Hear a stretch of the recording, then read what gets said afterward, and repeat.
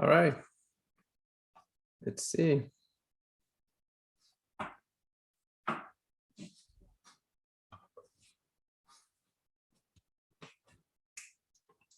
All right, so let's see. I think that we are already live. Yep. Well, thank you everyone for joining in for day 2 of the InfoSec Jupyterthon 2021 edition. Yesterday we had a lot of cool talks. They are still available in the live stream 1. That's the link that we have been sharing through Twitter. So just a couple of things to remember is that the agenda. So if you go to InfoSecJupyterthon.com, it's going to take you to the main page. In this page, you're going to find information such as, again, just a link to the agenda, some of the links for the live stream. So today we're going to be using this one. And of course, everything is being live streamed to YouTube, so you can watch that again. And then we have also links such as the Discord, conference, chat, and Q&A. And those are the links that you're going to use to communicate with others. So others that are attending the conference and also the speakers and also us. And if you want to stay connected after this, we also have a channel called Jupyter.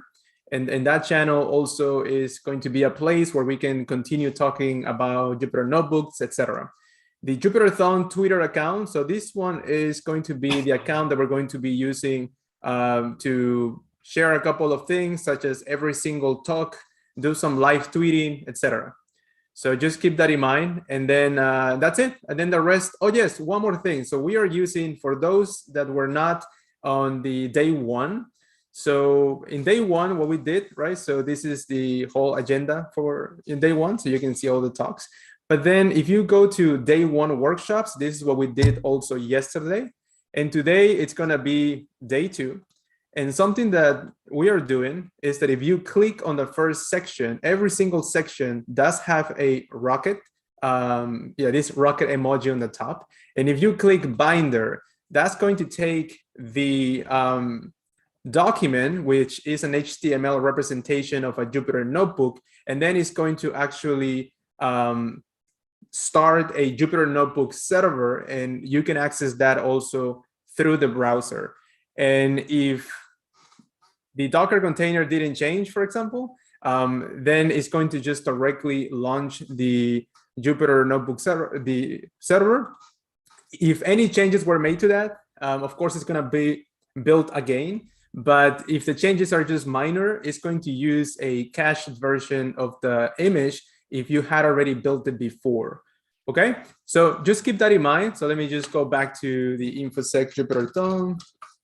And this is where you find everything. Today, we're going to start with workshops from 8 a.m., so 8:30 a.m., all the way to, let's see, agenda, Friday, all the way to 11:25, and all the times are Pacific time, so keep that in mind as well. Then we have some lunch. Everybody has their own lunch. And then we just start the talks of the day again around 1 p.m. Pacific time. So there are going to be some cool things going on today. A lot of content about Jupyter notebooks, all the way from advanced features, how to use it with Python specifically in some sections, visualizations, pandas, advanced use cases as well, and features, all the way to even start showing our own open source Python library, Mystic Pi. And with that, I think that we should be good to start workshop section 1. If you have any questions, please let us know in Discord. Once again, there is a Jupyterthon channel. The channel is under the OTR conferences category in the Discord server. Any issues, please let us know, and I will pass now the mic to Ian. So we're going to start with the Jupyter Notebooks Advanced section. Hey, good morning. Well, good morning. I thought 8:45. I thought, oh, 8:35. Okay. I misread that entirely. I thought I had another 10 minutes just to like laze around and do stuff. Let me share my screen. Sure. Let me stop sharing maybe. There you go. Okay, can we see my screen? Yes. There you go. Okay, got it. Right. Well, good morning, everyone. We've got a couple of like minor changes or maybe dynamic changes to the workshop agenda. The first thing is that Luis is not able to make it. Some kind of work emergency came up.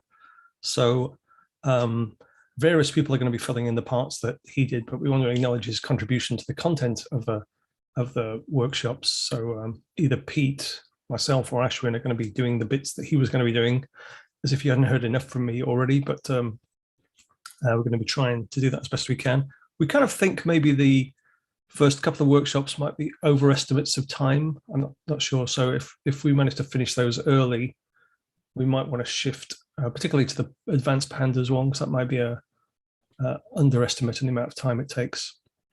And we only have a 5-minute break after that. So we may shuffle the stuff early if we find that we can.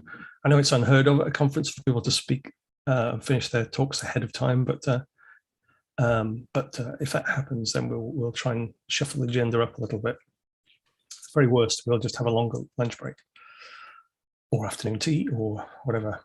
So the agenda, the first workshop is Jupyter Notebooks Advanced, and this is not like really advanced, but it's more advanced than the stuff we've heard so far. So we're going to be looking at like Jupyter kernels, magics, introduction to widgets and extensions, using NB convert to do some kind of cool things. You can do a lot of conversion from the Jupyter UI, but some more things if you'll break out this command line or in code, and then some development topics, like if you're writing in notebooks, some helpful stuff about interpreting exceptions and debugging. Okay, so with that to kick us off, I'll ask Ashwin to talk about notebooks that are not Python. Apparently they exist. I have never seen them, but Ashwin's going to show us. Awesome. Okay. Let me share my screen.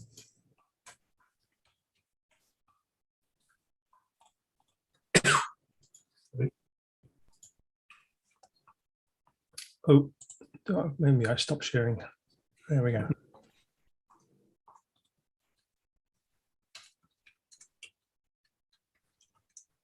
Okay. Is it showing? We can see it. Yep. Yep. Okay. So despite us switching backwards forwards between different presenters here, this is actually the same notebook. So if you're following along at home, you should be able to just see the sections. Ashwin's got a couple of other, I think R and PowerShell specific things, which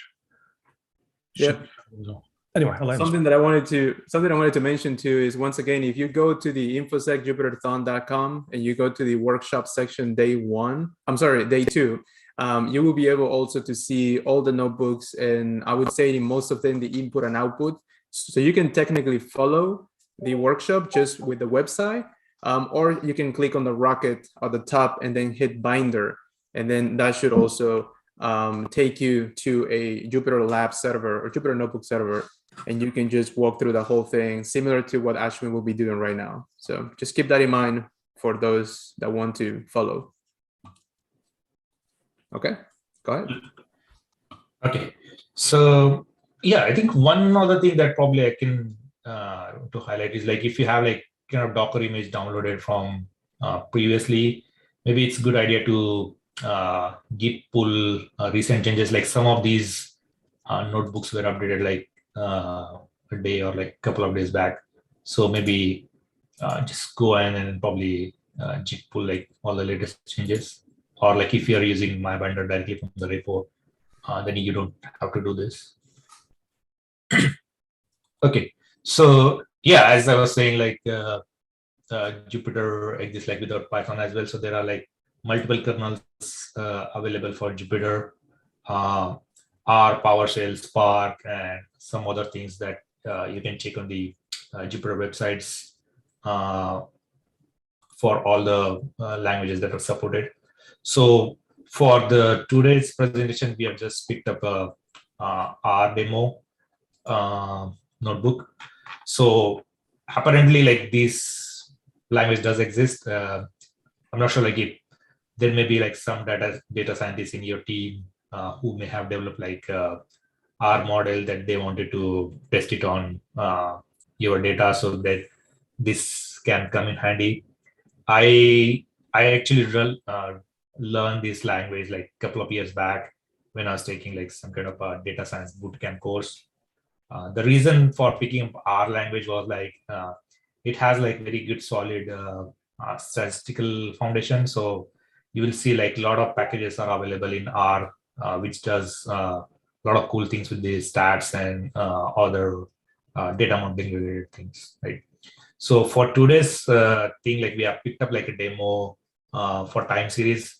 Again, time series like is one of the my favorite and like probably pretty easiest to demonstrate, even for the people who are not very familiar with the data science ML background, to understand like how does the anomaly detection works. Right? So, so the one thing that also I wanted to credit is for this blog. So this blog was written by Russ McReed, 2018, where he demonstrated this package. I basically picked up the similar kind of package to show with like a different kind of made up data. So you'll see like how that works down the line. So again, like if you're not familiar with R, like these are like some kind of R ecosystem packages that are available. So think of like this is like Python libraries or like Python packages, PyPI packages that provides like similar capability. So you can think like tidyr, some of these packages are like similar to pandas, which can manipulate your dplyr is like manipulate your data frames and all the things. ggplot is like kind of visualization related things. And then there are a bunch of other things that we don't think we have to go into much detail.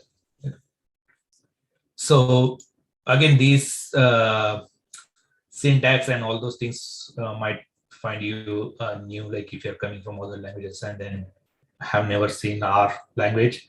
So basically, we are just ignore warning. This is how you can load like multiple packages. So you can notice this operator where you can just assign things to a variable. So we have like multiple packages that we want to load into the kernel. Also, you can, once you open the notebook, make sure that you are connected to R kernel so that these you can follow along this notebook. So in some cases, let's say like one of these packages is not installed, R gives like a nice, like let's say this for some certain packages, it will say as false, and then you can just go ahead and install that packages, right? So let's say like one of these packages are not installed, so you can just do like install.packages and then give package name, and then that will basically install these packages. This is again like native command within R. We are not picking up any shell commands, right? And then once it installs, you can again try to load these packages, right? So we'll see like a typical demo. This is again a very quick demo under 5 minutes. So what we are trying to do is like we are loading a data set from a CSV file. If you want to directly hook up with the log data sources and all the things, you will have to probably see like if there are R packages or like R libraries are available for those data sources, and then that way you can load the data set, right? So in this case, like I have like some made up data in my repo through which we have basically have these files saved. So it's pretty simple. You are just giving like URL and then reading it with the read.csv. So this is kind of like read_csv pandas way, right? You can notice like we don't have to download and other things. Read.csv directly takes care of that thing, right? And then similar to like if you want to see the structure of the data, so you can do like a str of that data frame. Again, same concepts that you may have been seeing in our other workshops, right? If you want to print out like certain records, you can do like head. So you can see like this is the kind of data structure here. I have like a aggregated uh, total logons per logon type for each user in this particular data set. Right? So now what we're trying to do here is like we'll probably just manipulate this data frame. So you can notice this as a pipe operator. So you will have like a data frame which will passed on to other functions or other methods. So the first method is like arrange. It's basically just sorting by these column names, account name, account domain, and date. Once it is done, we are performing some additional information. So the goal for me is converting this, let's say, raw data set to some kind of time series data set where we have like a time and then some kind of, I guess, like another field through which you can populate like numerical count for that thing. Okay. So these are certain operations. Again, this may be familiar for R, or if not, then just think of like there are certain date conversion, some group by, and then some summarize, and then ungroup and again arrange by account name and date, right? So if we print out this data frame, this looks like this, right? So now once we have this time series, you can see like how do we use time series analysis on these things. So this is a package which is developed by business science. This performs like similar time series decomposition analysis. So it has like 3 functions: time decompose, anomalize, and time recompose, right? It has certain methods that you can change and see like how does the anomaly works. So let's see like a typical demo. Now from these data set, this is like a probably multivariate data set, right? So we may have like multiple accounts. So in this case, I've just picked up like a specific account name called service account 1. So basically we started with this aggregated data set and then filter for this account name, run the time decompose method on this. As I was saying, like there are different methods, and then you can specify like this is 3 months data. The anomalies use like GESD and some other anomalies method available.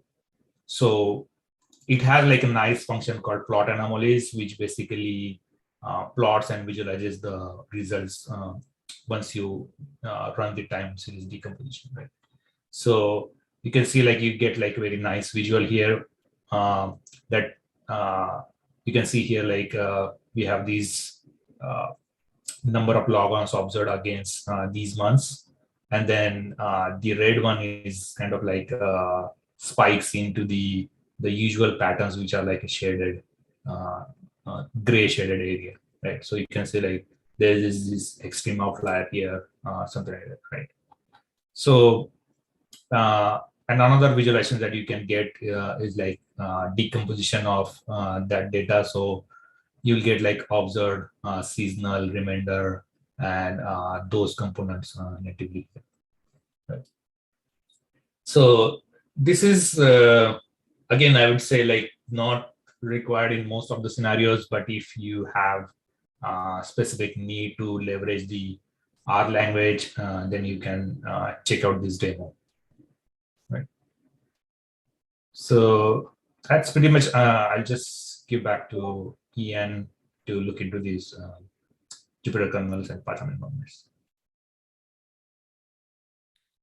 Okay, thanks, Ashwin. It's interesting to note as well that the you might have seen a reference to a data frame inside R and Ashwin's demo that Pandas is kind of largely based on the data frame built in the R language. So we were kind of a lot of adept to R when we're using Pandas. Also, if you have a R kernel, I've never done this, but Legend has it. If you have an R kernel or a Julia kernel installed, you can use magics, which we'll talk about a little bit later on, an R magic to invoke R code in the middle of what's otherwise a Python notebook, and actually the other way around. Okay, And there are lots of other kernels. PowerShell for more kind of Windowsy people. C, almost any language you can think of, there's a kernel somewhere out there for. Obviously, you don't get the same kind of level of package support. Like Plotly only supports a few languages, but they're there, particularly if you've got like a bunch of code that you want to, or you're just very familiar with a particular language. Anyway, as I said, I've heard that other languages exist, but I don't really believe that. I think Python is the only language, really. So we talked about different language kernels. Even within Python, you may well, and very, very likely, are going to have like multiple kernels. So you can have multiple kernels kind of in parallel. And you may or may not be familiar with the concept of Python virtual environments. And this is kind of a little bit like a virtual machine inside of Python, not exactly, but it's it's a way of you can have like a system Python installed on your machine, and then you can have like different instances and the idea. So there could be different versions of Python. There could be different sets of packages. So the idea is to create a kind of like a walled garden environment where you have a certain set of packages that don't. Primarily to overcome package conflict problems. So you might have like one application that needs pandas of a certain version, and another package or another application that needs pandas of a different version, and they both can't live happily together. So virtual environments is a way of having these two different kind of parallel universes or multiple parallel universes. It's a very good idea when you start kind of developing. You can install packages, mess up your system Python installation. You've got a lot of pain to kind of get back to a kind of reasonable state. So it's always a good idea to kind of create new virtual environments when you're starting on a new project, install what needs to be done there, and then and you can always get rid of it later on. So the syntax for doing that is pretty simple, and there's multiple ways of doing it. I've just shown two here. There's the built-in Python VM. So up here for Linux, Windows, just single line thing. You just point it to a directory where you want the virtual environment created. You run the activate script to step into that environment. Then you do whatever package installs you need, and then you have that environment running, and it's isolated from any other environment you have. You can also use Conda to do this.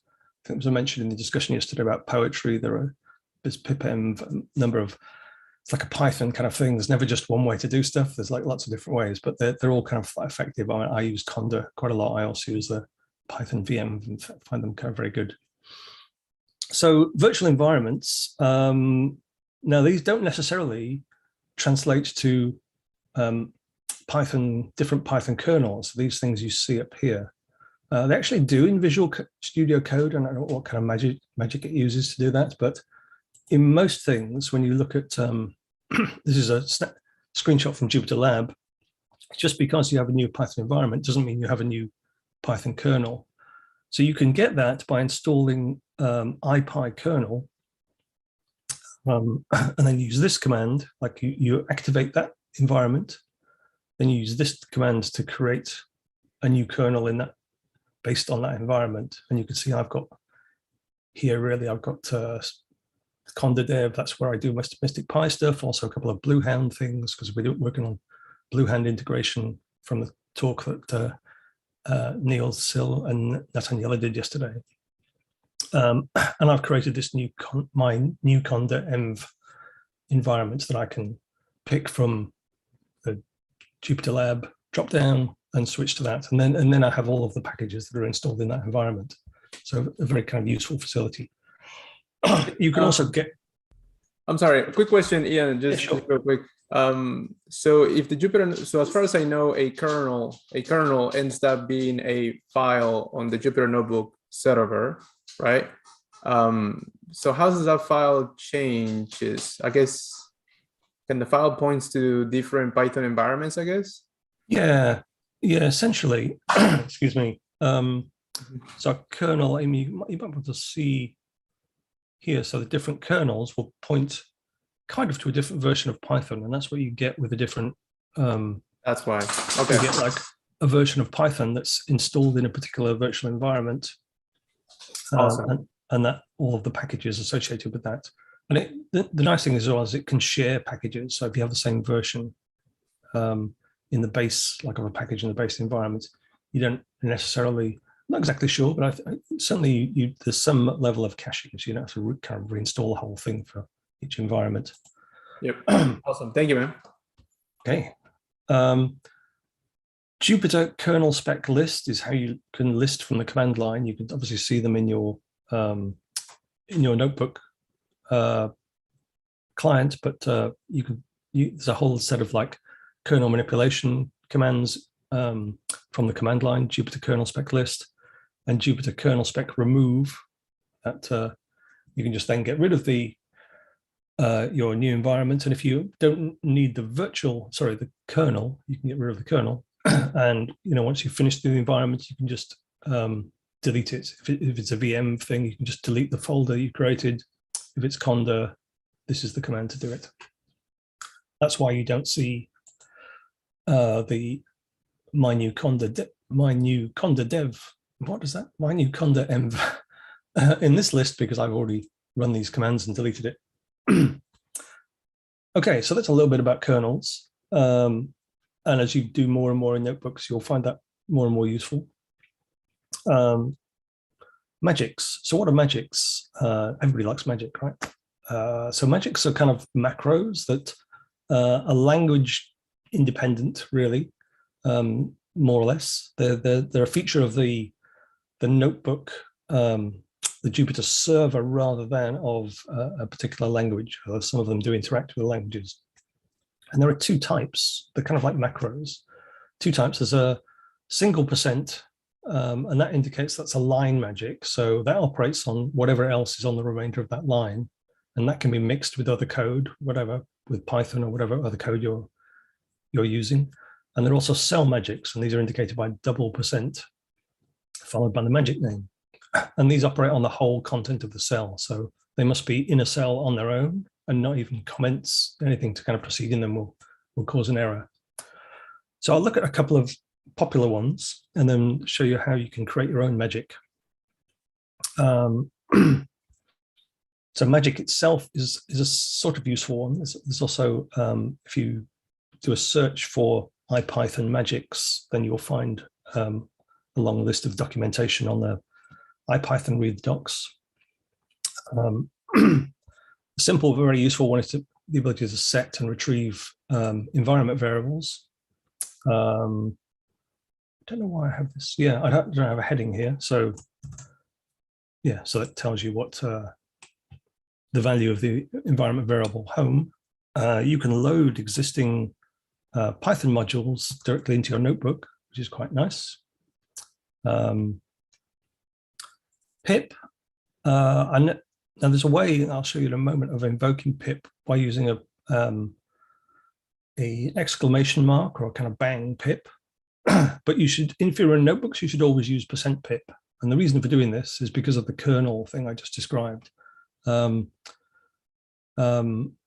Exclamation mark pip or exclamation mark anything, that invokes the system pip. So it just kind of like finds the first pip it can find. And that may well not be the one that your current kernel is executing in. So the installations may happen somewhere in some other virtual environment.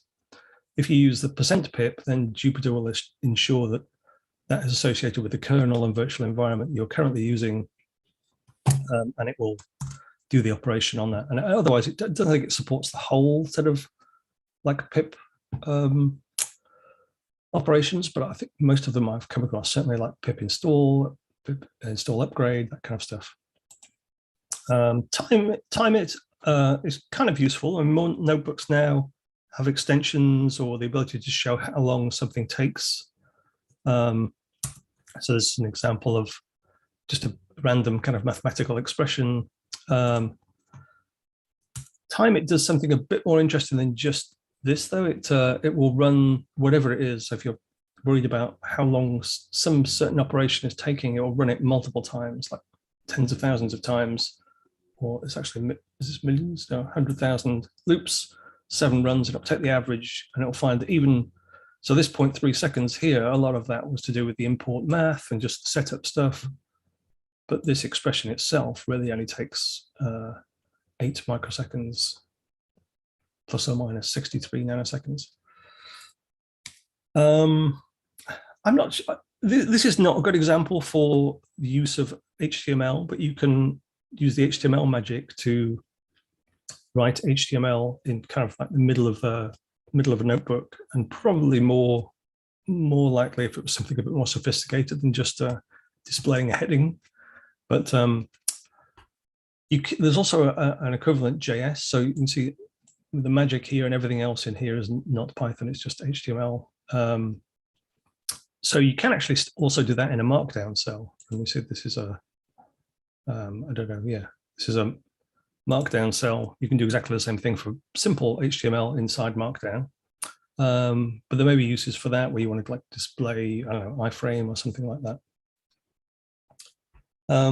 One that I use sometimes is write file. And this, if you remember our Python module that we imported before, somewhere, just add this kind of text. We can append the thing to that. And run. So yeah, with the -a, it appends the text. With the write file, it just overwrites it. So it's sometimes useful if you want to like prompt a user for like configuration stuff. You can have all of this in a cell. If it's complex configuration, you don't want to do widgets for, just like a text file. And then you can use write file, they execute it, edit it, execute it, and it just writes the whole thing to disk. And you can also invoke that thing. So this now has print sys platform twice, and that's just run the Python module and return the output from it. So there's something that's not at all magic, but invoking shell commands, which is kind of useful. And as I said, this is nothing to do with a language, or this is just it's a gateway through to the underlying operating system. So whatever operating system is, so you can see I've got my underlying operating system is Windows. This obviously wouldn't work if this was Linux. You'd have to do ls, which obviously won't work. There we go.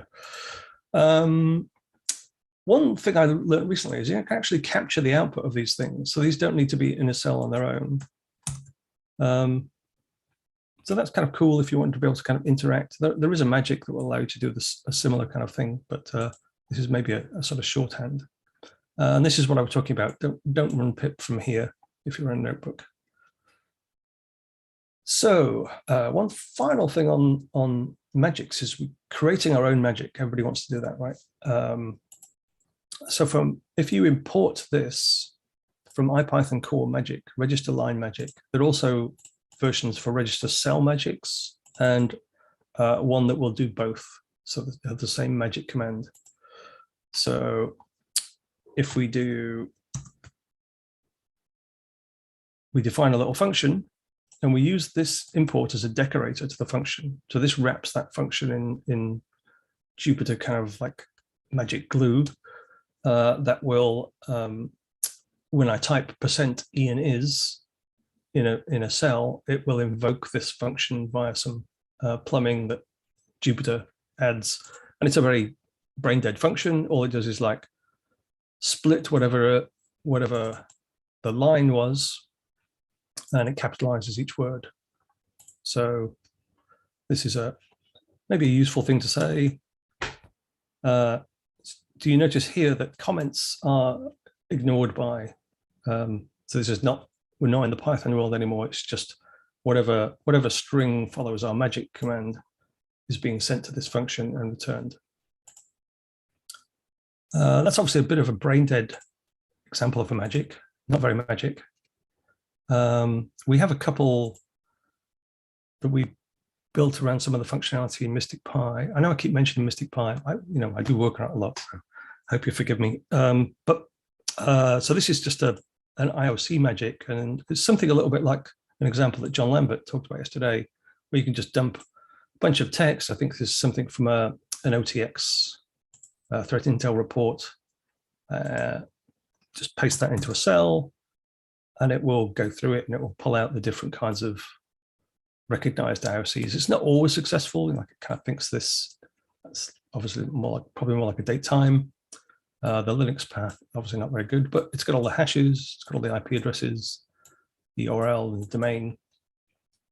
So that's probably a more useful example of widgets in action. Okay, let me switch over to Pete, I think, who's going to be doing an introduction to widgets. Thanks, Ian. Let me share my screen. Maybe Ian, you can let me know whether that is a good size or whether I should zoom in or not. Hold on, I've somehow maximized my help. Come back, zoom. I think that looks okay. I would zoom in a little bit, I think. A little bit more. There we go. Maybe one more time. One more. Yeah, okay, nice and big. Cool.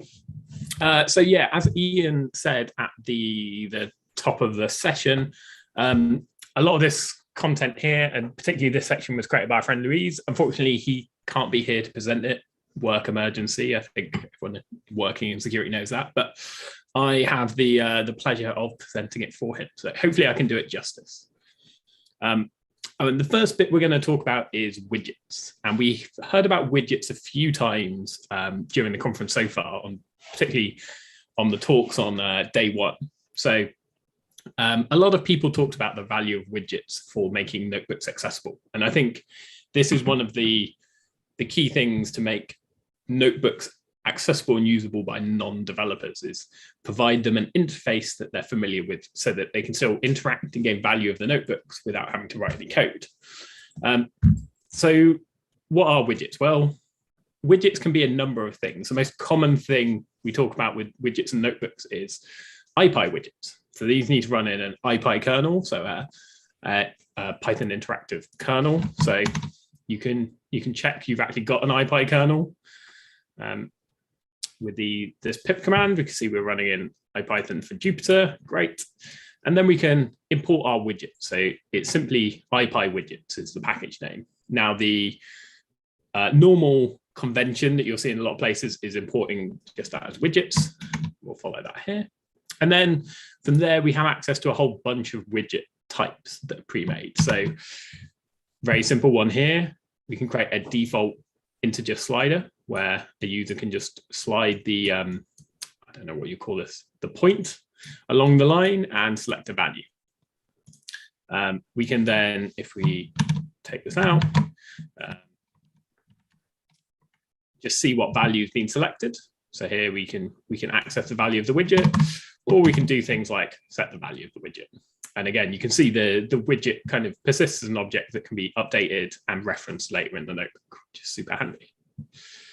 You can also do some slightly more advanced things, like here's a 2-point slider select where we've fed in a default value, a min and a max. And again, a lot of the widgets that we have available support this capability. So the ability to pass in default values, pass in min and max, and customize it. Not all the widgets have to be interactive from a user point of view, though. So one of the other useful ones that you can use is this progress bar. So what we do is we can define a progress bar. We can set a bunch of elements about it, what it looks like, how many steps it has in the progress bar, color. That's all what we're defining here. And then we can run a quick loop, a very artificial loop in this, just calling range 10, and display that bar. So as we loop through the range, the progress bar updates. And obviously, having interactive feedback like this is really useful, again, for users who aren't super new to notebooks and just kind of want to get that visual feedback that, yeah, something is happening. I know notebooks have little indicators like the kernel lights, and in VS Code, you have the little progress counter here for the time it takes.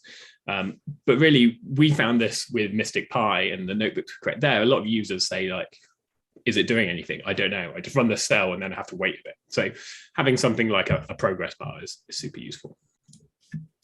You can also have text-based elements where you define what's in there. So simple drop down. And you don't have to be limited to one option. You can have multi drop downs, multi pickers. There are also some more advanced kind of built-in widgets. So date picker that does what it says on the tin, very useful. And even things like file upload. So the ability to kind of have an interactive GUI-based file upload right in the notebook. So all of these are out-the-box, pre-built IPy widgets that are super simple to access and pretty consistent in their work. But as you can see, each of them is kind of like an individual thing. They're quite limited in their scope. They kind of do one thing and one thing only. But the great thing is you can combine these together to create much more powerful widgets.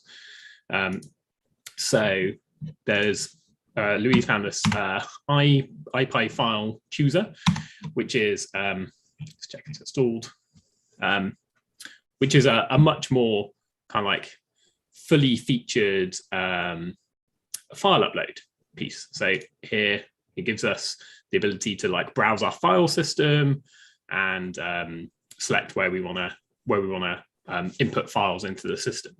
And this is all built using those widget elements, just stacking them together to create something much more powerful. And again, when we get onto the Mystic Pi section later in the workshop, we'll go through some of the widgets that are in there, which are effectively the same thing, combining the raw elements from IPy widgets to create much more advanced and powerful visual GUI elements within the notebook for people to use. So widgets are definitely something that you should consider using in notebooks, particularly anytime you're going to share them with someone who's not an expert Python user, particularly. The next section we're going to talk about, it kind of leads on from that in some ways, but is about extensions. So extensions are the elements that you can bolt on to your various Jupyter clients to provide additional capabilities. So each client has a different set of extensions. Some are better than others for extensions. A few that I'm going to talk about here are Jupyter Lab extensions. I would say Jupyter Lab probably still has the largest and probably best set of extensions for a Jupyter client out there. Others are kind of catching up, VS Code in particular, but I think Jupyter Lab kind of still has that head start. And these extensions can do a whole bunch of different useful elements for you, whether it be adding functionality to the notebook itself, or helping you manage the creation and sharing and lifecycle of the notebooks, or a whole bunch of things. So for Jupyter Lab, the extensions are configured in a Jupyter Lab config file. I'm not running in Jupyter Lab, so I'm not going to risk this one, but Louise has helpfully included kind of screenshots of all of these extensions and what they do. So one that is very useful for notebook stuff is the system monitor. So this can help you see how much resources your notebook is using within the environment. So it's Jupyter Lab system monitor, and you can see things like memory usage and CPU usage. Memory usage in particular can be very useful because particularly when working with large data sets, you can quite easily eat all your memory by bringing them into the notebook. So being able to keep track of what you're using, particularly on a shared compute environment, is something that A, is very useful for you, and B, your colleagues also using it are probably pretty appreciative of. Another one is integration with Git. Anytime you're using Git for version management of notebooks or notebook elements, having the integration with Git right in your Jupyter client, super useful, super easy. Again, it lets you do things like create branches, push them, raise PRs, all of the kind of Git things that you would want to do, all right there. And again, we can see examples here of doing a diff between notebook versions, which is pretty hard to do, but this extension seems to handle pretty well. Another one that Louise highlighted was the templates functionality. So again, another extension for Jupyter Lab. And what this allows you to do is define a set of templates for notebooks. So again, if you're working in a team or working on notebooks, perhaps you've got a threat hunting team, you can build a template with pre-built cells and elements in it that your users then go fill in. So if you want to have some sort of consistency, maybe in the reporting, maybe things to include in the notebook, these templates make it A, easy to kind of help guide people, and B, save a lot of time. If you're writing the same kind of notebook elements each time, particularly let's say if you're always connecting to your security data store, your SIM as your first cell, well, you can create a template that already has the code to do that in it. So each time you create a new one, it's there for you. So again, particularly in the team environment, templates are super cool. There's also the ability to kind of take it down from templates into like specific snippets. So these can be like useful code elements that you found that you can then just insert into a cell without having to kind of rewrite completely. So these might be things that you want to include regularly, but maybe don't make sense to put into a whole separate library yet. So you can just kind of save them, import them into cells nice and easily. Obviously, this one again is Jupyter Lab, but other environments have other similar things. So for example, Azure Machine Learning notebook environment that we have in Azure and use a bit has a similar thing where you can import snippets of code straight into your notebook. So there are other equivalents of this widget as well. The other thing before I hand it back to Ian is I just want to talk about VS Code and some of their extensions as well. So VS Code has a pretty broad extension environment. So we've got a whole bunch of things. I've got ones installed that help integrate with Azure, with GitHub, the Jupyter specific ones that allow me to run Jupyter notebooks in here. Fun little ones that let you have a little virtual pet in your bottom corner. Here's my little dog that keeps me company while I'm coding. But also more useful things. So if people have heard of Copilot, it's the GPT-3 based predictive coding capability that is available via VS Code, which is actually super useful. Let's see if we can get it to predict something here. Yeah, so you see, I just typed W and it knows we've been calling widgets before, so I can just tab complete my code. There we go. So that was all Copilot there, just predicting what code I might need and presenting it to me. And that's all an extension in VS Code. So it's always good to, whatever client you're using, to play around, see which widgets are out there, which extensions are out there, and which kind of work for you. Great. So with that, I will pass back to Ian, who is going to talk about NB Convert. Or is it Roberto I'm passing to? Sorry. Yeah, so I think that I'm next. So let me switch my, yeah. Let me share my screen. I can see I was wildly optimistic about being under time here for this first session. So yeah, it's all good. Let's see if I can just real quick, I guess, touch base on this. There it is. All right. Wait a minute. Sorry. That one. Yep. And just meanwhile, this loads. Well, it loaded already. But so once again, you can follow us through the website. Day 2, workshop 1. So if you want to use the website for that. Okay. So where is export notebooks? Let me go down, and that should be me. There you go. Yes, so one of the features that it's something that I've been using a lot for a lot of my projects is actually the how to create notebooks programmatically. And the way how you do it is by using the MB format Python APIs. So technically those documents, those Jupyter notebook documents are just JSON documents. And so all you got to do is use the MB format library. So you import that, and then you define or create a what is called a notebook object.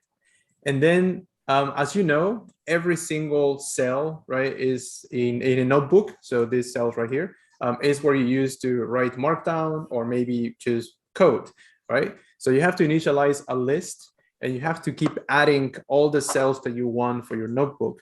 And then you can use the MB format new Markdown cell if you want to add Markdown. And then, of course, the new code cell if you want to add code. So in this case, for example, I was just given my notebook a main title, and then I was just typing some code in there. And at the end, as you can see, I'm simply appending those new cells to the cells list. And then at the end, I can simply just write my MB format object that contains the cells and everything. Well, that's it contains the cells list, and then you can write it directly to a notebook. So at the end, it will look something like this, for example. And this is a basic example, but you can go pretty crazy with this type of features. For example, I have a couple of blog posts that you can go ahead and read to go through the whole process for more complex, use cases. But one of them is the 300 playbook. So with the 300 playbook, one of the use cases is how can we document research, detection logic, so the input, for example, and then the output as well, like what it is that we're expecting for the query to show us. So for example, John Lambert was talking about how can we share how we got there. Usually what we see is just a couple of blog post links, and we say, I just followed this blog post and I got to my answer. Now the idea is how can I show you the whole process, everything that I did with the data that I used, and then of course the results that I got, right? So that could be programmatically created, specifically the inputs, the markdown and everything, just by taking, for example, if you go to the whole blog post, right? You can create a whole research, analytic notebook. And that's it. So go ahead and check those resources whenever you have time, and you will be able to create notebooks also, programmatically. So, all right, back to you, Ian. Hey, thanks, Roberto. So you can also use MB Convert to export your notebook to other formats. One point to make is that the kind of dynamic changes, you can do that to write notebook to a file. You can't use that to work on your live notebook. So it won't, like, changes are only kind of reflected once they're written to disk. You'd have to reload from disk. So anyway, MB Convert. One thing that we do a lot is write our documentation in notebooks, kind of go through the examples and stuff like that, and then convert them to RST, restructured text, as the basis for the kind of documentation, which is like very useful. You can do all your description of how something works, show examples, and pump out a document and then upload it to read the docs. You can also do the same thing in code using MB format, MB Convert and MB format. So here we're reading in a notebook, and just to show you what Roberto did, we've just picked a random cell. It shows you the content of the cell. We're not kind of interested in that. We're just interested in what we've read. We could import the HTML converter, and it will, this is an example. I was going to show you the whole notebook. Maybe I don't think I have time. Maybe if we have time in the break, I can show you. So that produces an HTML copy with all of that. If you have interactive graphics, they should all still be working. All the JavaScript and everything will be embedded in the HTML copy as well. One kind of nice thing is you can export a notebook to a Python module if you want to save stuff. So this is the result of that thing. keeps all of the Python code, and changes stuff that isn't Python into comments, and I think adds, yeah. So here VS Code is kind of recognized where the cell divisions are, which is kind of quite nice. Okay, on to, let me get rid of that again. Go full screen so we have a little bit more room. So debugging and testing notebook code in the last like 30 seconds. So I've got an example here of like 3 functions be called all by this thing. And at the bottom is just a bad function. It just takes 2 parameters and adds them together. There's an intermediate function that's called by this one, and this just calls a series of these things. So when we run it, we get the first 2 worked okay, adding 1 and 2 together, hello world, but in the third one we got this exception. And if you're new to notebooks, exceptions are something you really need to get used to and kind of not think the world has ended when you see something like this, because it will happen often. You really need to know how to interpret them and what to do about them. So this is like somewhat helpful. So I would say, look at the very first line, what kind of error it is, and then scroll all the way to the bottom of your traceback. Because this is really where the badness has happened. A lot of the intermediate stuff is kind of, you might want to go back through that, but really like the bad stuff has all happened at the bottom. So go there before anything else. And it gives you a kind of more of just a message where you cannot concatenate a string and can only concatenate string to string, not int. So it probably gives you a clue that something has happened here, and then you can trace back what it's called here and it's called here. So you might be able to work out kind of what has gone wrong there. But one magic that's kind of useful is the %tb, %traceback. So if you lose your traceback, like you do some other code or something like that, you can always use this to get the last traceback. You might, yeah, for whatever reason. And we'll show an example of like why that's useful. So even more useful, you get some, from the default traceback, you get some kind of useful information. But if you turn this other magic, X mode, into verbose, the default is context, then you actually get a bunch more useful information. And we're turning verbose mode on and then running our %tb again. So now we not just get the traceback, but we get the like global variables and parameters. And this is particularly useful here because we can see very clearly that param1 is hello string, param2 is a integer. So this is like much more useful. Switching back to context mode. So I kind of nearly always do this. You probably don't need, in most cases, you don't need to break out a debugger at all. You can just like from what has happened in the, if you have verbose mode on, you can tell what's happened just from the exception. Exceptions within exceptions. So this is a bit of an elaboration of the code. In this case, the function in the middle has tried to compensate for something bad that might happen by trying and catching an exception and then doing something else itself. As it turns out, something else it does is just as bad. So in this case, you'll get a sort of a nested exception where you'll have an existing a kind of inner exception, and then during the handle of that exception, another exception has occurred. And in this case, you'll probably need to look at both. So this is like the original code error that caused the thing, and this is kind of what happened when it was trying to recover from the code error. So just look for these, like they're usually like highlighted in red, so they're usually the bits where each individual stack trace changes. So I'm going to switch to, so I can show you quickly the single reason I changed from Jupyter Lab to VS Code a couple of months ago. Let me get Firefox. So this is the debugging experience in old style Jupyter. So we've got our same code here using %debug. to invoke a debugger when we call hapless. And you kind of step through this.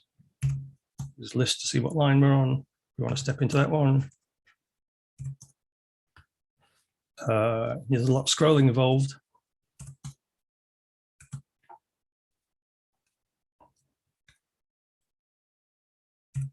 See where we are. We're in there.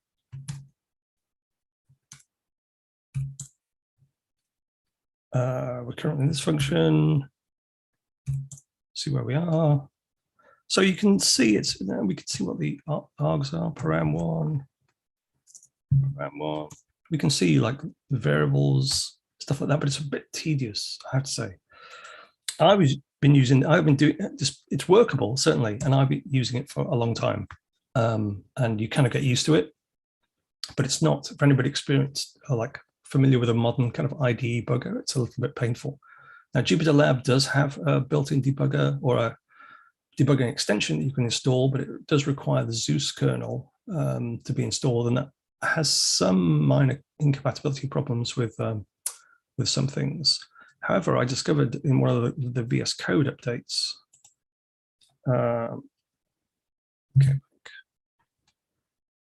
that you can do this. You can set a breakpoint and debug cell, and it takes you into the debugger.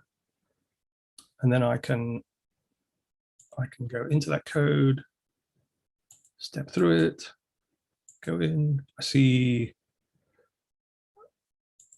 go into that. I can see the parameters up here. I can have a debug window where I can do things, you know, param1. And I can even test what param1 plus param2 was going to result in. That kind of thing. So this is like, particularly if you're tracing from notebook code into library code, which I do a lot of, this is like super useful because everything's here in the same environment. Really nice debugger. You see where your call stack and everything. Brilliant. Okay. So let me stop that. And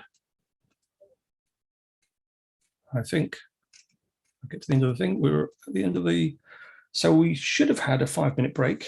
We'll still have like a very short break, but I think due to a combination of all of us, we may have overrun that one a little bit.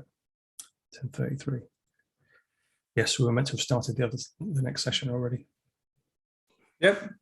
I mean, that's fine. We can probably stretch a little bit and then, yeah, we can jump to the next one. I don't know. Well, let's take maybe a minute or two. So,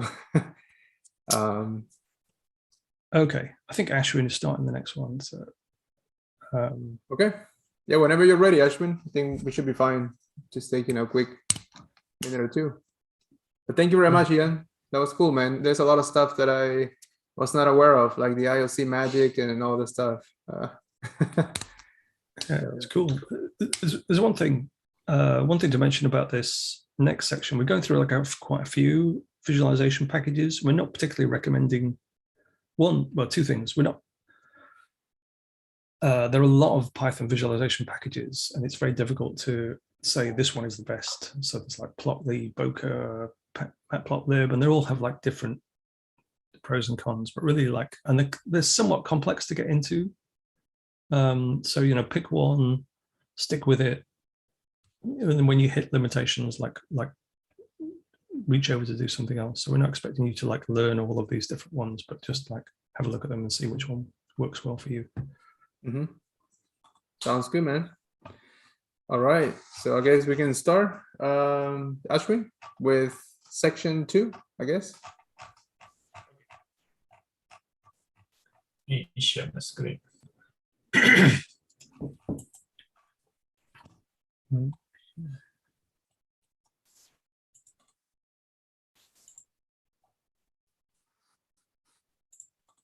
Right, you can see my screen. Yep, I can see it. Okay, good. All right, so yeah, we're starting with the section 2, visualization in Jupyter notebooks. So yeah, as Ian was saying, like there are like multiple packages in that allows you to visualize your data. We are trying to cover like some of the regularly used or like some of the popular one. So this is like kind of agenda for today, like Matplotlib. We'll look at some examples of HoloViews, Bokeh, Seaborn, Plotly, and Mystic Pi also has like some of the built-in visualizations, especially from a security data perspective. This is kind of wrap around. Most of the visualizations are based on the Bokeh, so you'll be able to see like those examples done well. So yeah, let's start with the Matplotlib. This is probably very, I would say like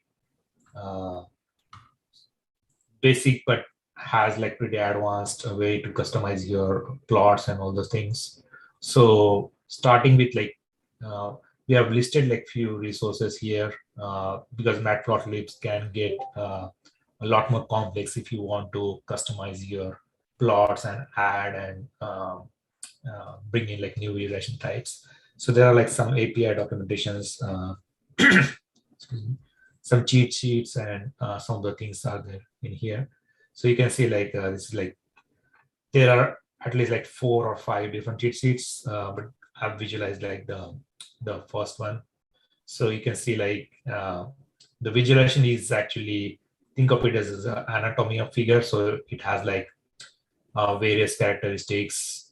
So if you want to customize that, you'll be able to find out like what function arguments or like how you can customize that things, right? So you can see here like you have like x-axis label, y-axis label. The figure is the total size. We have like major take, uptake, line plot, scatter plot, a bunch of other things, right? So depending upon like how you want your visualizations, you'll be able to find certain functions or certain arguments to those functions that you can pass and then get that figure customized. Right? So let's take like some basic examples here. So we'll start with the importing the Matplotlib pyplot as a plot namespace. So the first thing is like Matplotlib has like various styles that you can use.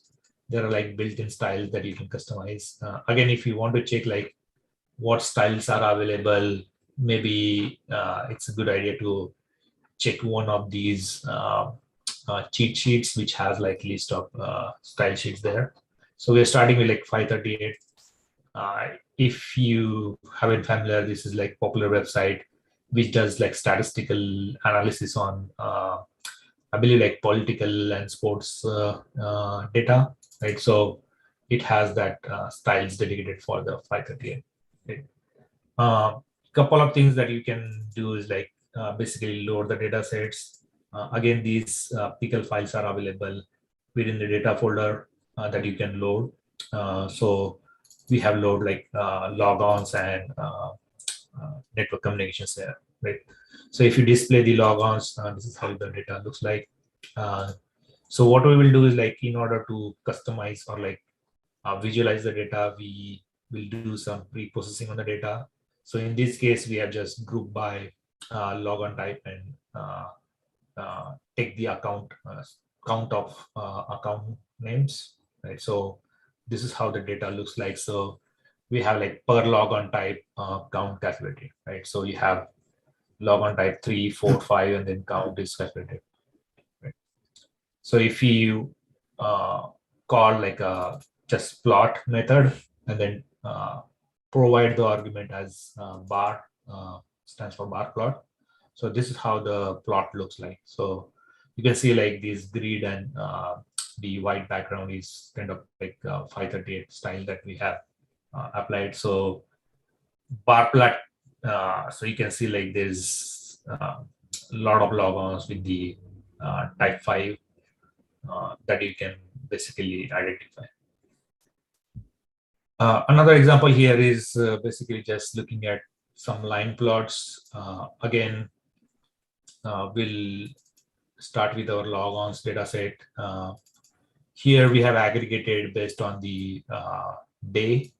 So Pandas has these methods like resampling to create like a time series type of data set. So we have set the index as time generated and then resampled with the day so that we can calculate the total count per day, right? So if we just call the plot method, it automatically identifies that it's a time series and then plots like a line plot, right?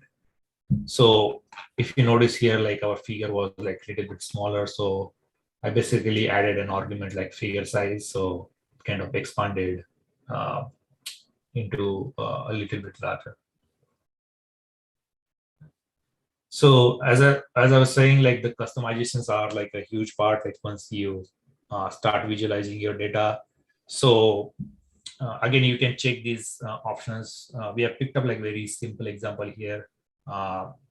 In this case, like I have like Seaborn white grid, and then figure size. I have started customizing it like by adding some titles on the top, then the labels on the x-axis, on y-axis, that sort of things, right? You can also like another example is like you can also give these arguments within the function.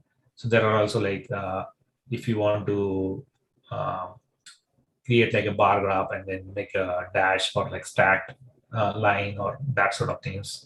Similarly, the marker here, if you want to customize it or like provide colors, add colors to the visualizations. These are the type of things that you can. So yeah, that's pretty much, again, this is not like extensive intro, but just to give you a glimpse into like what Matplotlib offers. You can check out the gallery, the resources to learn more about the Matplotlib.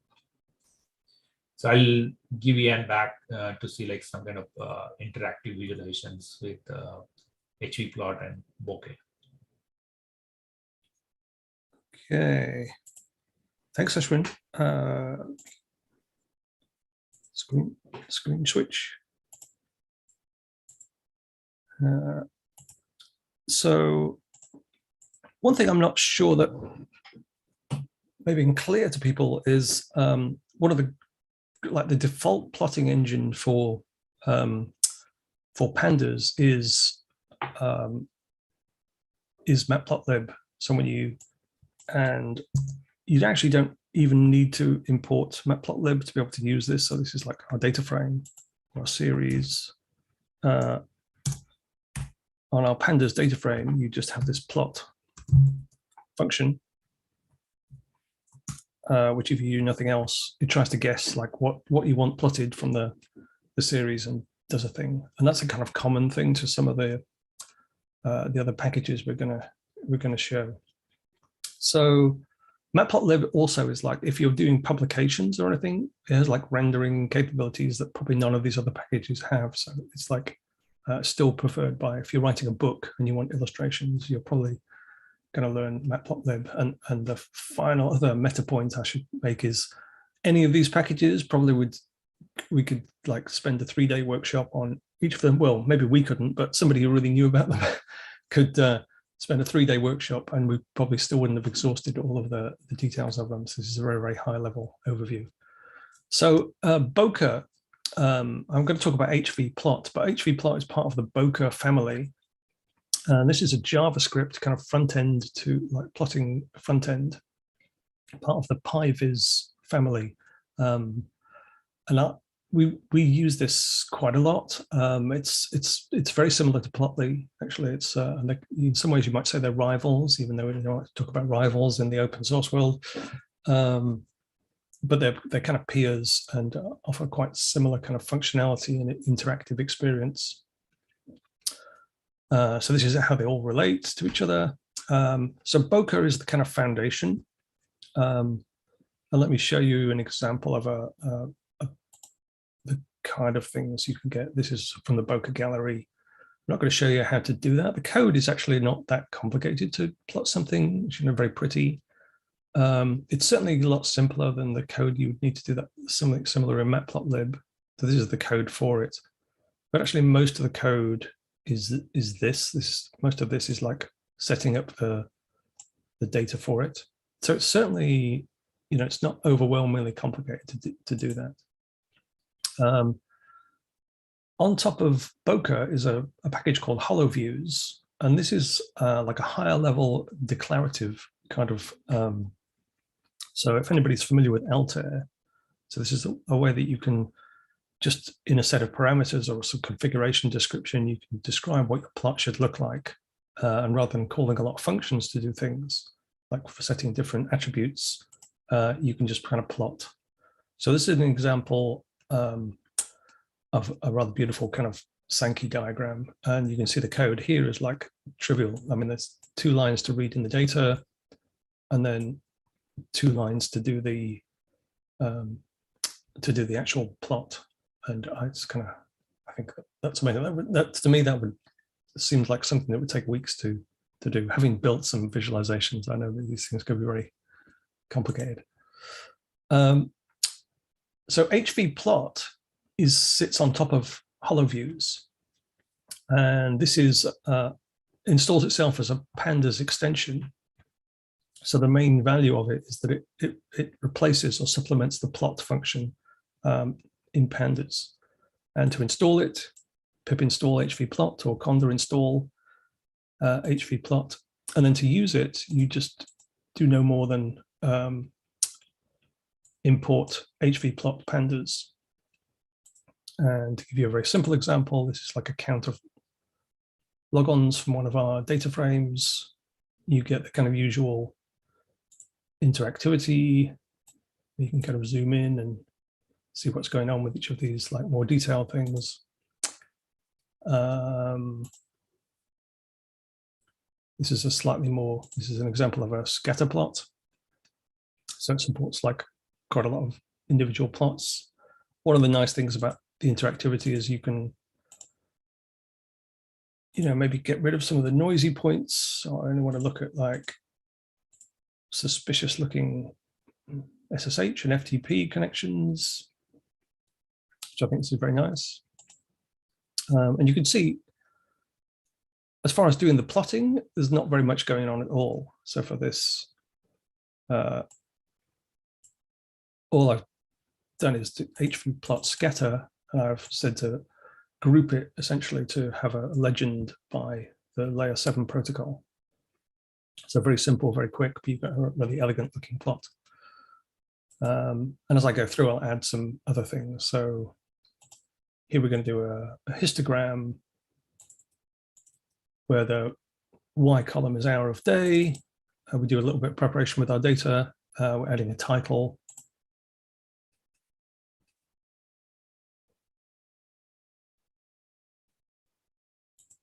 Same kind of thing. I'm not sure what the difference is with this one. Oh yeah, subplots is next. Yeah, you can actually also, rather than group by in the legend, use the by thing, which produces a sort of a legend, grouping the data. This doesn't seem to work in VS Code, but it does work. I don't know why. The widget works. You can use group by, and this will give you a kind of widget driven. And there's a few different versions of this, like widgets and sliders and stuff like that, which you can use.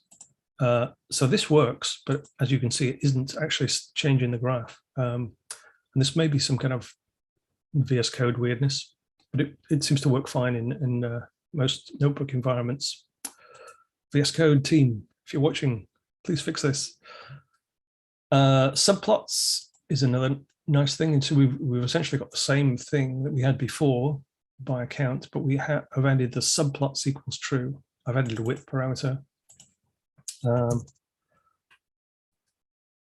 And you can do subplots in all of these packages, but if you've done matplotlib, it's a little bit more involved to do that. And then we get all the different groupings broken out into separate plots. We can see that because this one, they're all scaled to the same size, and this one kind of dominates it. So we could disentangle the axes so we can have them all using their own axes based with a maximum based on their data that's specific to them. So this doesn't give a good comparison, but at least it allows us to kind of zoom in and see the details of each of them. You can see here, this one's 50, this is 2, obviously different scales. You can do sexier plots as well. Violin plot is something I like very much. And this shows you the distribution by different categories. So for HTTP, for example, there's a kind of around about 8 IPs. Is the kind of, around about the maximum flow, 8 or 9, and there are some kind of outliers at either end. That's kind of very useful for showing categorical variables. One thing I like, or another thing I like very much, is the ability to combine plots. So here we've got 2 separate plot statements, and we're adding them together. What is this going to do, I wonder? So this is just going to display them side by side, excuse me. So there's no kind of complicated formatting or anything like that, which is really, really nice. We can also use the multiply operator, and this does something slightly different, but equally useful. Obviously, you need to choose your plots, but this will superimpose like plots on each other, and there could be any number of plots. So I've just got 2 here, but I've got a line plot on top of a scatter plot. And this is useful when you have like different ways of representing data. It often highlights, the kind of,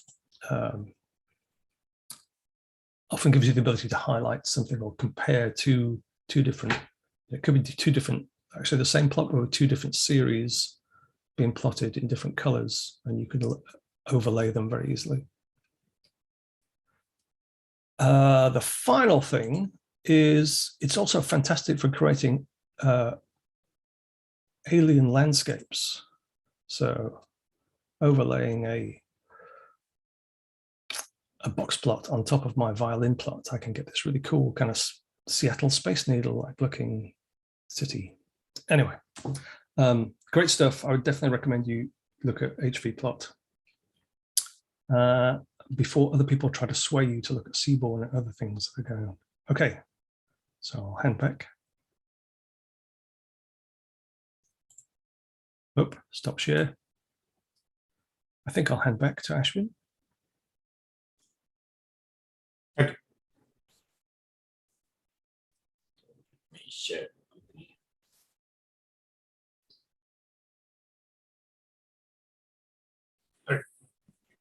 You see my Yep. Okay. Yeah, so very quick intro again for the Seaborn, and then we have like Plotly and Mystic Pi visualizations. So again, Seaborn is based on the Matplotlib. It kind of provides like high-level interface for drawing like statistical based graphs. Some of these can also be done with other visualization libraries, but you may have to write some extra code and all those things. So Seaborn provides that functions natively. So you can see, let's say, you can check like very quickly statistical graph here. Go to tutorial, right? So you can see like these are kind of good visualization types. So depending upon your data, you can implement these kind of visualizations to see like either relationship between 2 variables or extracting some of the statistical features, right? So for these, again, you can check out these galleries tutorial from the official docs. For this demo, I picked up the linear regression visualizations here. So again, like we didn't have like a good demo data set, so I'm using probably like non-security based data set. But as you can imagine, like this is like a categorical data set. So think of like maybe this can be like account name, logon type, or like let's say maybe successful logon, yes or no, that type of data. So you can potentially generate like similar type of data from your security data sets, right? So once you have like these, let's say, multiple categorical variables here, and then some numerical attributes associated with that, so you can try to see like how does the relationship exist between these two numerical variables, right? So again, like examples can be like, let's say this can be like distinct count of, let's say, host logon, and maybe distinct count of users or something, that sort of thing.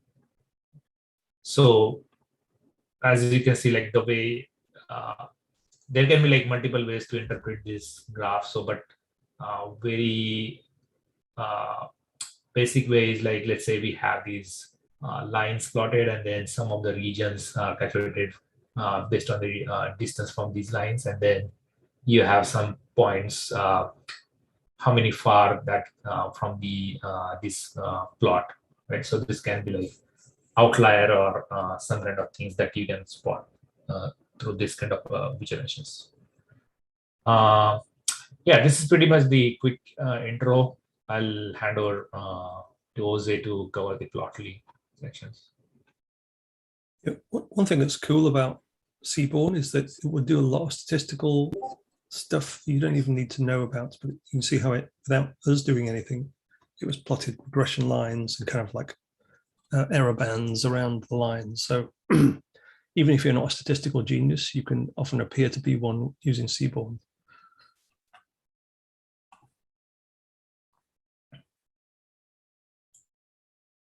This is notebook.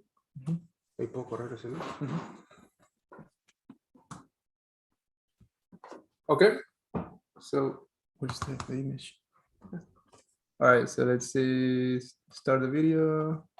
There you go. Okay, thank you, Ashwin. That was a really nice explanation of Seaborn. A lot of cool features there, also with Matplotlib and HBplot that I will start using. Yeah, thank you for that explanation. It's really nice. How can we use directly from a data frame and create all those visualizations? I will share really quick with you guys about Plotly. It's also a library that allows you to create amazing visualizations and also perform some type of graphical data analysis. But one of the difference, I would say, between Matplotlib and Seaborn with Plotly is the feature of interacting with the chart. And I will show you really quick. Plotly has different modules. One of the modules that we will share today is Plotly Express, which is the module that allows you to create that contains functions that allows you to create visualizations. And you can import Plotly Express using import plotly.express as px. As I'm just saving that as a local variable, px. And one of the first examples that I would like to share is Ashwin talk about bar charts, right? And one of the applications of bar charts is to be using creating his. Sorry, that was the other one. So you can also create bar charts with Plotly, right? The difference is that once you create the bar chart and you put the mouse over the bars, Plotly will give you like all the metadata or the information of the bar. Like for example, here we have this chart is creating the logon frequency by logon type, same data that Ashwin already explained and presented. As you can see here, we have all the frequency by logon type, and you can see like the most frequent logon type was number 5. But something that I would like to share or add about the visualization that I'm creating here with Plotly is you can start customizing your visualization, right? And one of the options that I would like to share today is the logon type, right? The variable that we have in our data frame is like the library is understanding that variable as a numerical variable. That's why when we see the axis, the x-axis, for the logon type, you can see that even though there are not logon types 6 and 8, the Plotly is showing 6 and 8 because it's understanding that this is a numerical variable, right? But you can use this method at the x-axis, right?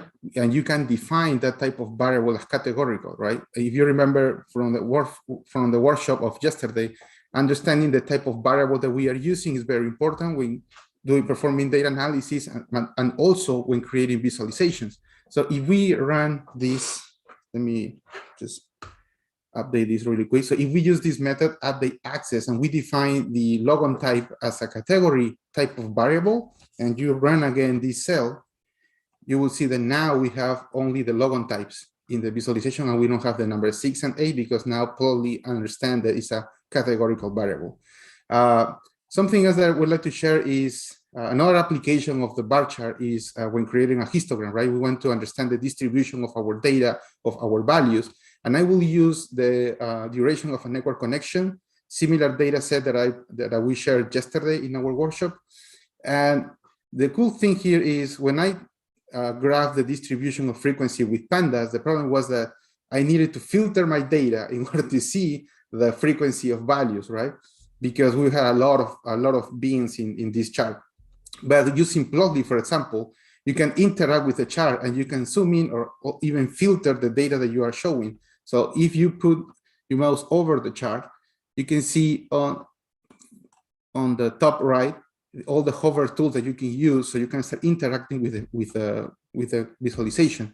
And I will use the zoom hover tool, and I will see, you can see here on the bottom left that there are, most of the bar charts are really small because we have a lot of beans, a lot of data. The range of values is large.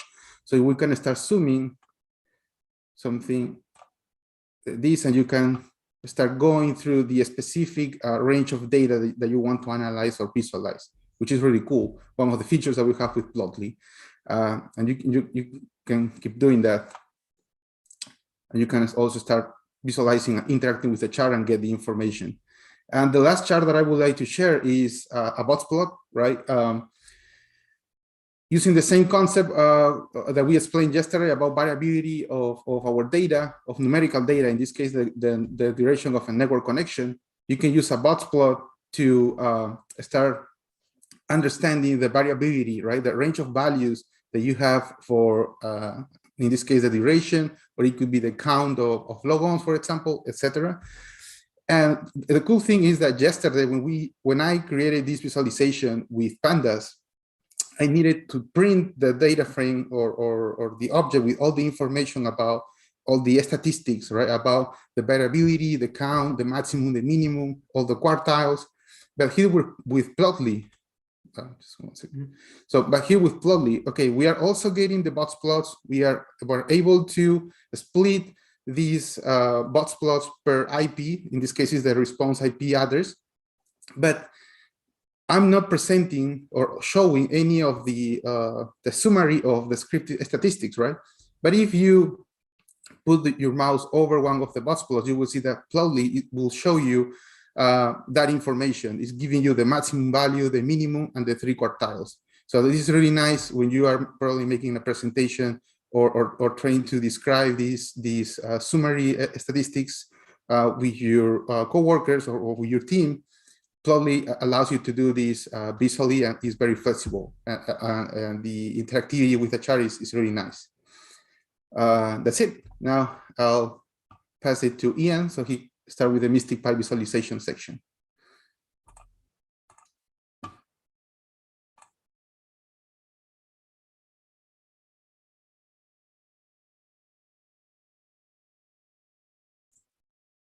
Hey, I didn't realize, sorry, I didn't realize I was muted. I already started. Thanks, Jose. That's Plotly is a great package. I think there's, for me, it's very difficult to choose between like Bokeh and Plotly. They both have very similar kind of interactivity, which is really nice. They're like both have like great styling. So needless to say, Mystic Pi doesn't compete with any of these things. We're not a graphics package, and but when I first started on this kind of Jupyter notebooks for InfoSec Road, that John Lambert referred to several years ago, I kind of thought, oh, Python, great ecosystem, lots of stuff. There's bound to be like, stuff like timelines out there and process trees and all sorts of kind of things that InfoSec professionals want to visualize their data. We've seen like bar charts, some really cool kind of things about, distributions, box plots, violin plots. But sometimes you want something that's more telling you about kind of what's going on. So one thing that I really liked about the pandas matplotlib built-in stuff and the HV plot, and I think Plotly has an equivalent thing where you can just plot from a data frame. You don't have to like invoke this separate library and functions, is these pandas extensions. So you can plot directly from pandas extension. So not to be outdone, we've got a pandas extension of our own called MP plot. So the first thing I'm going to show you is like the event timeline. And this is, and I'll gradually kind of get a bit more sophisticated with it as we go along. So this is just taking our net data, just a data frame, using the MP plot accessor and then plotting timeline. And in this case, we just need to tell it what the time column is. And we've got kind of, sort of, well, that's okay. So it's a bit dense, and we can do, using all the kind of bokeh stuff, we can kind of zoom in to individual things. All we see is the float time over there. So we haven't done anything very sophisticated. We have this kind of also a little range selector down below, which is kind of quite nice. Hey, so Ian, yep. So I made you a host just in case. Okay, so I'm going to switch to another thing real quick. So just do not end the Zoom call. Okay. Right. Cool, man. Thank you. Okay. Roberto's got like multiple conferences going on at the same time. It's just like, so this man just does too much. Okay, so let's try to get a bit more interesting detail there. So the first thing we can do is add information columns. And we saw in Jose's example with Plotly where he was able to hover over an item and see some interesting data. So we've added here a few columns, and then we could see as we hover over an individual thing. Let me move that up a bit. Actually, the one thing I quite like is this control, which is like the mouse zoom. At least now we can see some information about individual items. It's still a bit kind of cluttered though. So we can add a couple of other things. So we've, let me show you first without these three. Now we're grouping by layer 7 protocol. So we have the individual items kind of split out into different things, and we can use the kind of interactivity to get rid of maybe some of the common items that we see and just perhaps focus on the more unusual things like SSH, FTP. We can also add kind of manual events. So I've got a bunch of things here which are another data frame, alert events, which are things that may have occurred at the same time. We want to kind of plot on there at the same time. We can add reference lines for these things so you can see where you are in relation to other bits of data. Now there is also an option to plot multiple disjoint or distinct data sets on the same event timeline. It's a bit more complicated to do that, but rather than just a grouping as I've showed you, but you can display like network, logons, process creation or something like that. But you can look in the docs to see how to do that. There's a whole bunch of other parameters. Obviously, like any graphics package, we need to have an API that has like 2,000 parameters, so you can do all these sorts of things. So, so we'd like to try and keep up with the big boys, big girls. I'm not sure if a graphics package has any kind of gender. So something that's a bit of a variation of this is event duration. So this is still a timeline, but here we're grouping by an individual column, and this could be IP address, or it could be, we could choose whatever. And what it does is group and checks the maximum and minimum timestamp values. So this gives you a duration kind of beginning to end, like when did the NTP traffic start? When did it finish within our data set? So this is sometimes kind of useful. You can imagine it could apply to logon sessions or particular IP communication with a within your network. Matrix plots. John Lambert showed yesterday a chord plot, which is kind of really cool. Sometimes when they're very dense, they can be kind of confusing. So this is another plot, again, just using kind of bokeh to show interactions between two different axes. And it's not just interactions, but it will show you a kind of scalar value. And here we're saying we want X as the remote region, Y as all IPs. And you can see it's a little bit of an eye strain thing to see the individual IPs, but you can kind of zoom in a little bit. And the scale here just represents a count of where this particular whatever this, 65, 55, 44, 109, like how many records we have. You can also use a scalar value if you have something like bytes sent or bytes received within the thing. You can use that as your column to display the scalar value. Sometimes you want to do the opposite of that. Rather than see what the big communicators are, you want to see what the unusual communicators are. So you can use this invert equals true, and this just flips the scaling. So the big items, I've get rid of HTTPS and HTTP just to make this a bit more viewable. So this is just looking at the protocols that are left, like NTP, SSH, FTP, and this size is based on the inverse. So that the larger the circle, the more unusual the communication. I don't know if I can hover on this one too. Yeah, you can see there's more of those things. Ooh, should be. Maybe that's not working quite correctly, or it's not displaying the right thing. Okay, and I think this is just a similar thing, just showing the full diagram with the inverse on. Final thing, and we use this a lot in Mystic Pi because it took a long time to build. So we use this a lot in our kind of advertising, marketing stuff. So this is a process tree, and here we're just reading. It only supports certain formats, so like Windows events, Linux Audit D, Microsoft Defender, and a couple of others. So we need to like provide some kind of pre-processing for this. But this is one of the things I thought there's bound to be one of these out there. I searched many times thinking somebody would create one. Never did, like a kind of hierarchical thing. And again, this has like a simple kind of grouping. It just gives you a legend for like different, you can obviously choose whichever column you want for that. And it will highlight, in this case, different subsets of the processes based on the legend column you've selected. So it's a little bit less controllable than some of the others, but often very useful as a way of visualizing when an attacker's session, what exactly did they do, which processes respond for which, that kind of thing.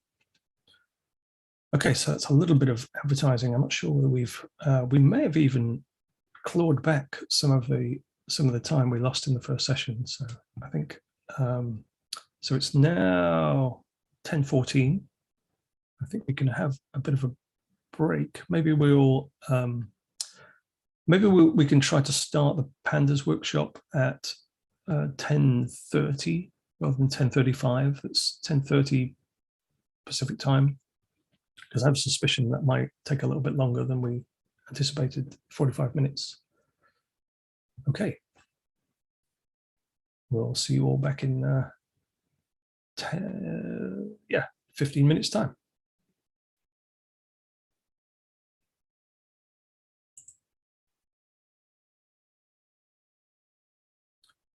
Oh, I guess Roberto's not here, but I should display something kind of cool on the stream.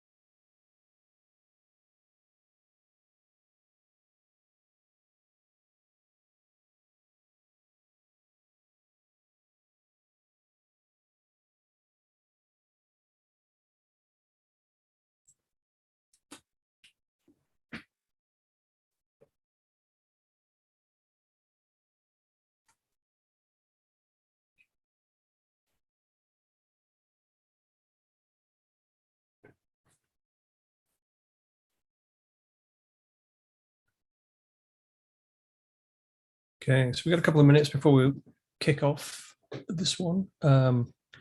Anybody who was bored watching the live stream while in the break might have seen my very poor attempts to do an announcement and my very limited ability to do CSS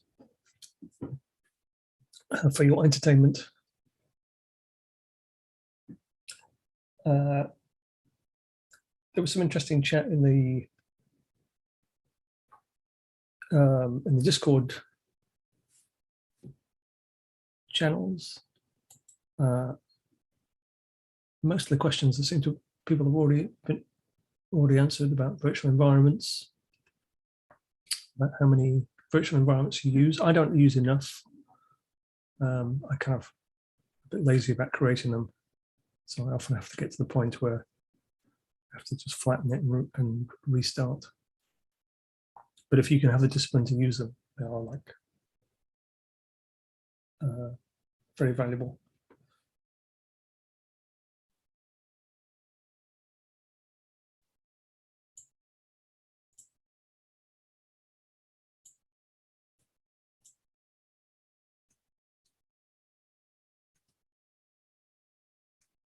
Yeah. This is an interesting XKCD diagram about the different ways you can install Python packages or Python environments. And again, there's lots of different options like in graphics, but pick one and stick with it and we'll do most of what you need to do.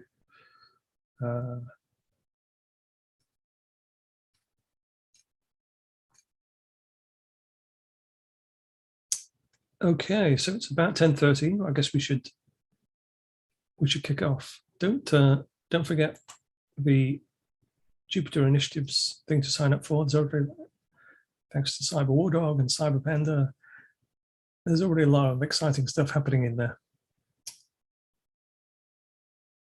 Okay, let me get rid of this. Make sure I didn't mute myself.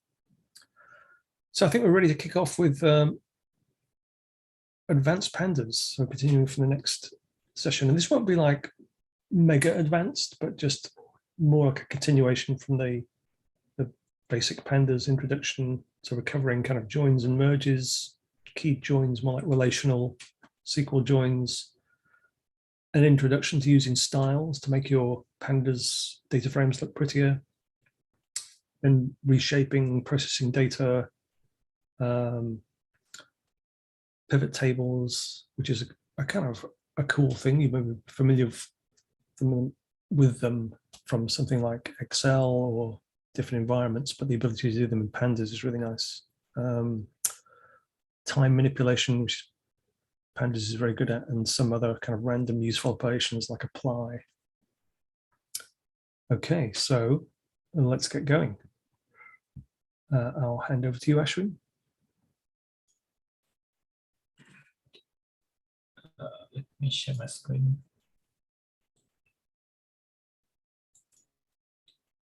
I think I probably should have stopped the recording while that was on the break, but we've got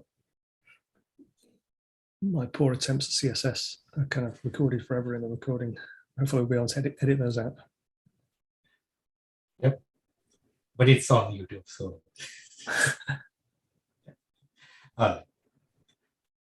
Okay, so yeah, we'll be kicking off the advanced pandas section. So we have a lot of interesting stuff to go through today.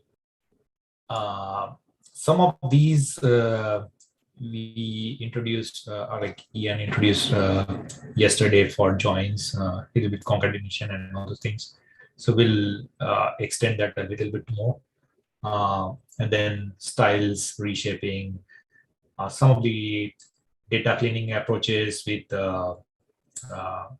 finding the null and addressing null values, NA values, pivot tables, reshaping your data into like horizontal, vertical things, time manipulation, and some useful operations. So let's get started. Okay, so as I was saying earlier, like let's start with like just loading some data sets. So we have like process tree data sets. We did some additional processing on this, such as like drop-in duplicates, renaming files, just presenting some of these data frames like process, parents, and users here. So let's quickly move to the how do we join on index using the concatenation field. So let's see. So we have like December login ID here. So where we have basically added subject login type into the columns here.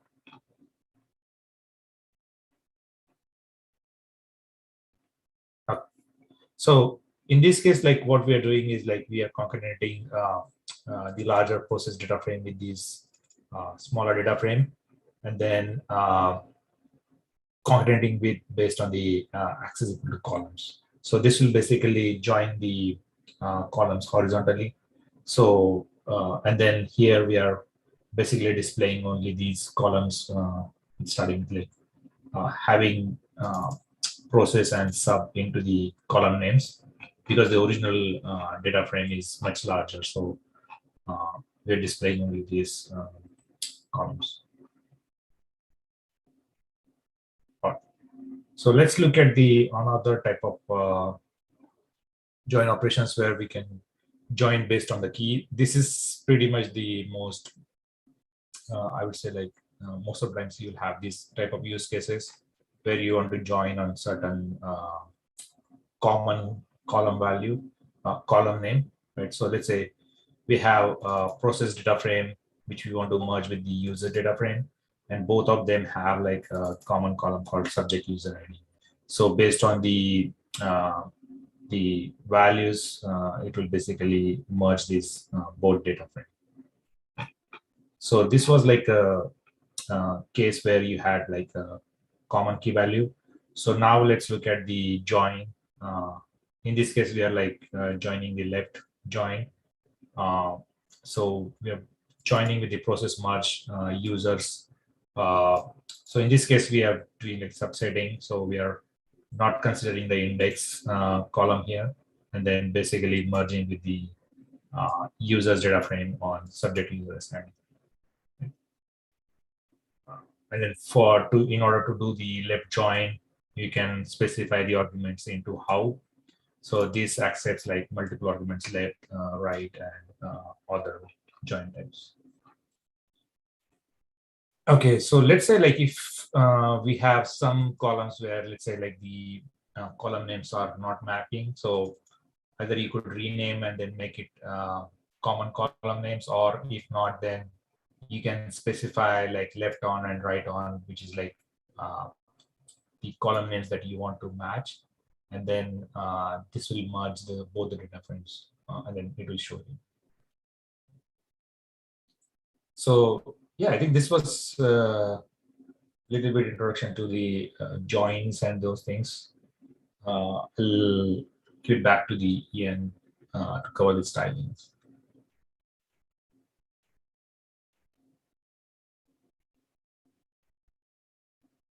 Right. Sorry, I always forget to unmute and re-show myself before my section. Let me share. Yeah, there is also pandas join operator, which is like a subset of merge. It's kind of a little bit simpler syntax, but anything you can do in merge, anything you can do in join, you can do with merge. So I just always tend to use merge.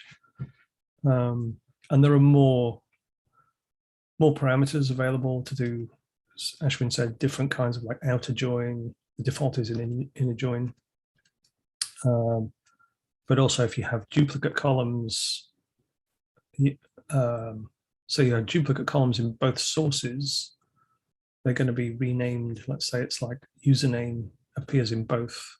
You're going to get kind of username left, username right in the output. You can do things to affect what that suffix is, and a bunch of things like that.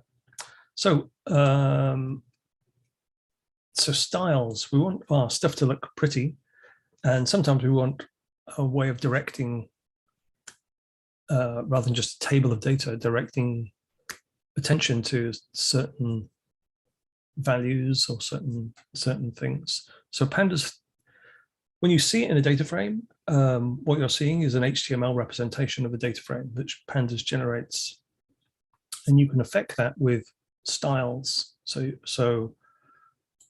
let's have a look at our raw data frame. So we're doing some calculations here just to get the calculations are kind of irrelevant, but they're just to produce a sort of table, a sort of limited table of like some variance, standard deviation, and number of protocols.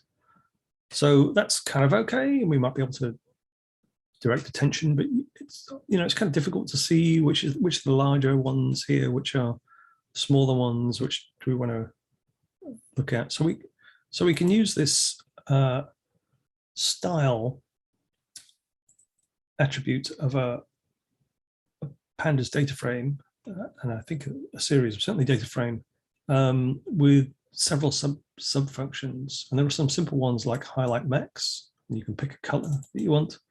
You can also cascade these things. So we also want to highlight the minimum value column wise. And if we display it, we get something like this, which shows you immediately, well, this was the largest value in that column, and these were the minimum values. Whoops, can't select obviously vertically. So that's immediately kind of quite nice. We can also use color gradients.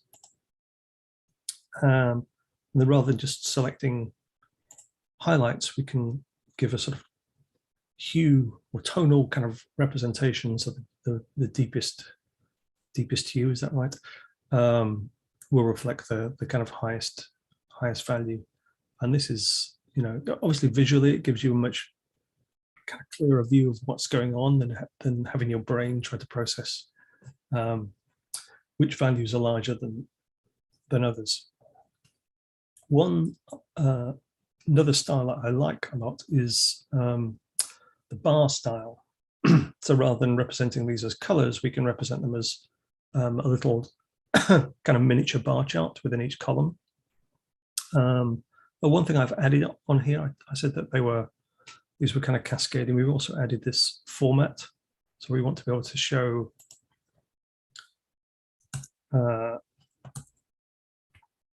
so we can show like floating point numbers in a with a different level of precision. In most cases, I think we don't have any useful information after the decimal point, so we can kind of get rid of a lot of that stuff and makes the numbers a bit clearer from the default. So the bar style is kind of like this.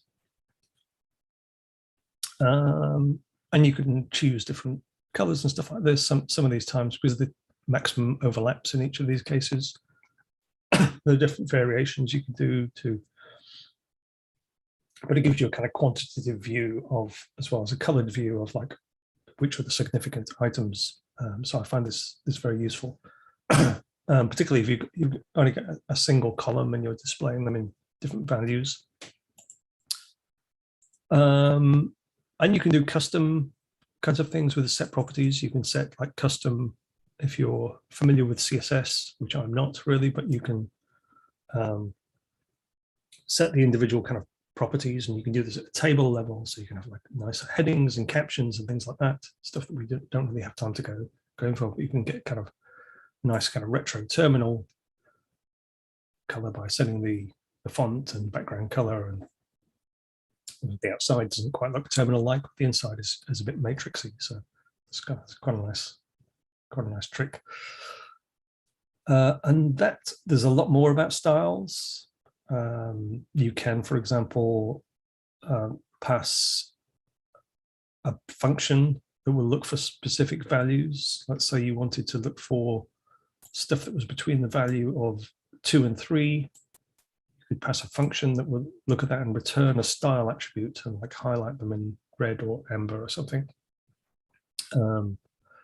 So there's, if you're prepared to spend the time, there's I wouldn't say no limit, but they're quite high limits. You can do a lot of CSS programming, but even with very simple things I've shown, you can improve the display of the data and make it more readable. Right, I was going to hand over to somebody else, but I see that's me. This was going to be Luis, but so I'll hand over to myself. Reshaping and processing data. So we're going to cover a few things here. I'll do part of it. Ashwin will do the other part. Dealing with nulls, first of all, type conversion, renaming, some useful pandas operations to kind of reshape the data. Dealing with complex objects. I'm not sure we're doing them exactly this order. And then, yeah, there seems to be some kind of repetition there. Anyway, we'll see as we go through it. So dealing with nulls, NAs. Now, this is something you may not need to worry about that much if you are just, visually kind of processing the data, maybe some plotting it in some cases. But it is something you need to be worried about if you're doing statistical calculations. So if you have like a null value or a nan, in pandas terms, not a number, in your data, then some packages will just fall over when they encounter this kind of null value.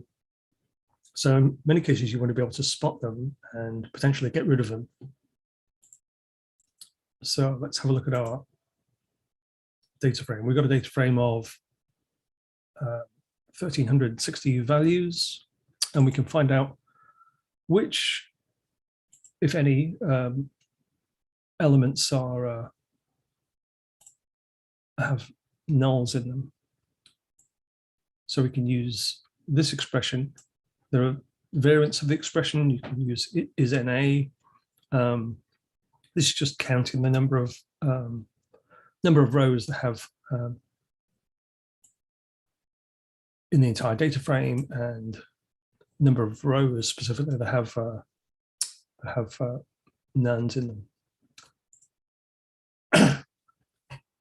So is NA is, if you remember back to yesterday, we were talking about Boolean indexes. The DF data frame is NA. Well, that will look at any item in each of the columns, and if any of the items is NA or produce true, so you can use that to actually identify the, which of the columns has the NAs in them.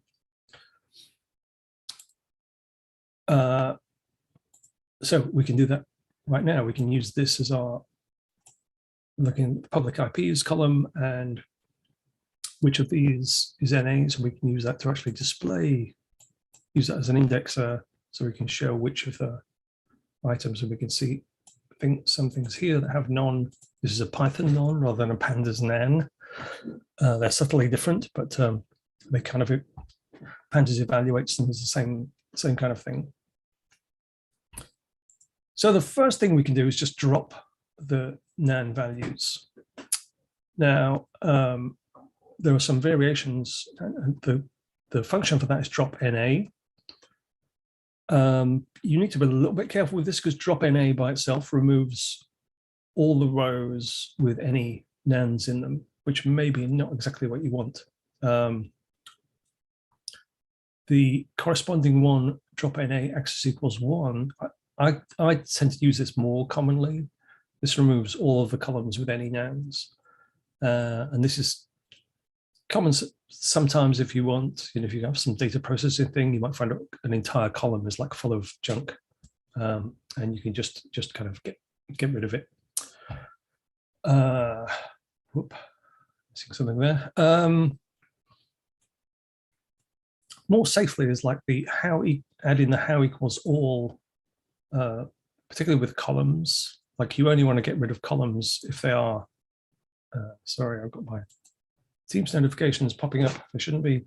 Then this only removes columns or rows where all of the values are nans.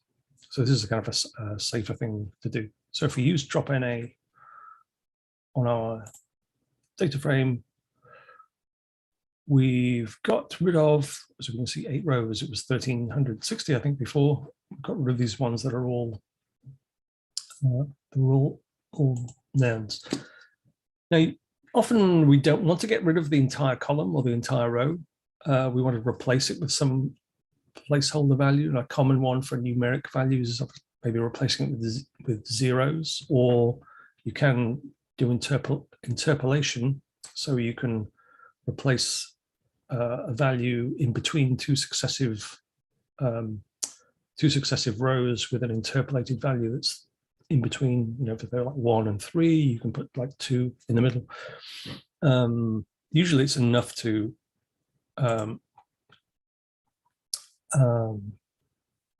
of depends on what you're doing, but most commonly, like at least to get stuff working for statistical stuff, you can replace it with zeros. So here we're filling it with a dummy value, all NAs. We're using fill NA to replace the Python non with the string NA. And we can see we've got NA in there has replaced our 8 rogue things with nouns. Okay, sorry if that was a bit really roughly presented. I think it was originally written by Luis and he had to cancel at the last moment. So I'm kind of interpolating myself in some of these cases. So type conversion. We saw yesterday that a data frame could have multiple different types. So date time, object, which is usually a string, not always, floats, integers. Sometimes we have things that are we want to convert, and I think we did see a couple of examples yesterday where we were reading things in as strings, but they were really date times, and we wanted to convert them. So there are a couple of ways of doing this, but one of the main ones is as type. So you can so we can do for an individual series, we can specify the column we want to change, dot as type, and then specify the target name. And the target name can be one of these: object, date, time, number. And usually you're converting from a string, but like converting to an object is like converting it back to a string. You can also use pandas D types or the NumPy type, something like things that are shown here. Well, these are actually not NumPy types, but you can use these strings as well. So let's have a look.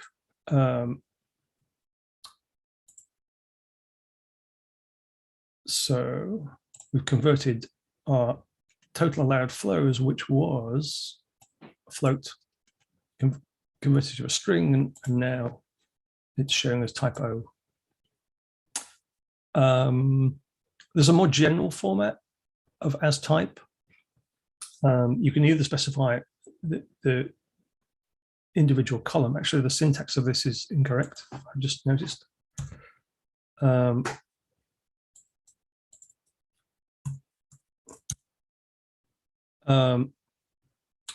So you can do, well, it kind of depends. You df column as type, or if you want to set multiple columns at the same time, you can pass as type a dictionary of like column as the key and the type you want it converted to, and for any number of columns.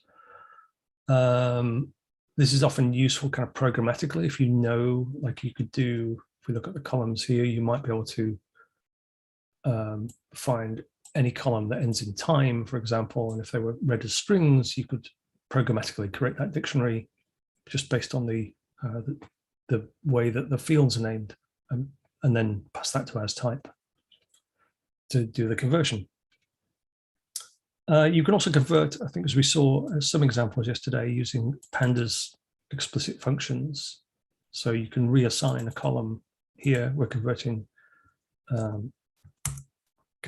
total allowed flows back to a float. So pandas will parse the string, recognize what kind of type it looks like, and convert it appropriately. If it's not convertible, it will just leave it as a string. And there are also like 2 date time, 2 time delta equivalents. So renaming columns. The most general form is this df rename, and you pass it a parameter of columns, and again a dictionary which has source column name, new column name, source column name 2, new column name 2. So here's an example that we've renamed flow start time to flow date time, and flow end time to flow end date time. Very simple. You can also use a function instead of the dictionary. You can specify function that will do this processing. So here we're passing it the stir to lower, that will lowercase the column names. So we can make them all lowercase or capitalize or whatever. You can, I never have really had a need for this, but you can also assign column names directly. So the columns attributes that we saw before, if you pass in a list of alternative column names, that will overwrite the existing column names. This seems a bit kind of clunky to me, but I'm sure it has lots of uses. Certainly it's there. I think probably more in a programmatic sense, or in smaller data frames where you have more of a handle on what columns are there.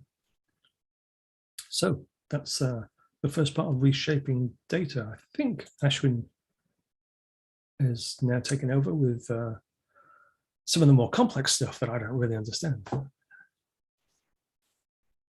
Is that right, Ashwin? Yep. Okay, cool. I mean, like, you understand a lot of stuff. Okay.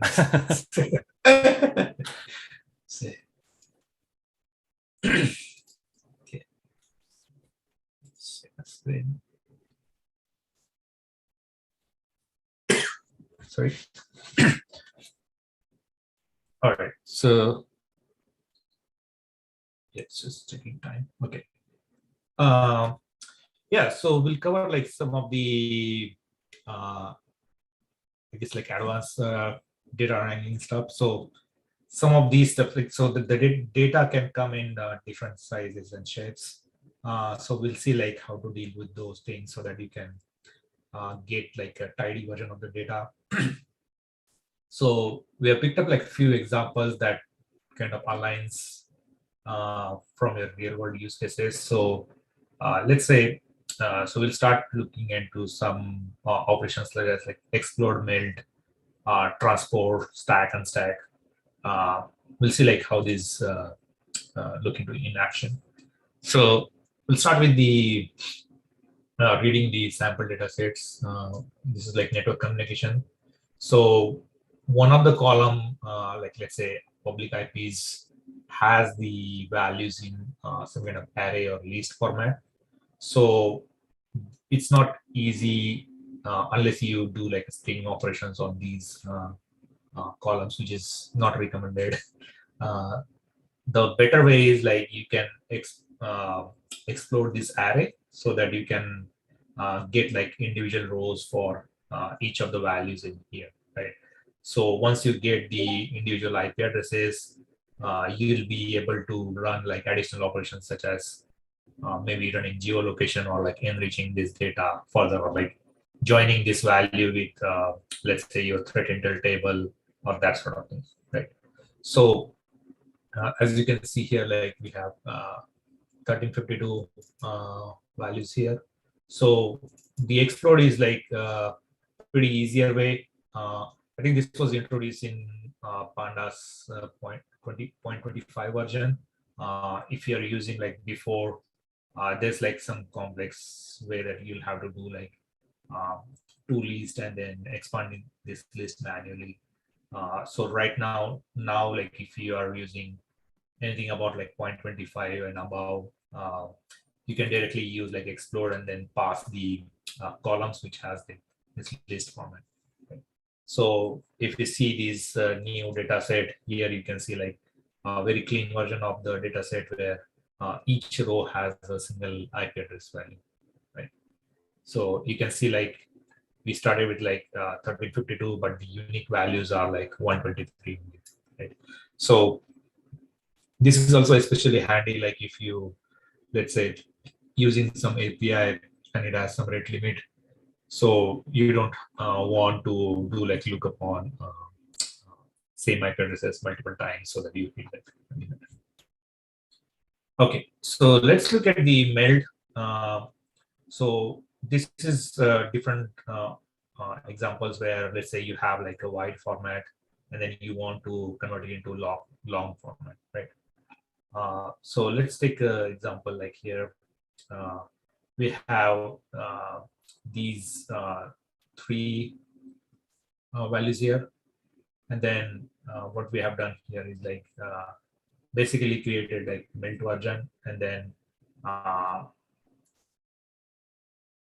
using the ID variables value like all external value.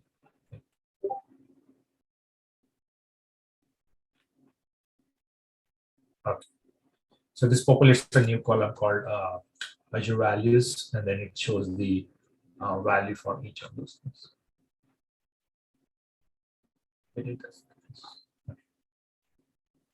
Yep. Let's take a look at the next version, like transpose. So some of these words also, like you can probably familiarize with the Excel type of operation that you may have been doing.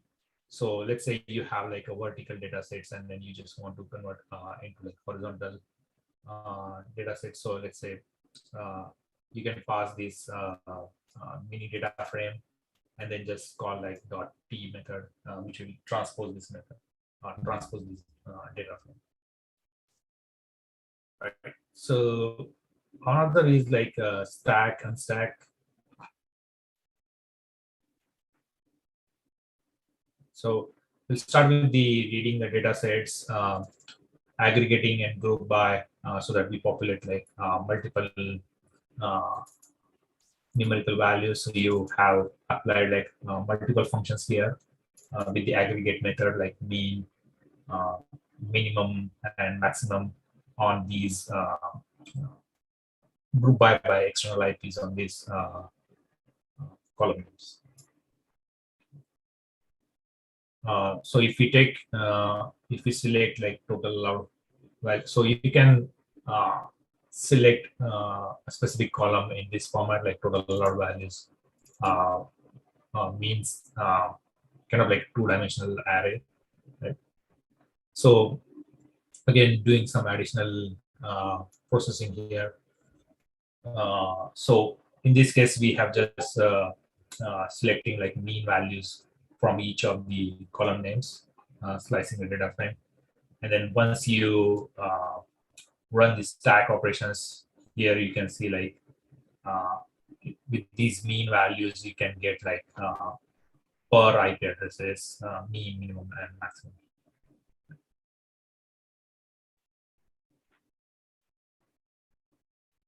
Okay.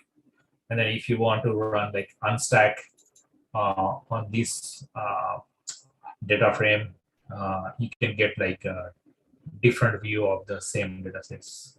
So some of these operations will also be helpful, like if you are running some visualizations and then let's say like a heat map or like the styling that Ian showed earlier.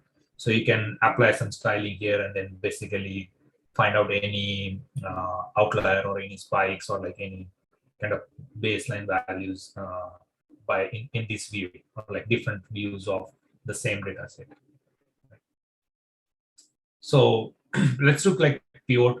Pivot is interesting one, like as an analyst, like you will run into this issue, and then if you have been I guess long in the analyzing events, you, at least I remember, like I used to do use Excel to load these events and then run like pivot operations on multiple data sets if your data set is smaller one.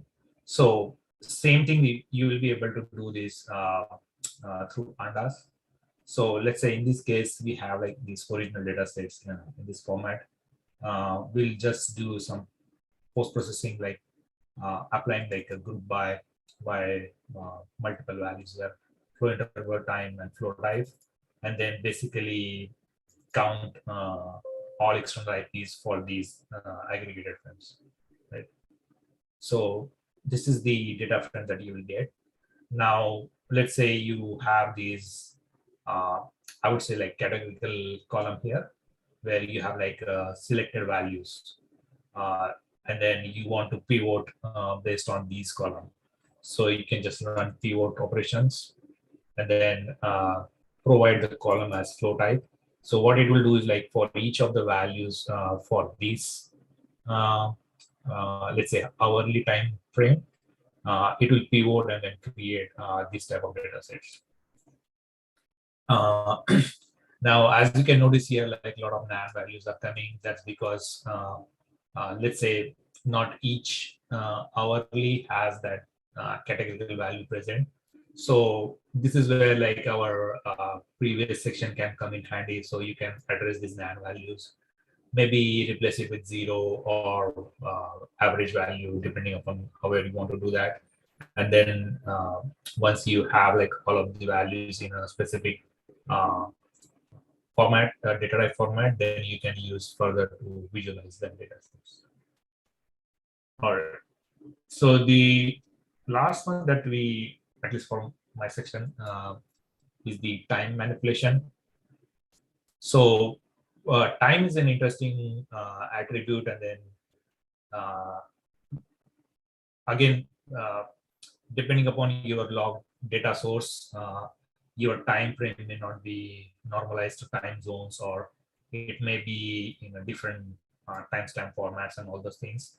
So pandas provide like a lot of native functions and capabilities so that you can perform that operations, right?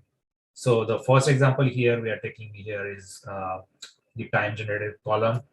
We are basically assigning to a series, and then you can call the DT accessor and then call the time zone localized to UTC format, right?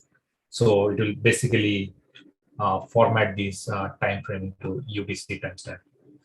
You can specify like a PST and other time frames as well. So the usual use case, I think this one we already looked into the time series type of analysis, right? So we have like a resample attribute, like so one thing that you can notice here, like you can only use resample if your time generated is in date time data type, right? So make sure that you have the columns in the expected data type so that you can call these functions afterwards. So here in this case, we can just aggregate these data frame and then resample per hourly, and then count flow type for each of the hourly time frames. So as you can see, like now we have this kind of time series data set, so you can probably want to do like time series analysis or some other like visualizations to see like if we are seeing any abnormalities on a specific day and time in your data sets. Okay, I think I'll hand over back to Ian. Hey, thanks, Ashwin, for dealing with the tricky stuff. Some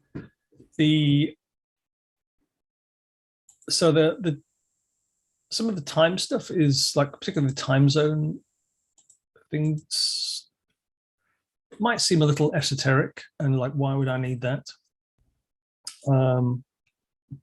But actually one of the kind of key things, like having a timestamp, is often not good enough, particularly when you're correlating across different kinds of data sets. And in fact, pandas, I can't remember the version, but it's like post 1, won't allow you to do time arithmetic operations on time zone aware and time zone unaware or time zone naive data.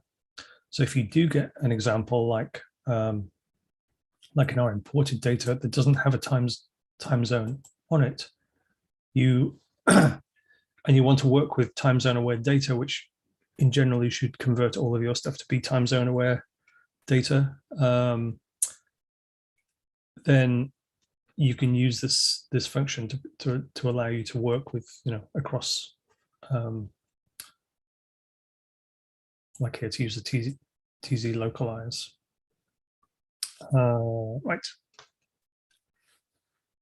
So some other useful operations. I think we've seen examples of this, of like chaining operations with dot, and usually, not always, like the output of a pandas function is usually another data frame, or if it's not a data frame, it's something else that you can, we saw it even with the style, you can kind of chain like dot something, dot something, dot something, chain these operations to arbitrarily long strings.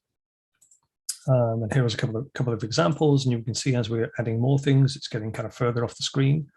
So one thing I like to do, it's nice that you can do this, but I like to kind of use these magic parentheses to stack these things vertically. It doesn't change. You can't do it without the parentheses, because Python tries to interpret this, then it tries to interpret this separately.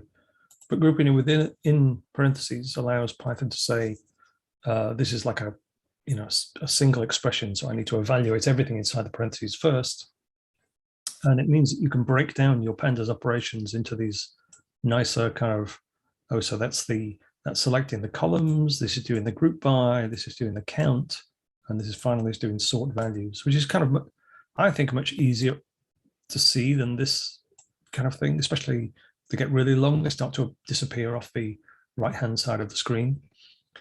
And within these things as well, where you have like nested functions that take a couple of parameters, you can also do this kind of indentation, again, because we're surrounded by our magic parentheses. And here, anyway, you could do that because you're surrounded by some other internal magic parentheses, the function that defines the function. If you can stick to this, it makes like future generations will be much happier with you. It makes your cells longer, but I think more readable. And just to show that they work in exactly the same way as if they're in a single long line.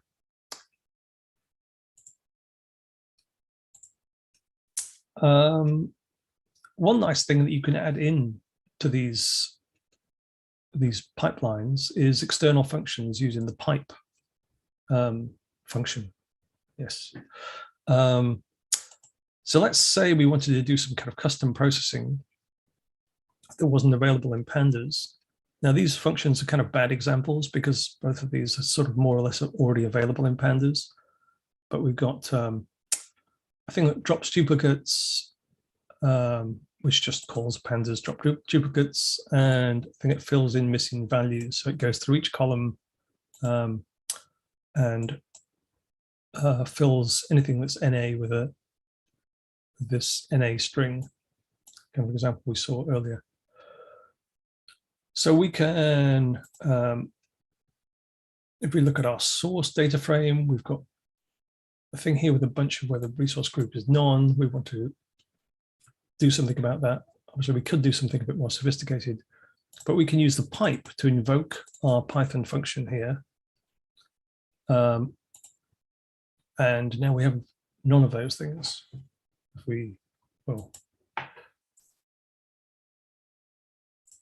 we get rid of that, we have 24.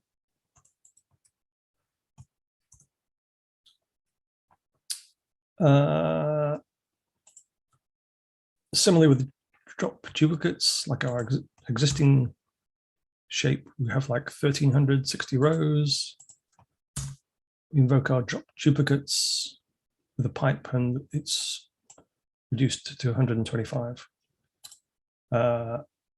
And you can use any number of these together. So now we're invoking both of them one after another. We can see the results of this. Yeah, we get this warning because this is creating oh yeah, we're trying to match two different data frames. Yep, so we we end up with a thing that's where we converted our NAs. We don't have any NAs left. Something you all use often, but it's not very efficient. And you'll see lots of articles around there telling you around on the blogs about how inefficient it is to use apply.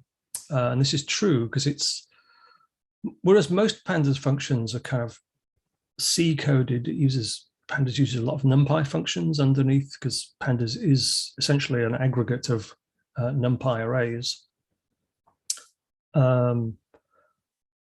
Most of those operations we've been showing you will use threaded C code.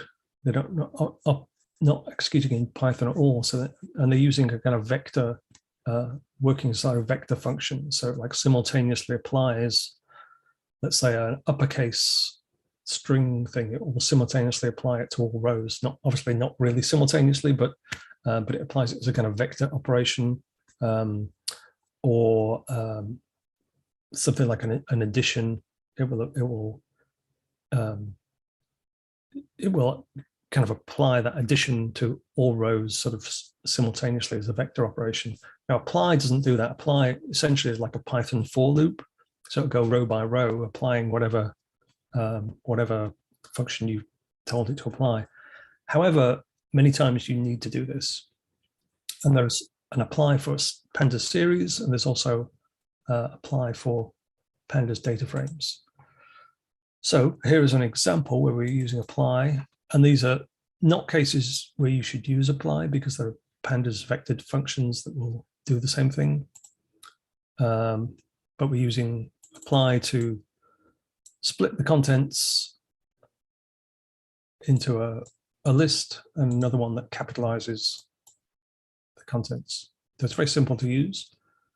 You can also use a lambda. So a lambda is just a way of writing a kind of inline function in Python. It's nothing to do with pandas. This just declares this next chunk as being a lambda that takes a single column input, and the column is going to be the values of VM IP address.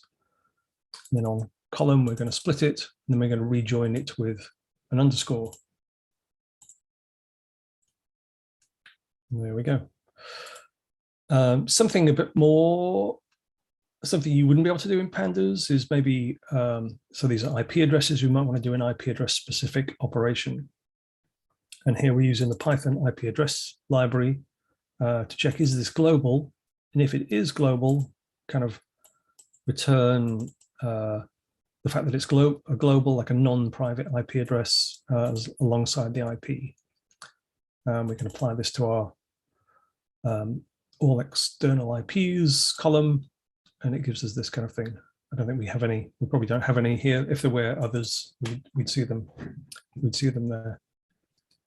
So apply also works on data frames, and you can apply either by row, which is normally, I think, the most common way of doing it, but you can also apply per column, and it's controlled by this axis equals 1, or if you want to apply, run it column by column. How do I may have confused things there, really, but let's say axis equals 1 means apply it to first to row 1, and then maybe just a single column you're using, then to row 2. So it's the kind of normal operation, like for if you were to reformat a string, for example, typically you'd apply it by row. You can, by default, it will apply it by column. So if you have like a uppercase apply function, it will go first do all of column 1, then it will do column 2, then column 3. So it's normally the transposition of what you want. So here are a couple of examples where we're using a lambda here to, and this time it's rather than the column, it's a row as an input, and we're picking out an individual column from our row and doing uppercase. And this is where you can see the kind of the for loop construct, you know, where pandas is handing us a row at a time, and we're doing some operation on it. We've got one there that does uppercase. We've got another one that does some randomize, capitalize, and adds a hash of the string. Obviously not very useful, but just to illustrate a point. I can't remember when this example was. Yeah, so this is this is possibly a more interesting one. So this is equivalent to the series apply function that we saw before, but instead of getting a column value as the input, what it gets is an entire row.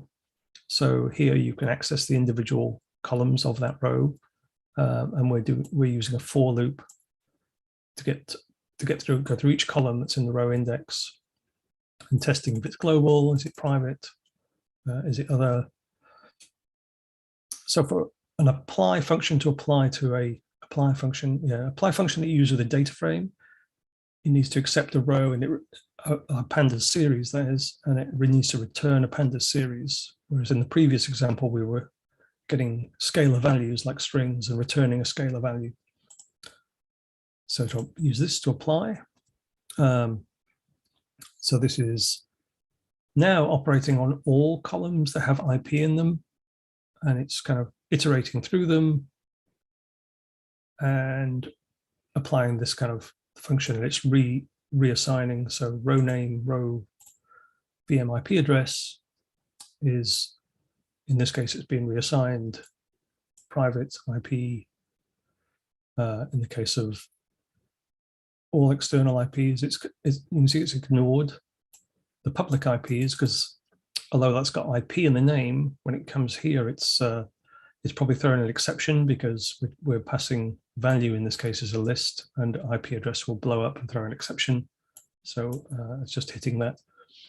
And all X IPs is mostly being caught by this item.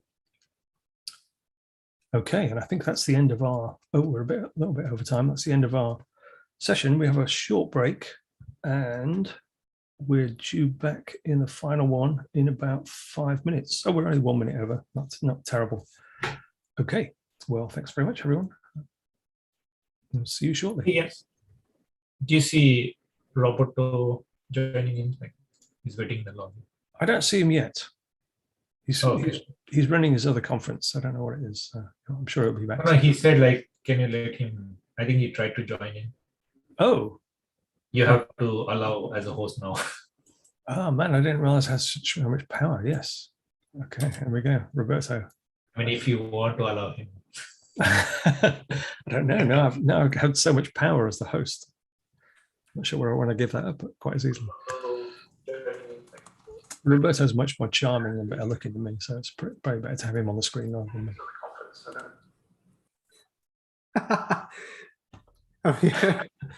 All right, thank you guys for letting me join back to the meeting. Yeah, I just had to do something real quick, but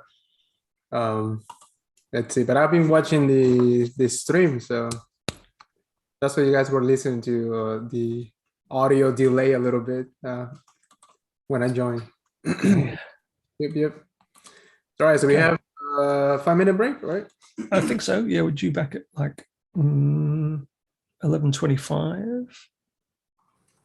Okay, I'm just going to go and stretch, get some water. Sounds good. All right.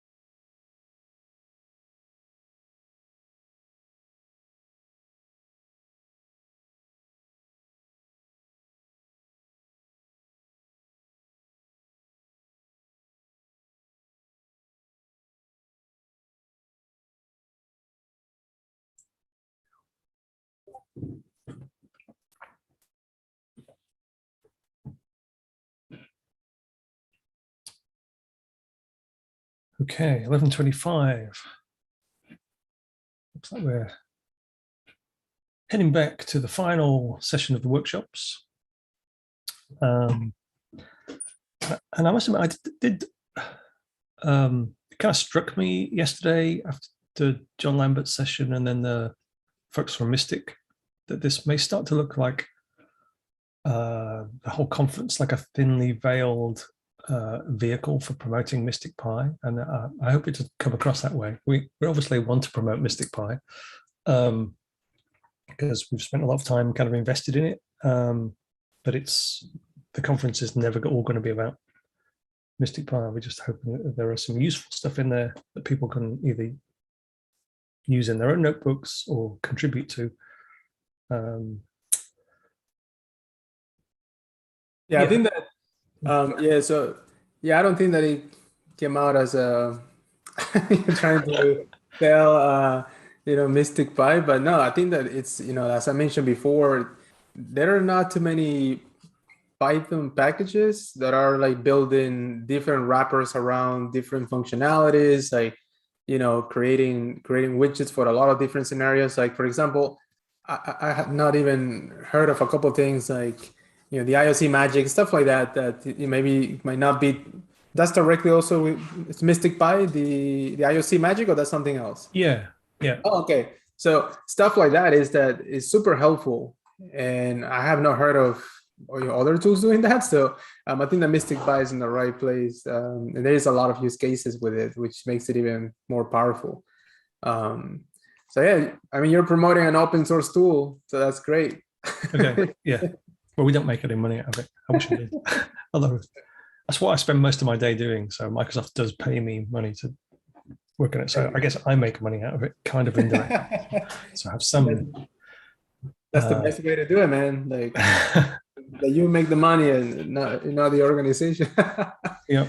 You're doing a lot of good stuff, man. So thank you for putting all the time in it. So many use cases, and happy to see use cases internally, right? With Bluehound, but then also exposing I would say the open free stuff as well that others could benefit from, right? I think that's pretty cool to be in the middle, like to decide which things stay in the company, because a lot of things to only work with certain things internally, and then also things that other organizations can benefit from. I think that's it's great. It's the best of open source, I guess, both worlds. Cool. Well, maybe that's a topic we can kind of come back to with our panel discussion at the end of the day. Yeah, that would be cool. Yeah. Okay, well, let's get on with our final session of the workshops. And really thanks, big thanks to Roberto, Jose, Ashwin, Pete, Luis, who've contributed to this stuff. It's kind of a lot of work to put it all together. So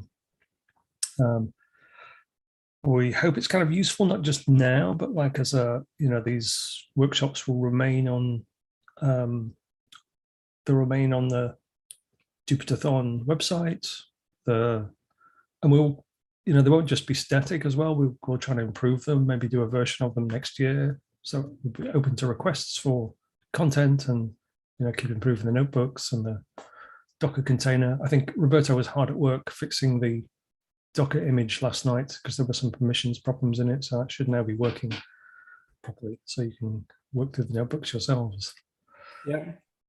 And there's a lot of things, I guess, also for like next year. I mean, that, having the material also ready there, it would be nice to have, for example, like other people in the community that are interested in these topics, and maybe they could help us even, going through the workshop, because as you can tell, like the workshop has all the material there just to walk through the process and explain the output of a lot of different cells, a lot of different notebooks. So it will be nice to, this event is, right, I see it as a, company agnostic event, right? Having people from, for example, MITRE, right? People from other companies like Telefonica, with Luis also helping with the workshop.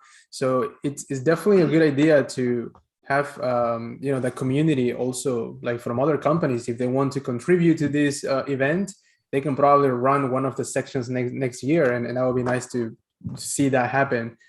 This is the foundation of all these future conferences for Jupyter notebooks. So yeah, that would be great. That would be great. All right. Okay, let's share and start doing. I think actually I probably shouldn't share because I think Pete's doing the first. Yeah, section. I think I've got the first. So I'll just be sharing to unshare. Share this. Hopefully everyone can see that and it is zoomed in enough. But if not, let me know and I can zoom in a bit more. So we've covered Mystic Pi a few times now during the workshop, and the conference got mentioned a few times. So I won't get into too much detail about its background, but yeah, safe to say it's a open source library of a bunch of Python security tools, primarily designed for Jupyter notebooks, but will just work as Python CLI tools as well. That's been around for a couple of years now, and a lot of it has kind of grown organically from things that we thought of useful from our own kind of threat hunting and security investigation experience. And it covers a whole bunch of things, from getting data to processing data to analyzing and visualizing it. And a lot of what it has included is built on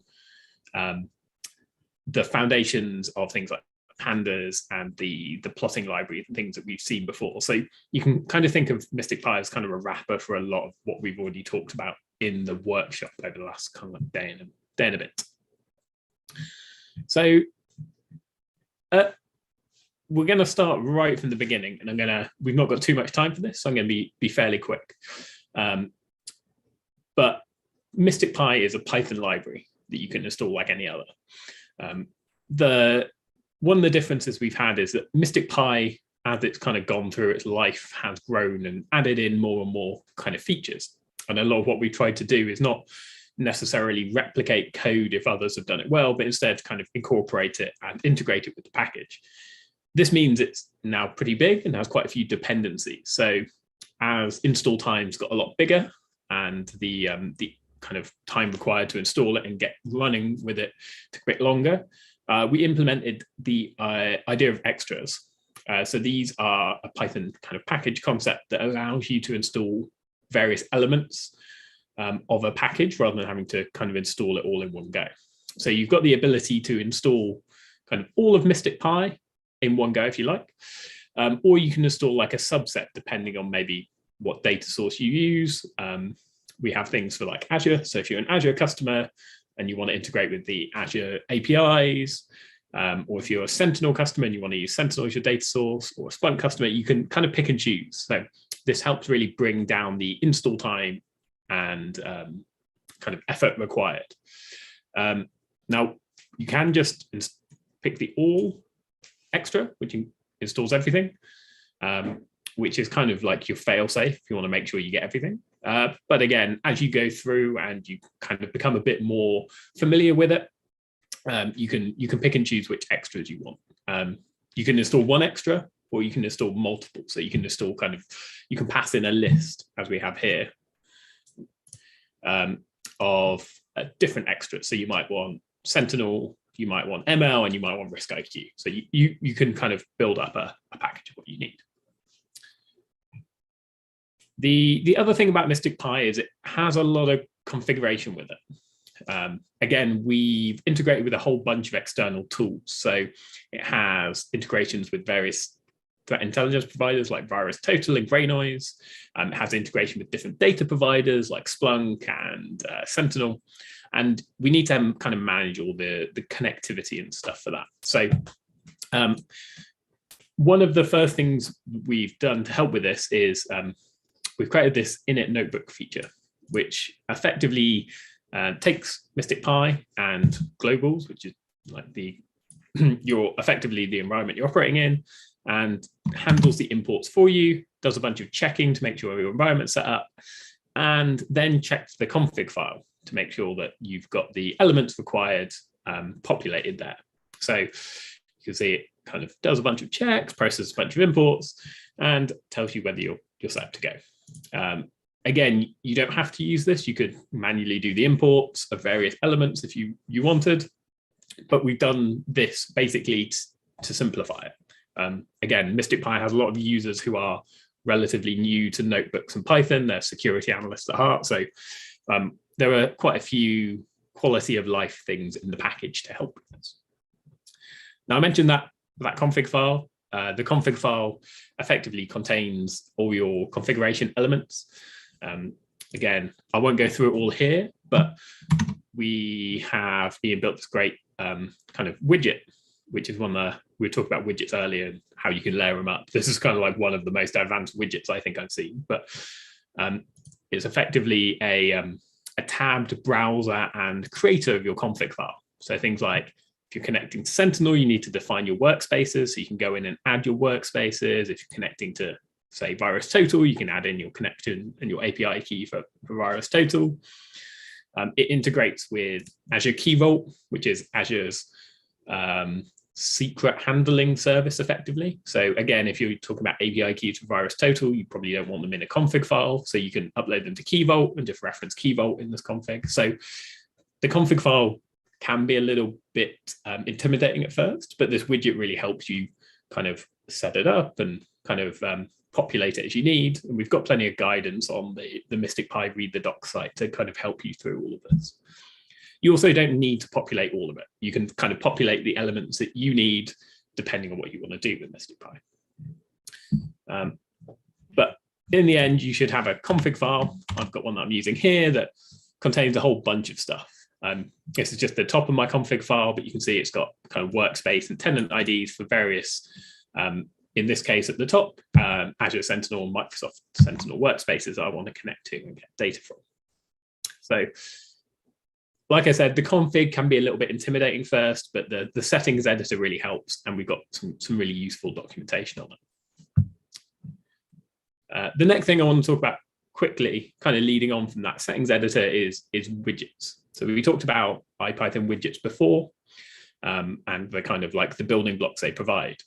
So Mystic Pi, we've taken those IPy widgets and built them up into a few kind of very security analyst kind of specific elements. So the first one is a time range picker. So one of the big challenges with things like queries to data sources like Sentinel, Splunk is you need to provide time ranges, which means defining timestamps in Python, which is a bit of a pain in the ass if you're just coding it. So this widget is really nice. You just kind of like drag time ranges. You can pick a date. You can type it in.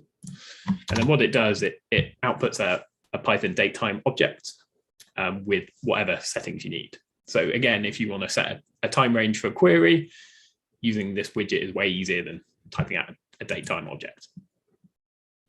We've also got some more advanced selectors. So we saw the kind of the basic IPy widget selectors before, and we've gone and done very basic things like filtering added to it. This helps when we're talking about kind of complex security data. So in this example, we've got like security alerts. So being able to filter by like, I don't know, name or alert name or whatever it is in there can be very useful. So having these filtering things is great. There's also the ability to do things like define an action on alert. So here you've got a list of alerts from our system you can pick, and when you select one, it displays it for you below. So again, you can kind of build in that interactivity, and all of this is just really building on those building blocks of IPy widgets that we talked about before. But we've just built a bunch of security specific examples for you to use out of the box. The other cool thing about widgets is that we've got the ability to kind of persist them despite different variable names. So if we create a text box widget here, and we call it memtext, I can enter my name there. And if we create another getText widget with exactly the same parameters, even if we assign it to a different variable name, it persists that value across. So you can create these persistent widgets that you can display and share multiple times, but kind of keep that context. So again, time range can be really handy here. You might want to set an initial time range for your query as part of a threat hunt. But then later on, you might want to reduce the time range to a smaller window to when you kind of focus in on something. So you can kind of have a time range that persists for edits or changes as you go through the notebook. There's a whole bunch of other widgets. This is just a very short snapshot here.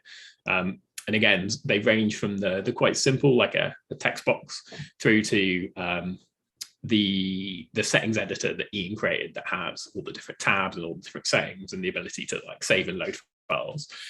Yeah, really, that it's kind of like the peak end of widget complexity, I think. So with that short intro, I will pass over to Ian, who's going to talk about the kind of the core of Mystic Pi, which is querying data, getting data back into a notebook.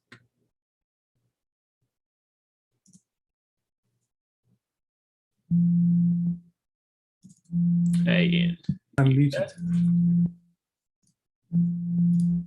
Is that weird pulsing? Is that me? I think it's my phone that's vibrating. Okay. Okay. I just wanted to quickly show. This is kind of like, I think people are showing it with like an empty config file, but this is sort of like what the editor looks like. You know, you can specify, rather than storing your virus total secret in a text, you can store it in an environment variable or key vault, that kind of thing. I was just curious whether that was some kind of like weird VS Code thing that wasn't showing any values, so I just tried it myself. Yeah, it was Curse of the live demo. I ran it this morning and it displayed it fine. I'm not sure why it didn't do it there. So thanks for sharing that. Yeah, no problem. Another thing that these kind of like memoed kind of widgets are useful for is like, I don't know how many times you've maybe using simple widgets, you define a thing and you get like type in a whole load of text, complex stuff, and then you go to do the next thing. But what you actually do is re-execute the same thing, and it just deletes all the text because it's just reinitializing the widget. So this kind of thing, it kind of remembers what you've done. And this is one of the things we built it for. You can also populate them from variables that are defined earlier on in the. So this is like enter the IP address to investigate prompt. You could, if you were using Papermill, have something like a parameters block set up at the beginning of the notebook and say, I want to populate this with parameter source IP address. And it would, you know, if you wanted to have the notebooks that were both interactive, but also could be run in an automated way. And it was dependent on the value of this widget. You can kind of control the population. Anyway, not control the population of the planet, I mean control the population of the variable. Okay, query providers. I think, as we said before, we've got a bunch of query providers. There are never enough. We've had a few contributed over last time. We like Splunk. Sumo Logic was a guy, Julian. Oh, I've forgotten his last name. Anyway, thank you very much, Julian, for contributing the Sumo Logic provider. We could certainly do with some more. We have like Elasticsearch on the pipeline, OS Query. They all kind of work in a very similar way. So the init notebook will already have imported query provider, so you don't strictly need this thing, but we've got it here anyway. So you initialize them with this kind of like short string, and there's a function to tell you which of these environments are available. We're building one here, which is like a local data specialized provider. I think we saw that yesterday. That just allows you to read like local CSVs and pickle files. We should probably expand that as well to support other kinds of things like Parquet files.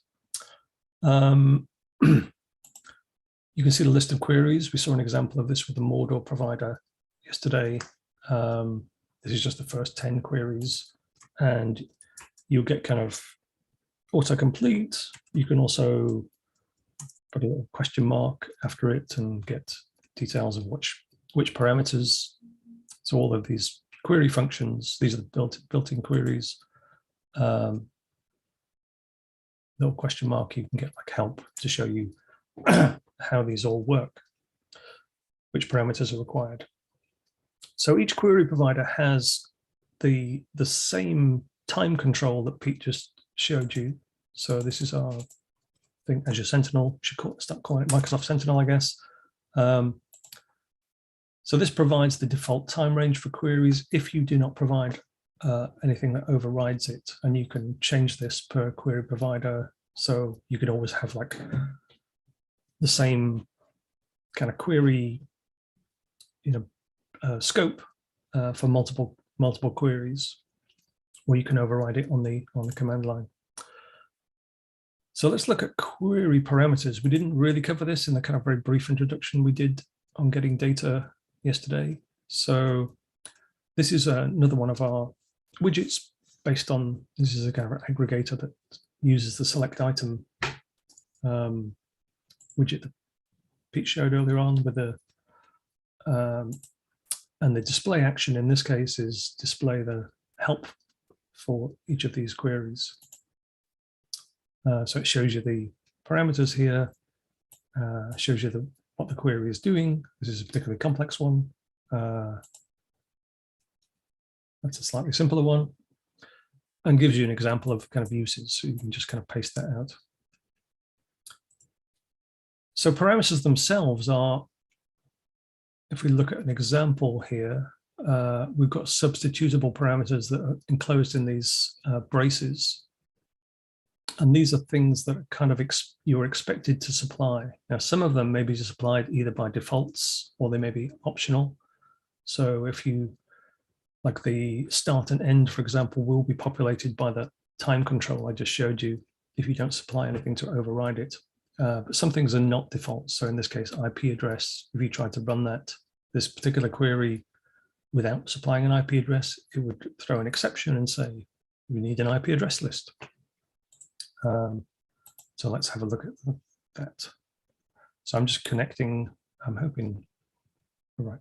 So I'm just connecting to a Sentinel workspace to show an example. So this is an example of trying to run that query, and it's thrown an exception saying exactly what I said, no IP list. If we supply it with a list, and you can either supply this as a list or as a single IP address, then it will take that and run the query that's behind it. We've added another parameter here. There's like a kind of a query injection parameter that allows you to specify arbitrary additional statements. And this is kind of useful because even though we've got a bunch of built-in queries that we think are kind of helpful, you always want to change things. You might want to add a summarize clause or something like that at the end. So this we're just taking the top 3 of these things. So date time parameters in queries are somewhat special. You can supply a date time value, obviously, as you would expect, but you can also supply date strings and integers instead. So here's an example of the same query we're looking at, and here we're supplying well, this is not an integer, obviously this is a float, but a numeric value, and that means that will be interpreted as -1.5 days, and we're providing a string, so it will use the pandas PD to date time to interpret that string. And so as long as it's interpretable by pandas, you can send it whatever date time string you like. I mentioned the add items, I think I said summarize. So we can add arbitrary kind of things onto the end of our query. So even though we only have a bunch of, we may have a query that roughly fits what you do, you can add other things. One thing we added recently, and this works since there's some caveats around this, is the ability to split queries. So if you're doing something that pulls back a lot of data or is doing something particularly complex processing, you can split a query by a kind of a time range. So now it's my phone that's vibrating. And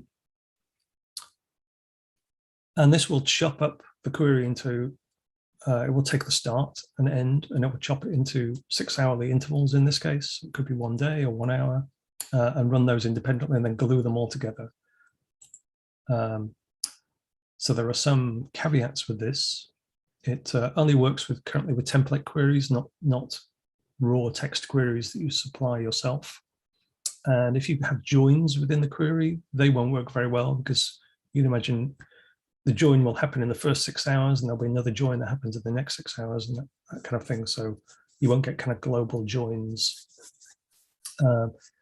And it won't actually work. This is probably a bug, but it doesn't actually work with the built-in date. You have to explicitly specify date time parameters in the query. It doesn't work with the built-in.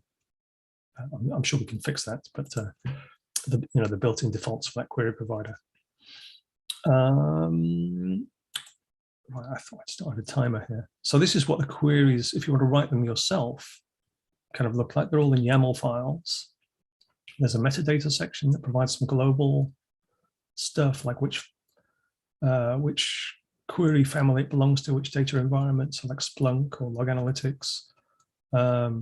Defaults, where you can supply some parameters that may be used globally, like start and end, will probably be used in all of the queries, so we can just define them here and not have to repeat them throughout the file. And then sources is the query definitions themselves. So in this case, it's a KQL Log Analytics query with the query text, and you can see with the replaceable parameters in. And we've got a parameter that's specific to this query, which is host name as a type. The descriptions in each of these cases are used to dynamically build the help strings for each of the functions that where the queries are exposed. This is a Splunk example. That actually doesn't have any replaceable parameters. And here's an OData thing that we use for like MDE and graph and other things.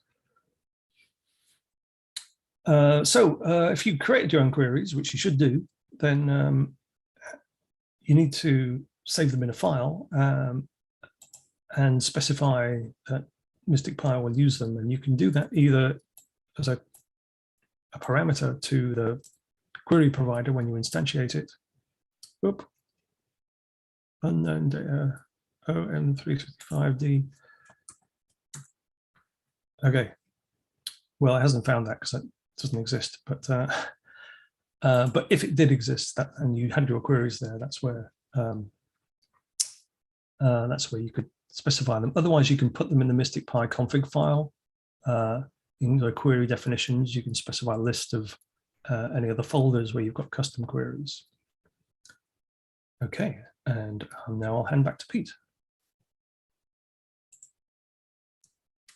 Thanks, Ian. Let me just go back to showing. So the kind of query provider piece that Ian's been talking about is really the core of Mystic Pi, right? Before you can do anything else, you need to get data from your security data sources into the notebook. The next kind of really common thing you want to do is enrich that raw data with your kind of like context. And so that's what I'm going to talk about now, the kind of enrichment phase. So we've got a number of enrichments. The most kind of obvious one is your threat intelligence providers. We got a bunch of logons that we found a bit suspicious. We got that from our security tool into the notebook. Now let's see if any of those IPs appear in threat intel. We've got support for a number of threat intelligence providers, and it's quite easy to extend Mystic Pi to include others. So long as there's like an exposed API endpoint, the work to do the integration actually isn't too big at all. Now, if you're following along with this notebook in Binder, you'll find that a number of these cells probably won't run for you because they're using a service that I've got some API keys configured for in Mystic Pi. I wanted to kind of show you it live because it's a bit more valuable. But if you try and run them, you'll probably get some errors relating to not having keys set up. Obviously, if you want to set up your own keys, you can do that and follow along or run it afterwards as well. It should all work. So the way we do TI lookups, there's a couple of different ways, but the primary way is you've got this TI lookup class that we can instantiate, and then we can just pass it some indicators to look up. In this case, like a single IP address. We can also pass it a set, like a data frame, and say look up everything in this column. And it goes off and queries your configured providers. You set which providers you want to use. You can tag them as like primary or secondary in a number of ways. But here it's just using the default of querying all my primary providers, and then it brings your results back and we can stick them into the data frame. So you can see that is our indicator, that IP I passed, and it's looked up against these 3 primary providers. And we get the results firstly summarized as like, did it actually know about it? And what was the severity? And the raw results. We've also got a browser to make it a bit easier to look for. Again, when you're looking up lots and lots of indicators at once, viewing the results like this can be a little tricky. So again, more widgets, more browsers. Here we can pick a list, and then we get a bit of a clearer view. So we can see the names and tags associated with the indicator in the OTX provider. Xforce gives us a score. And again, the kind of what you see here depends a little bit on what the provider provides back effectively. So not all providers have a score, not all providers have the same sort of tags, but we try and pull out the kind of like key bits in each one. And then just going back here, the severity, we try and kind of like normalize that across providers. So not every provider uses their kind of like low or high severity kind of matrix, but we try and do a mapping so that across all the providers we support, there's kind of some consistency. So when you're looking at it, you can quite easily get an idea of what's being found.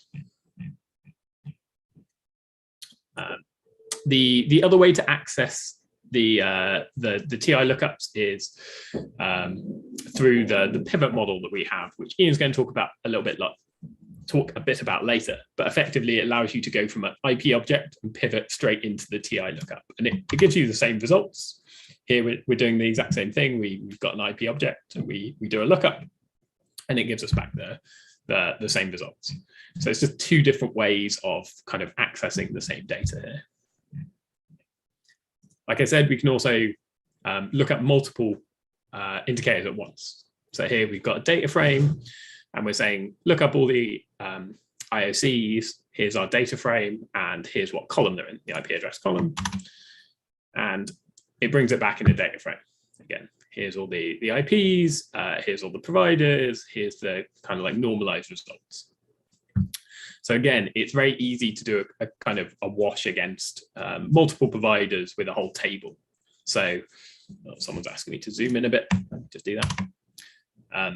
So a good way of doing this is the gray noise service is really good for this. Even their free API has quite a broad limit on it. So you can take several hundred IP addresses you might have, maybe they're logons, take the IPs and just wash it against the gray noise data and see if any of the IPs are in that data set and might be worth focusing on a little bit more. A very kind of useful feature. Now, different TI providers have different kind of rate limits on the APIs, depending on like free tier, enterprise tier. So you kind of need to build up a hierarchy in the way to use them. So particularly things like VirusTotal, unless you have an enterprise account, I think it's 4 or 5 requests a minute. It's quite limited. So you might not want to use that all the time, but then yeah, like I said, gray noise on the other hand is quite open. So you can use that as a good triage. So you can, depending on what providers you want to use and want to trust, you can kind of build up a tiering system effectively.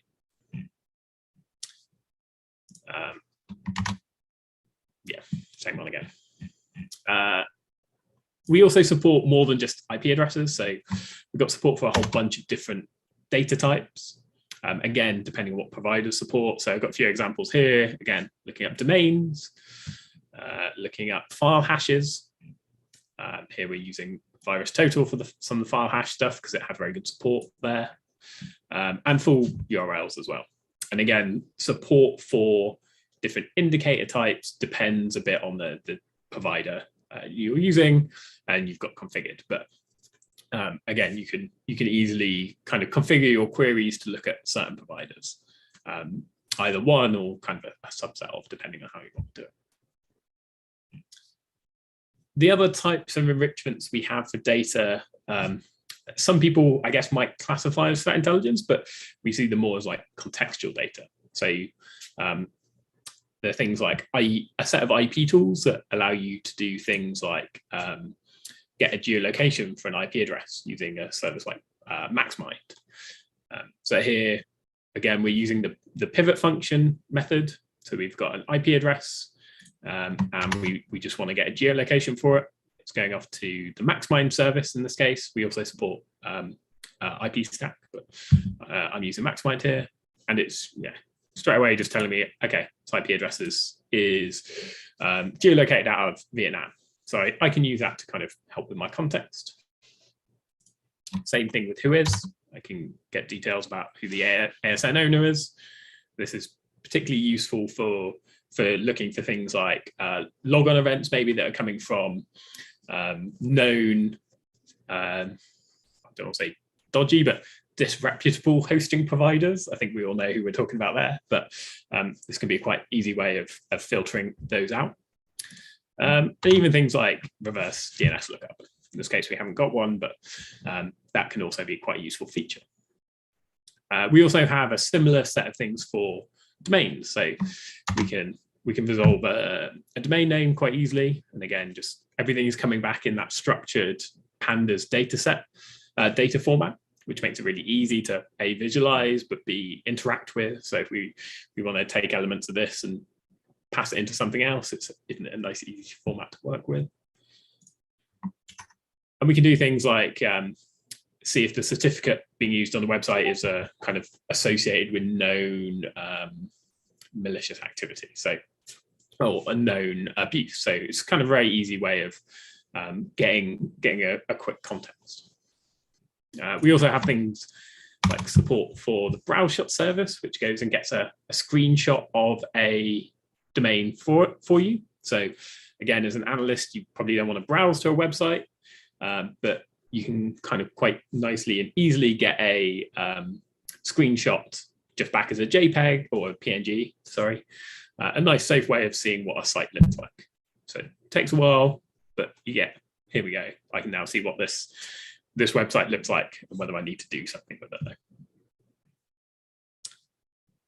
I think I mentioned in the Discord chat as well that we have integrations with a number of Azure APIs. So this means that if what you're investigating is an Azure resource, we can use those APIs to get some additional information about the resource itself or the subscription or kind of pretty much anything. So here we can get a list of subscriptions that I have access to. And then I can pick a particular subscription and see what's going on with it. See, like, is it enabled? What its display name is? And then from there, I can get additional detail about it. Like, is it, what location is it in? What sort of quotas does it have?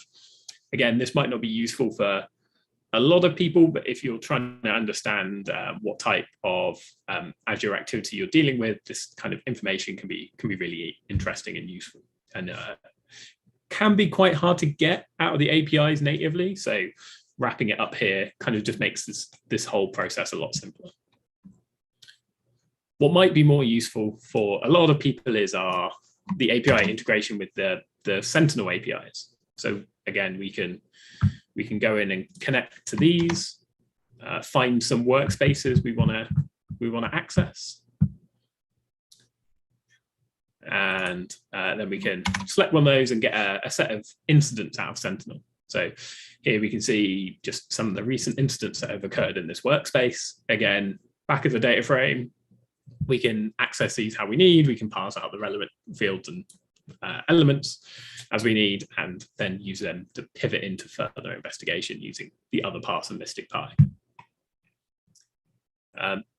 One of the cool things that we added recently, our colleague Janie added, was support for the Azure Resource Graph. So if you're not familiar with the Azure Resource Graph, it's basically a way to run KQL queries against your Azure data. So if you think of all your Azure resources as kind of metadata, then you can write queries to say things like, oh, show me all the virtual machines in this subscription where the current power state of it is turned off, and you get them back. And this works just like the other KQL query providers Ian was talking about earlier. It's got built-in queries. Like here, I'm just going to list virtual machines. So I'll often do that. gives me a list of virtual machines and a bunch of metadata about them. And again, I can write my own KQL-based queries. So here I can just say, show me all the virtual machines, summarize them by their power state. And again, I can quite easily see I've got 2,000 odd running machines here, but I've got 24 that are kind of currently turned off and 300 odd that are deallocated. So you can do some really powerful stuff here. And again, if you're investigating Azure resources or any sort of thing involving Azure, this kind of new provider that we've added recently is really, really useful, really powerful. So with that, I will pass back to Ian so you can talk about pivot functions in a bit more detail. Hey, thanks, Pete. I did want to make one slight correction. The Azure Resource Graph Provider wasn't contributed by Janie, even though she's done some great stuff. It was contributed by Ryan Cobb, external contribution. That was like really great. We were very grateful for. And I did want to say that if we have a lot of support for like Azure context for subscriptions and resources, stuff like that. But if anybody out there wants to build an equivalent for AWS or Google Cloud or anywhere else, we'd be very happy to receive that as a PR. So pivot functions, what are they? So as we build like more and more functionality into Mystic Pi, it becomes a bit of a problem knowing where everything is. Like what exactly do I import? And if you were in the visualization session earlier on, you saw that we built a pandas extension, pandas accessor that allows you to get easily from a data frame to any of the visualization sources without having to worry about where stuff is imported from and which function to call. So pivot functions is analogous to that, really.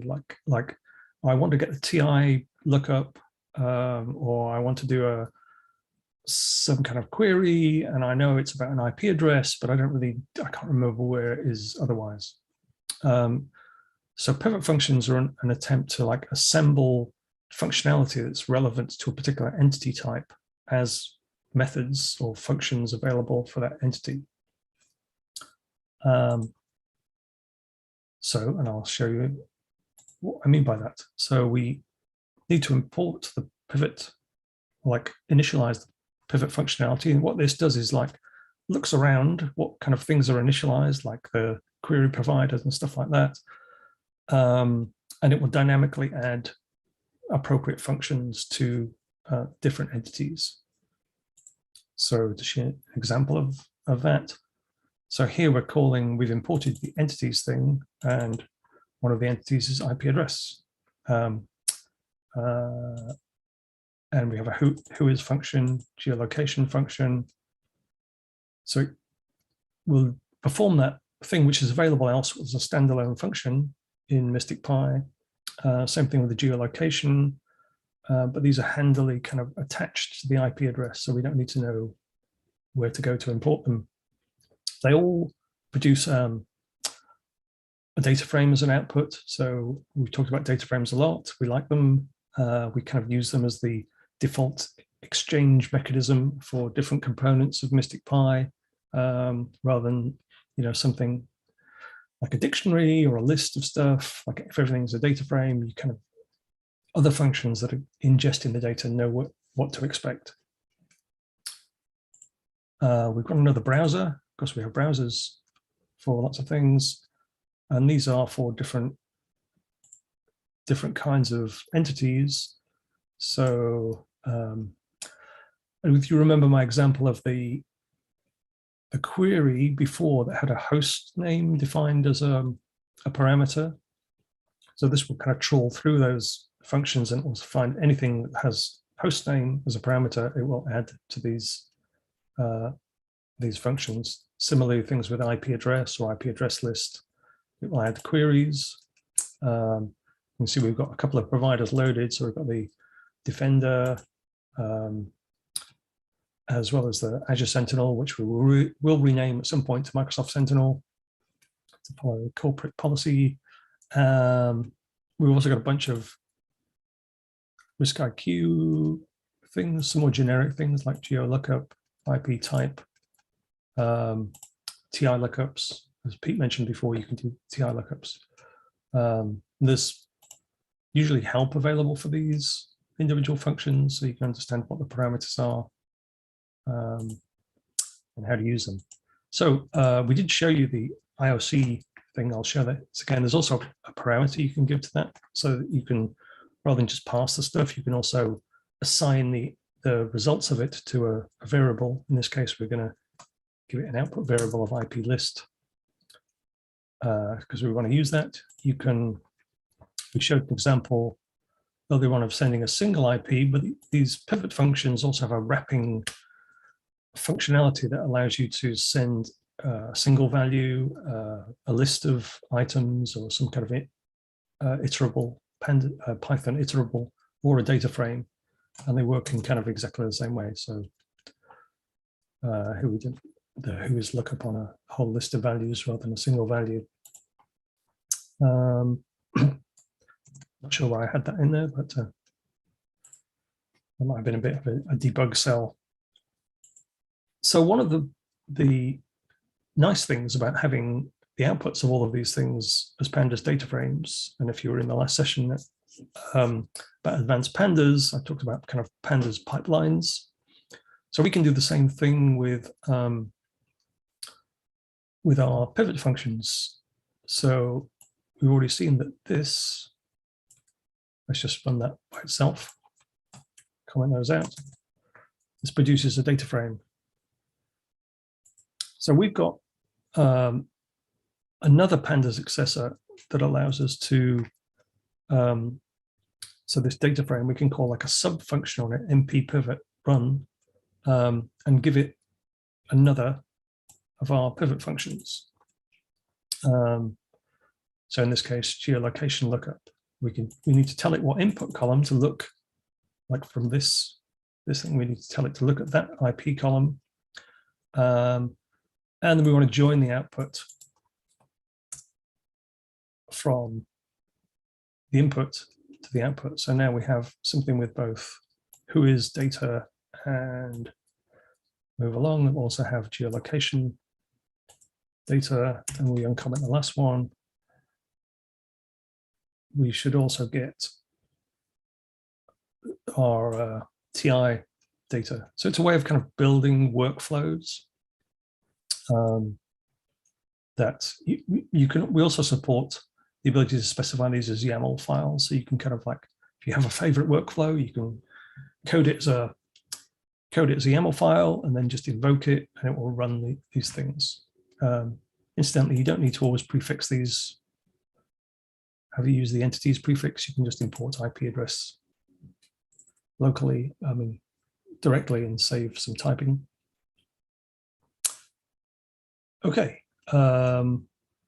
Final thing I think we wanted to talk about was something. It's not part of Mystic Pi, but it's a sort of a lesser known sister package called Mystic Notebooklets. These are kind of macros for notebooklets. So we found that although there's a lot of kind of functionality we put into Mystic Pi it was there originally as just code in a notebook, and we wanted to reuse that. We found that it's also a case for having larger sets of notebook code that could be easily invoked. Let's take an example of like an IP address or an account. You might be like common steps you always want to do to explore attributes of that account. So we thought, well, maybe it's a good idea that we don't have this hard coded in notebooks, but we put it into some library somewhere, and then we can just invoke all of this functionality that we built in any notebook that we want. So that was the idea behind Mystic Notebooklets. So we need to install it, and you install it as you would Mystic Pi, pip install mystic nb, import it. I'm creating a query provider. I think I already have that, so I probably don't really need to do that. And then telling Notebooklets to initialize itself and use this as the primary query provider. And we'll see why we need to do that in a moment. So it's doing a bit of initialization, and it's going to open up yet another browser. We're very fond of widgets. This is just a kind of help screen for, we're going to use that, show as example the host summary. This kind of describes what it does and what the outputs will look like. It's a bit more documentation. We can see what it looks like to run one of these. I'm going to make it a little bit longer. We're actually going to see an example, I think, of Roberto's work, because the environment we're looking at has a bunch of workstations, servers in there, virtual machines that are created by the Simuland project. So if this all works, then it will we'll show some details of that particular workstation. So all of the notebooklets have this pattern of you instantiate one, in this case host summary, and they have a run function. They might have other functions as well that allow you to do other things. I'll show you some of those, but they all have a run function and take a value. If it's host, it will be, the value will be the host name. If it's IP address, it will be IP address, and so on.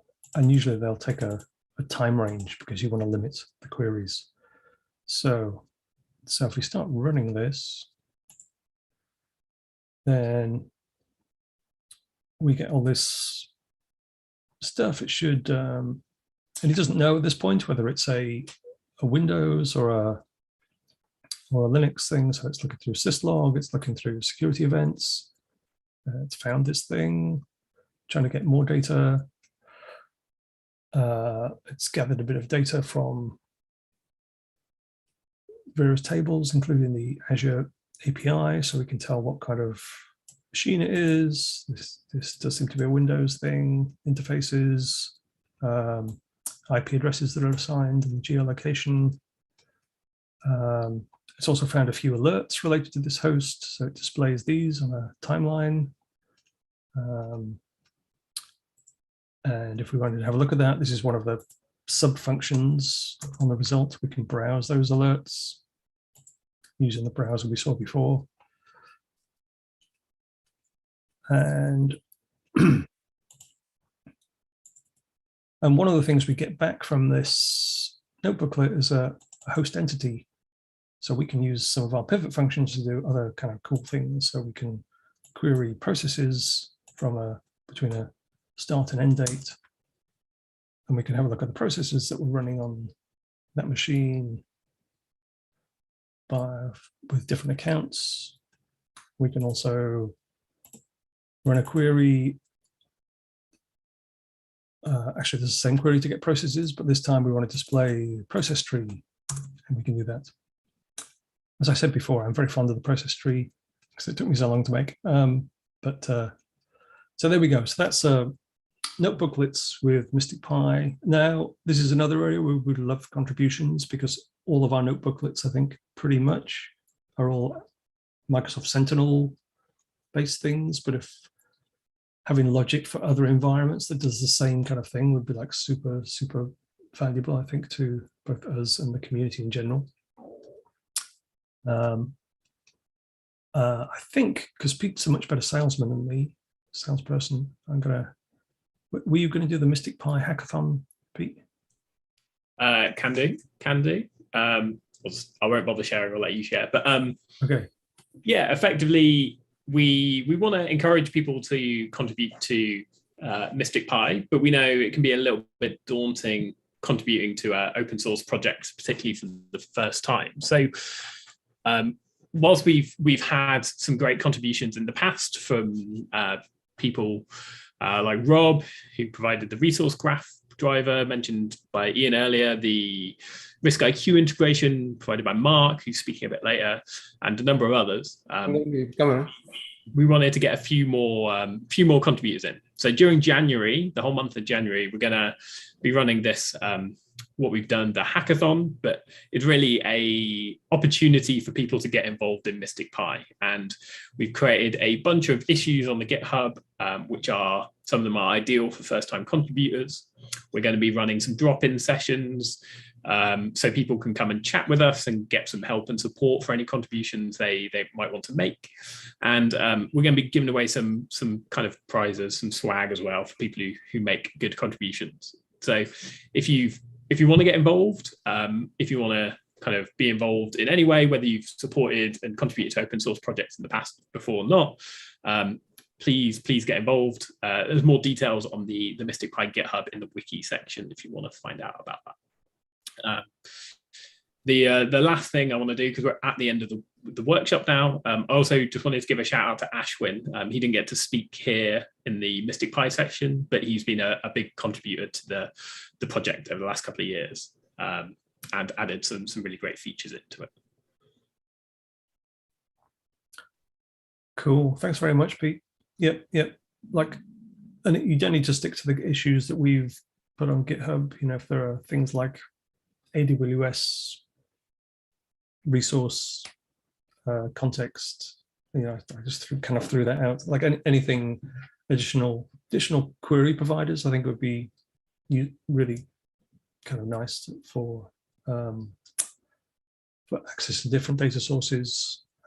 Anything you think is kind of missing really would be, yeah, anything's appreciated.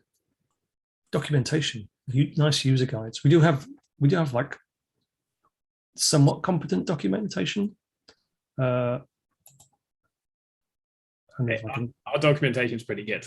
I think you've put a lot of work into that. Mystic Pi, read the docs.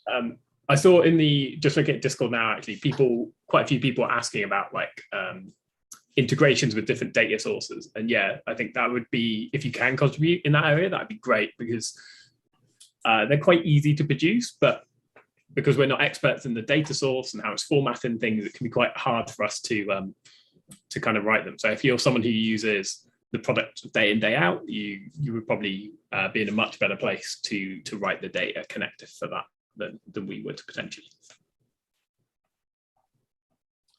Yeah. Cool. Okay, we'll get back. I noticed there's like a lot of activity in the Discord channel. While we're having lunch, we'll try and get back and answer those questions. But thanks everyone for listening, and thanks Roberto for hosting the entire thing. It's very, very cool. It's a real pleasure to be involved. Yeah, no, thank you all. The 2 workshops. The 2 days of multiple sections of workshops. It's definitely, I keep seeing a lot of messages, even in Twitter, Discord as well, how useful they are, because usually when you have a conference, you come sometimes, right, trying to absorb as much as you can from the presentation itself. But when you talk about things like Jupyter Notebooks or any other tool that is still new for our industry, right? There is a lot of industries already using Jupyter Notebooks for years, right, to solve several problems. It's great to have that knowledge, I guess, being taught from zero to maybe more advanced use cases, and then be able to maybe have some ideas of what you can do with it, but then also understand some of the concepts that are being shared through Jupyter Notebooks in the sessions, right? So people talking about that in the presentation. So I have not seen conferences doing that, to be honest. It would be nice, like if there is so usually the whole package is you come to a conference first and then you attend something, right? a session, it could be a workshop, or it could be a class of like 4 days or something like that. It's great to do it a little bit the opposite way, right? So you can have some knowledge before you get into those talks, I guess. So anyways, I hope that was helpful for everybody. And once again, thank you, Pete, Ian, Ashwin, Jose, Luis also. He couldn't join us in some of the sections, but he also was putting some work on the sections for day 1 and day 2. So thank you very much, everyone, for taking the time It was just all pure love for community.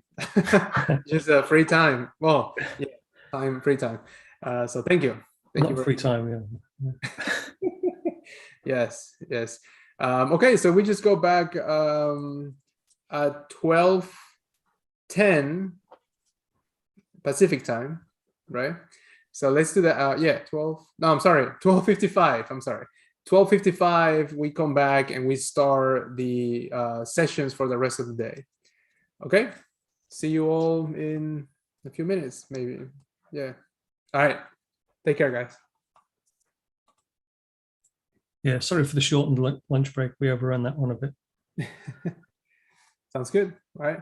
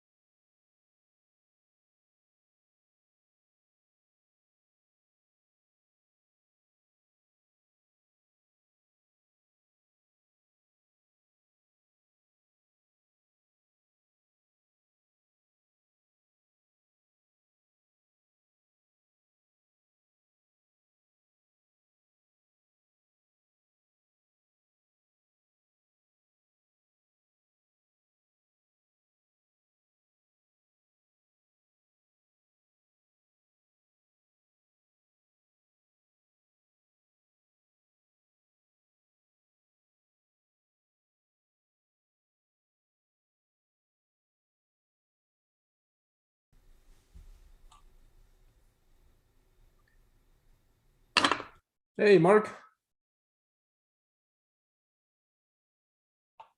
Oh, I think that you are muted. Okay, so maybe we can start in a minute. Hey, Mark. Hello there. How are you? I'm well, thank you. All right. So, I think your talk is still in 1 hour, I think, but it's good Correct. to I'm have just you early. absolutely. Yes, yes. Okay. Well, I hope that you're enjoying the whole conference and the workshop so far. Very much so. It's been great. Nice, nice, nice. All right. I think that we have Pete joining us in a minute, but so first I just wanted to thank everybody who is listening at the moment. There's been a lot of different resources that have been shared through the whole day and a half, and now we're going to start the last, I guess, half or the last section of this conference, which is going to be all the presentations starting at 1 p.m.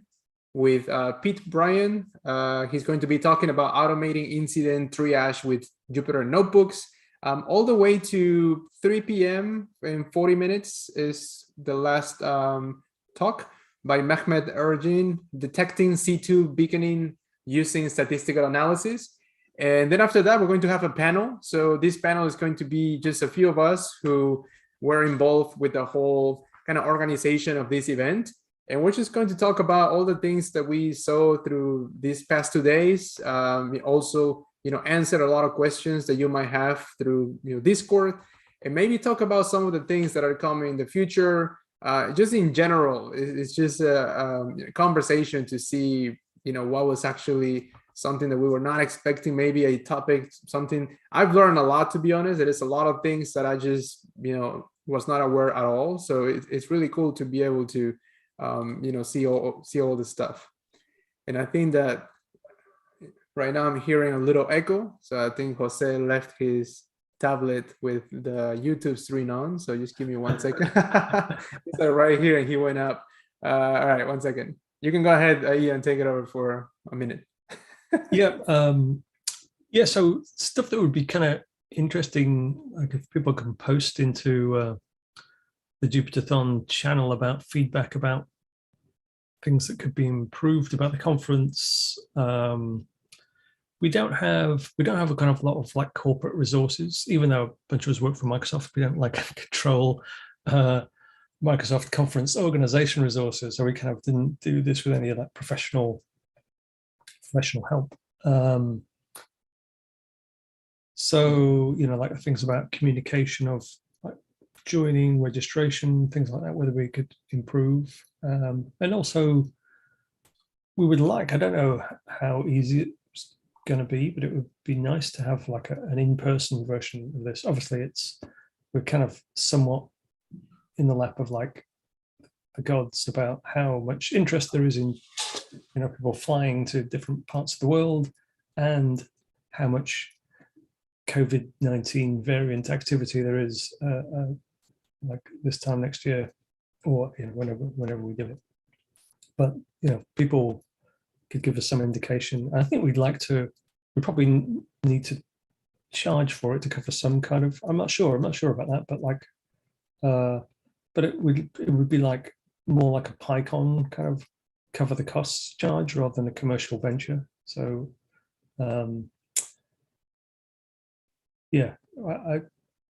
certainly love to. Definitely. I think it would be nice. So there is, I hope that by next year there is more flexibility, I guess, like you're saying, to meet in person. It would be nice, or maybe have a couple of different kind of like chapters in one day. So chapters meaning, for example, so people in the East Coast, we can meet here, maybe have a couple drinks, some snacks, and then watch the presentations.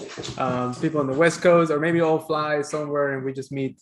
So yeah, there could be a lot of things. I mean, we're trying to keep it still like a little bit informal, I would say. So people can feel comfortable like sharing what they want to share. I mean, just through notebooks. I think it will be nice, right? But so I think that the more things we add to the whole event, then definitely it will be nice to see how we manage all those moving pieces and all that. So, I mean, this all started as a weekend conversation and say, hey, why don't we just talk about Jupyter notebooks? And now this year we do a workshop before the talks. So it's great to see this whole idea, evolving. And who knows, it might become the Jupyter notebooks in general, like the Jupyter events of the InfoSec community. So we can always meet here, so we can talk about it. So one event to just cover a lot of things.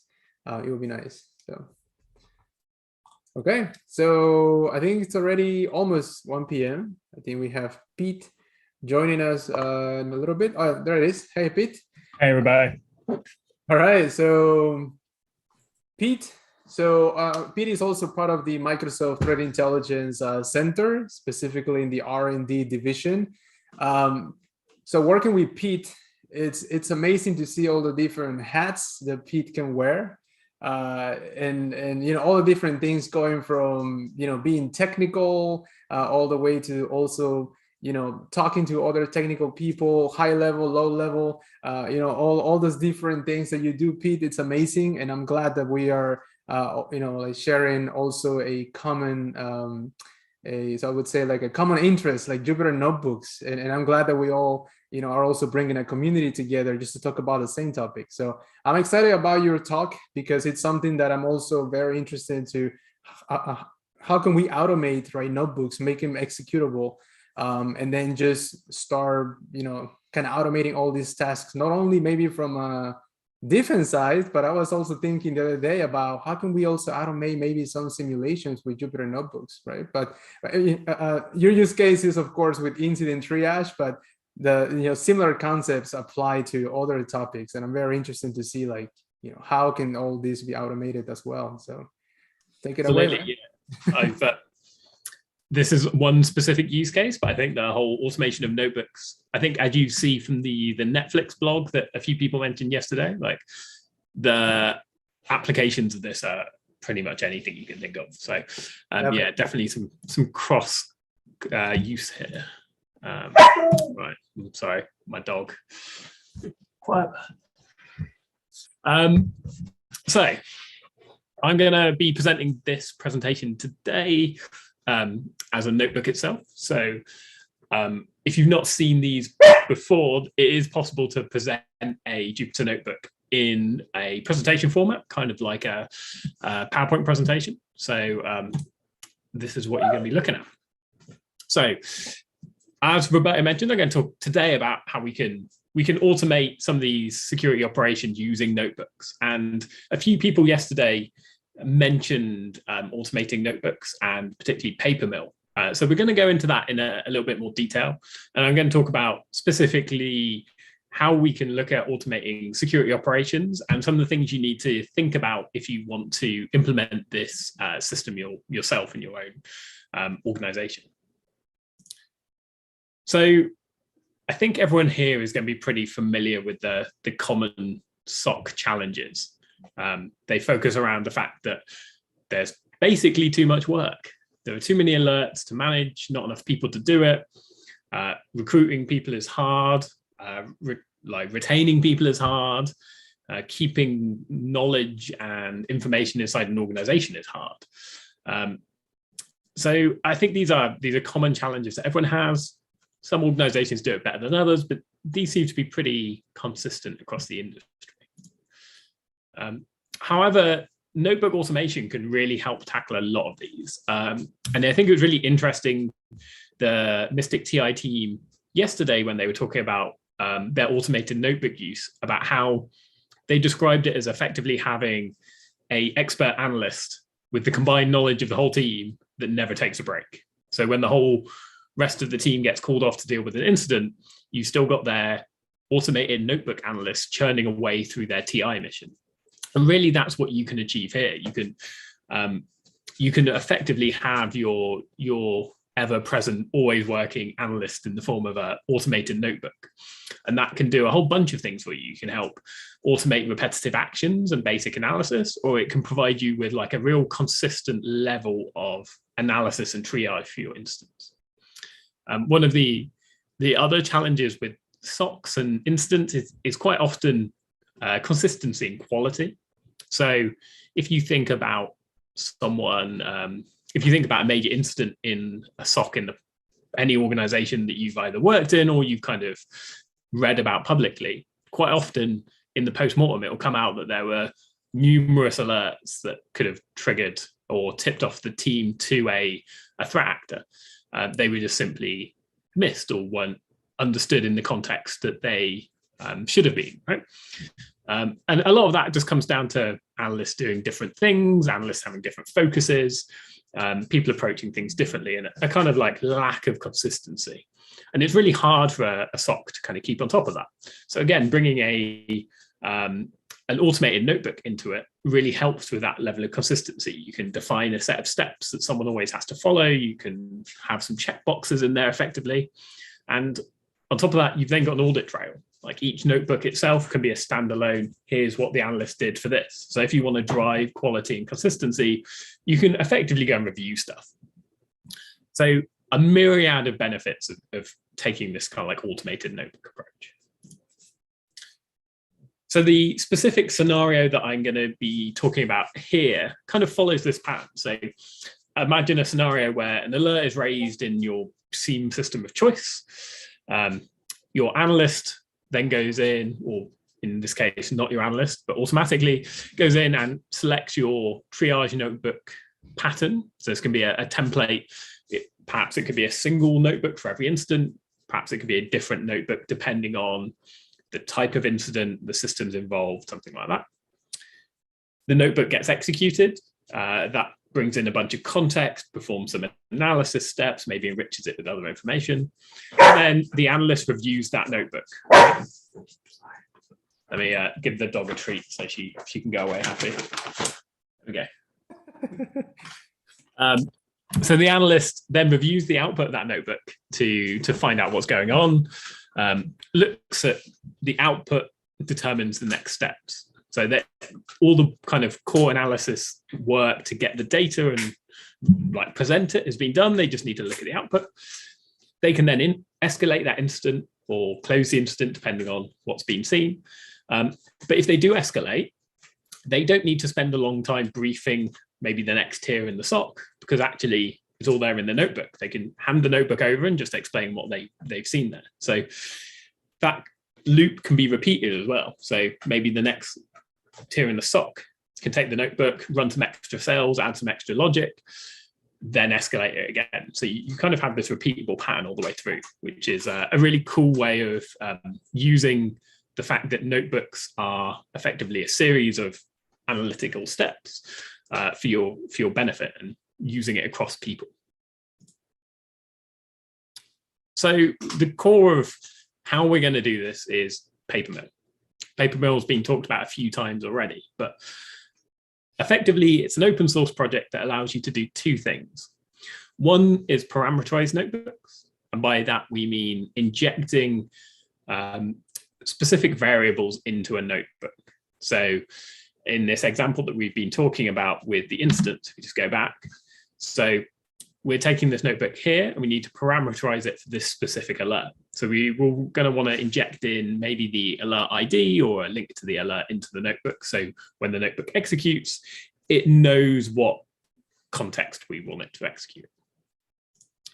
So that's parameterized. The next thing it allows us to do is execute the notebook automatically. So by that, I mean, we can trigger the notebook and it will run cell by cell from start to finish without the user having to do anything. So rather than go in and run a cell, look at the output, run a cell, run the output, you just say, run this whole thing and then do something with the output for me. And you can do a number of things with the output, depending kind of what you want to do. We'll talk a little bit about that in a second. Now, one of the things with Papermill is you can run it from the command line, like any normal Python tool, but you can also invoke it in a notebook itself. So as part of a workflow, you could perhaps have, say, sub notebooks. You could manually run the main notebook, and as in cells in that notebook, you could automatically, using Papermill, run the sub notebooks and come back to them. You can also output and input from a number of places. So terminal local storage are kind of the common ones for the input output. But it supports a whole bunch of like cloud storage accounts. So it's really nice integration with AWS, Azure, and GCP. So this is a real big benefit from kind of building a good enterprise level pipeline using Papermill. So again, to use Papermill, just like any Python package, you import it. And then to execute in a notebook, it's really easy. So we're going to say execute a notebook, and then we pass it three things. One is our input notebook. So I want it to execute this automated notebooks instant triage notebook. It's output. In this case, I want it to write the notebook output to notebook out. No, I don't have to output it to a file. I could output it to the terminal if I wanted. It's a little bit pointless doing that in most cases because you just get this big blob of JSON, but you can if you like. And I'm also going to parameterize this. So I'm going to say the parameters I want to pass in are the instant ID, and I want the instant ID to be this value. So super easy. That's all I need to do to invoke Papermill. So I'm going to do it now, and we get a nice little progress bar. So for some reason in presentation mode, you don't get a nice bar, but there is meant to be in this white space here, a bar. And if you run this as a like normal notebook, you see the bar progress. So depending on the complexity of the notebook, how many cells you have, what it's got to do, it'll take a little while to execute. So whilst it is executing, why don't we go and look at the instant triage notebook? So we'll go open up the instant triage notebook. And you can see this looks just like a normal notebook. We've got a bunch of cells that are doing the imports, setting up some functions, and then the code. The interesting one here is this instant ID one. You can see instant ID is blank. But the important thing about this cell is I've edited the metadata for it. So if you're not aware, each cell in a Jupyter notebook can have metadata associated with it. And one of the things we've done here is add a tag of parameters. So that basically tells Papermill, I want the parameters that I'm passing through using Papermill to end up in this cell. And actually, it doesn't write it to this cell, it writes it to the subsequent cells. And I'll kind of explain a little bit why that is later. But once that gets injected, a whole bunch of stuff happens. So in this triage notebook, we connect to our Sentinel instance. We get the alert that's been passed through, so the alert ID. We extract the entities associated with that alert. So by entities, we mean things like IP addresses, domain names, users, that sort of thing. And then we go and do some triage on them. So we look up the entities in threat intelligence and see if they appear there. And then depending on which entities are present and the type of them, we go do some enrichment on them. So in the Mystic Pi workshop session, if you saw that, Ian talked about notebooklets, and that's what we use here. So we use notebooklets to say, in this case, get a summary of any IP addresses seen, or get a summary of domain names, user accounts. Sorry, one second. Wait. My dog is trying to dig through a solid floor. I'm not quite sure why.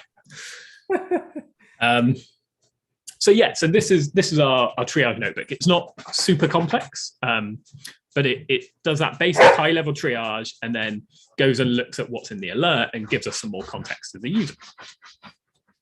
So now if we go back to our Papermill notebook, we see it's executed 100%, job done. So now we can go look at this notebook out. So again, I'm just dropping it into the local file system. So we can just open it up. You can see, again, looks just like a Jupyter notebook. But you'll see now we've got, after our parameter cell, we've got the injected parameter.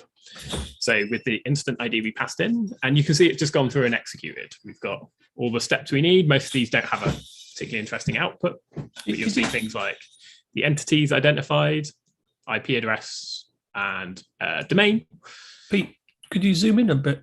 Oh yeah, sorry. I had forgotten this will be nice and small for everyone. So is that better? Like 4-point text. Yep, brilliant. Yep.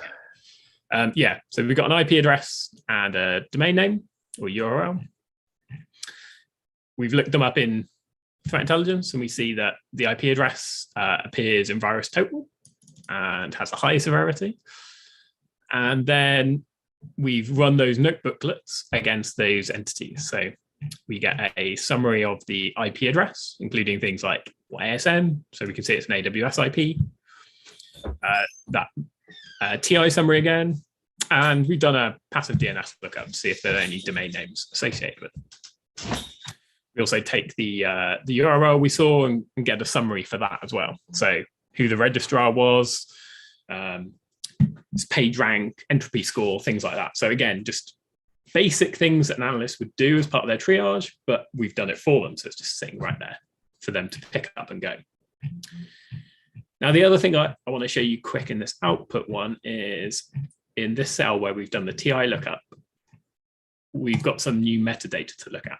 So one of the things is whenever papermill runs, it adds metadata to each cell it runs with, did it start, when it started, when it finished, did it execute, were there any exceptions raised? So it's how to triage. But the thing we're interested in here is that we've added a tag to the cell of output. Now, keep this in mind that we've got an output cell, because we'll talk a little bit later about how you can then use that to your benefit. But you can see here, we've now got an output notebook that has a bunch of information that is useful to an analyst when looking at this alert.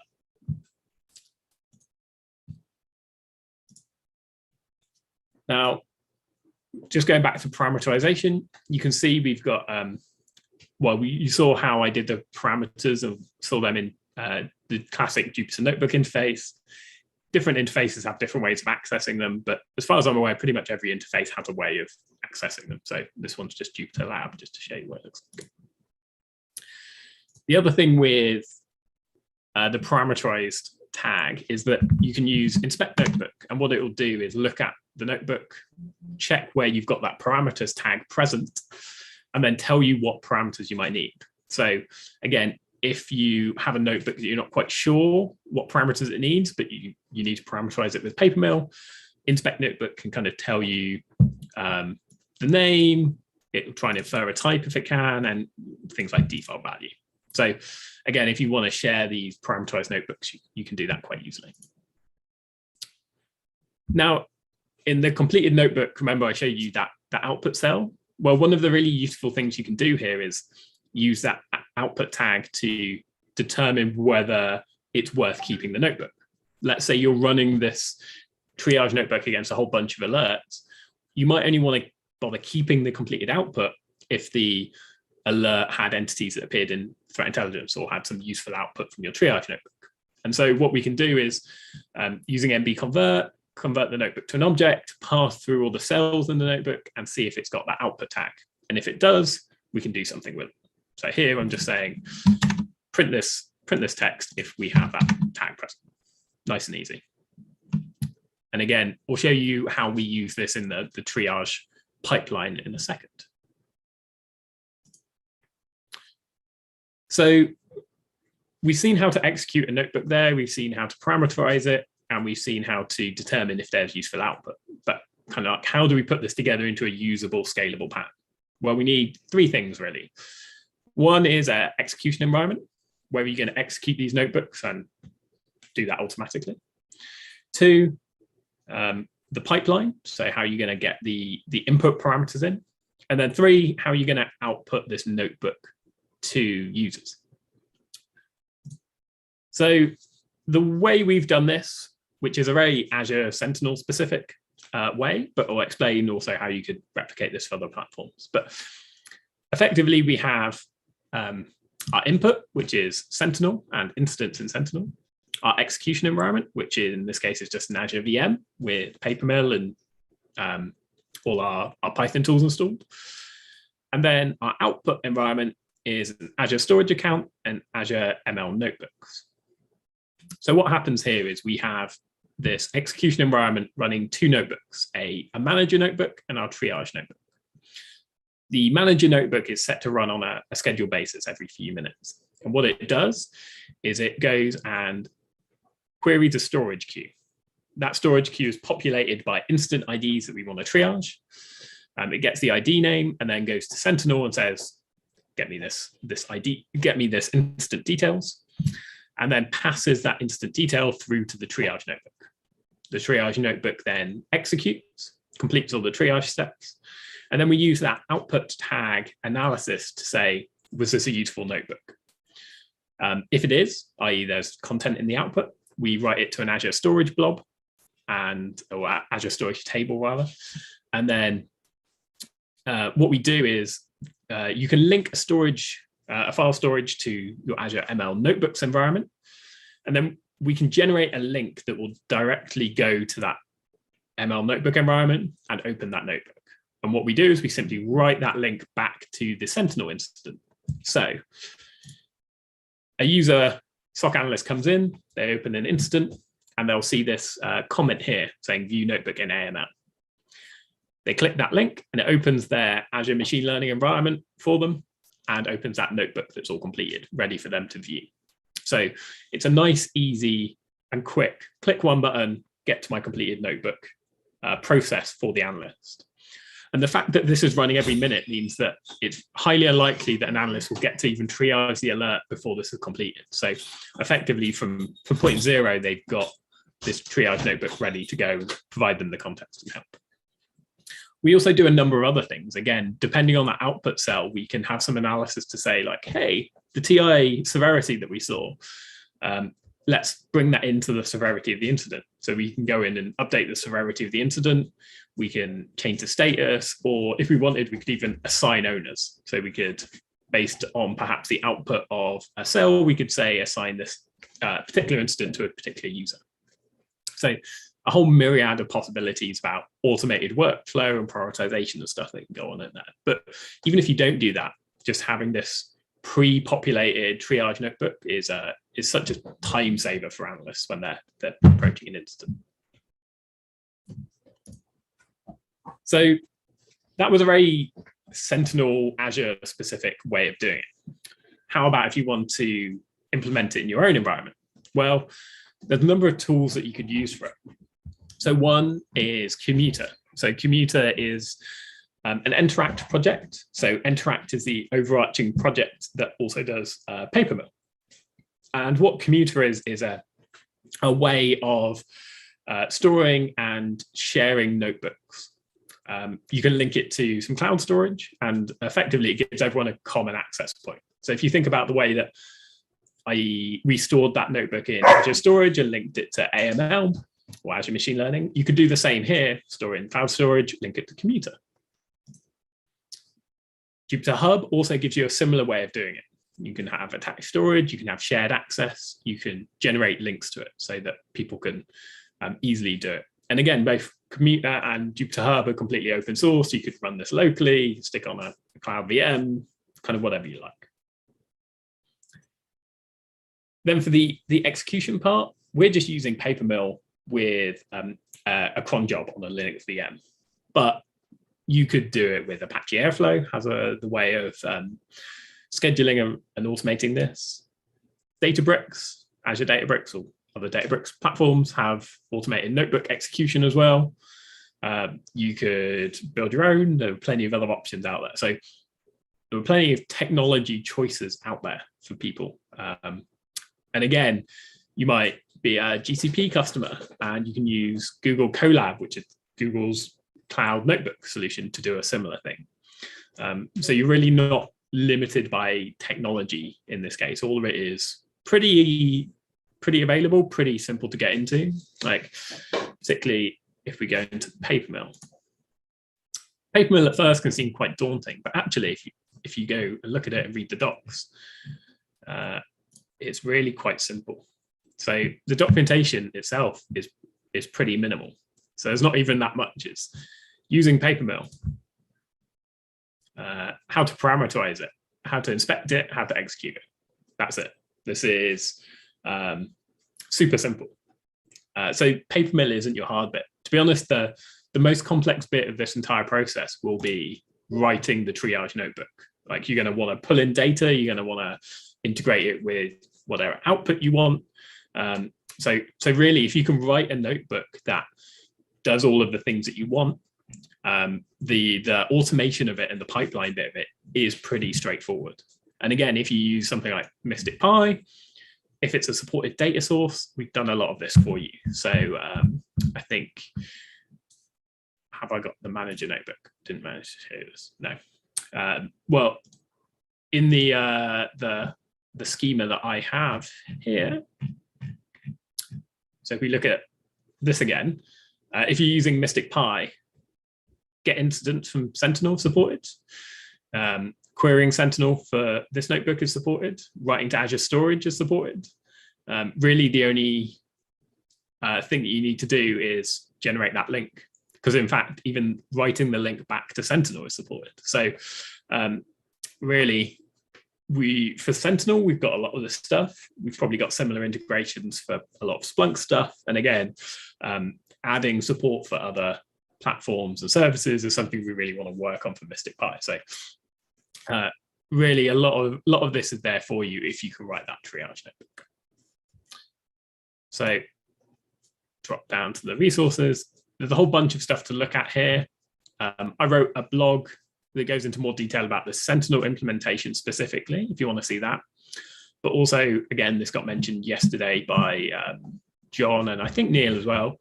The Netflix blog on their implementation of it is excellent. It's not security related, but they talk about automating notebooks and using it for data analysis in Netflix. And they're using Papermill. I think they use Commuter as well. It's all really, really interesting stuff and completely applicable to this environment.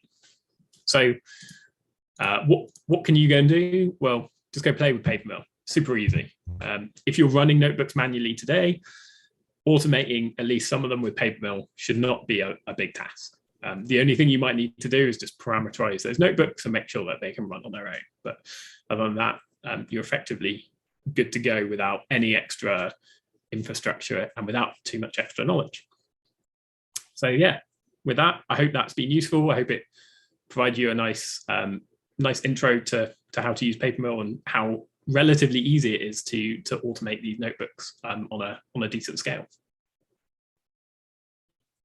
Awesome, man. That was great. I think that there is a lot of use cases for the automation of notebooks. So something that I was going to ask you, because I remember reading your blog post with the whole stack in Azure.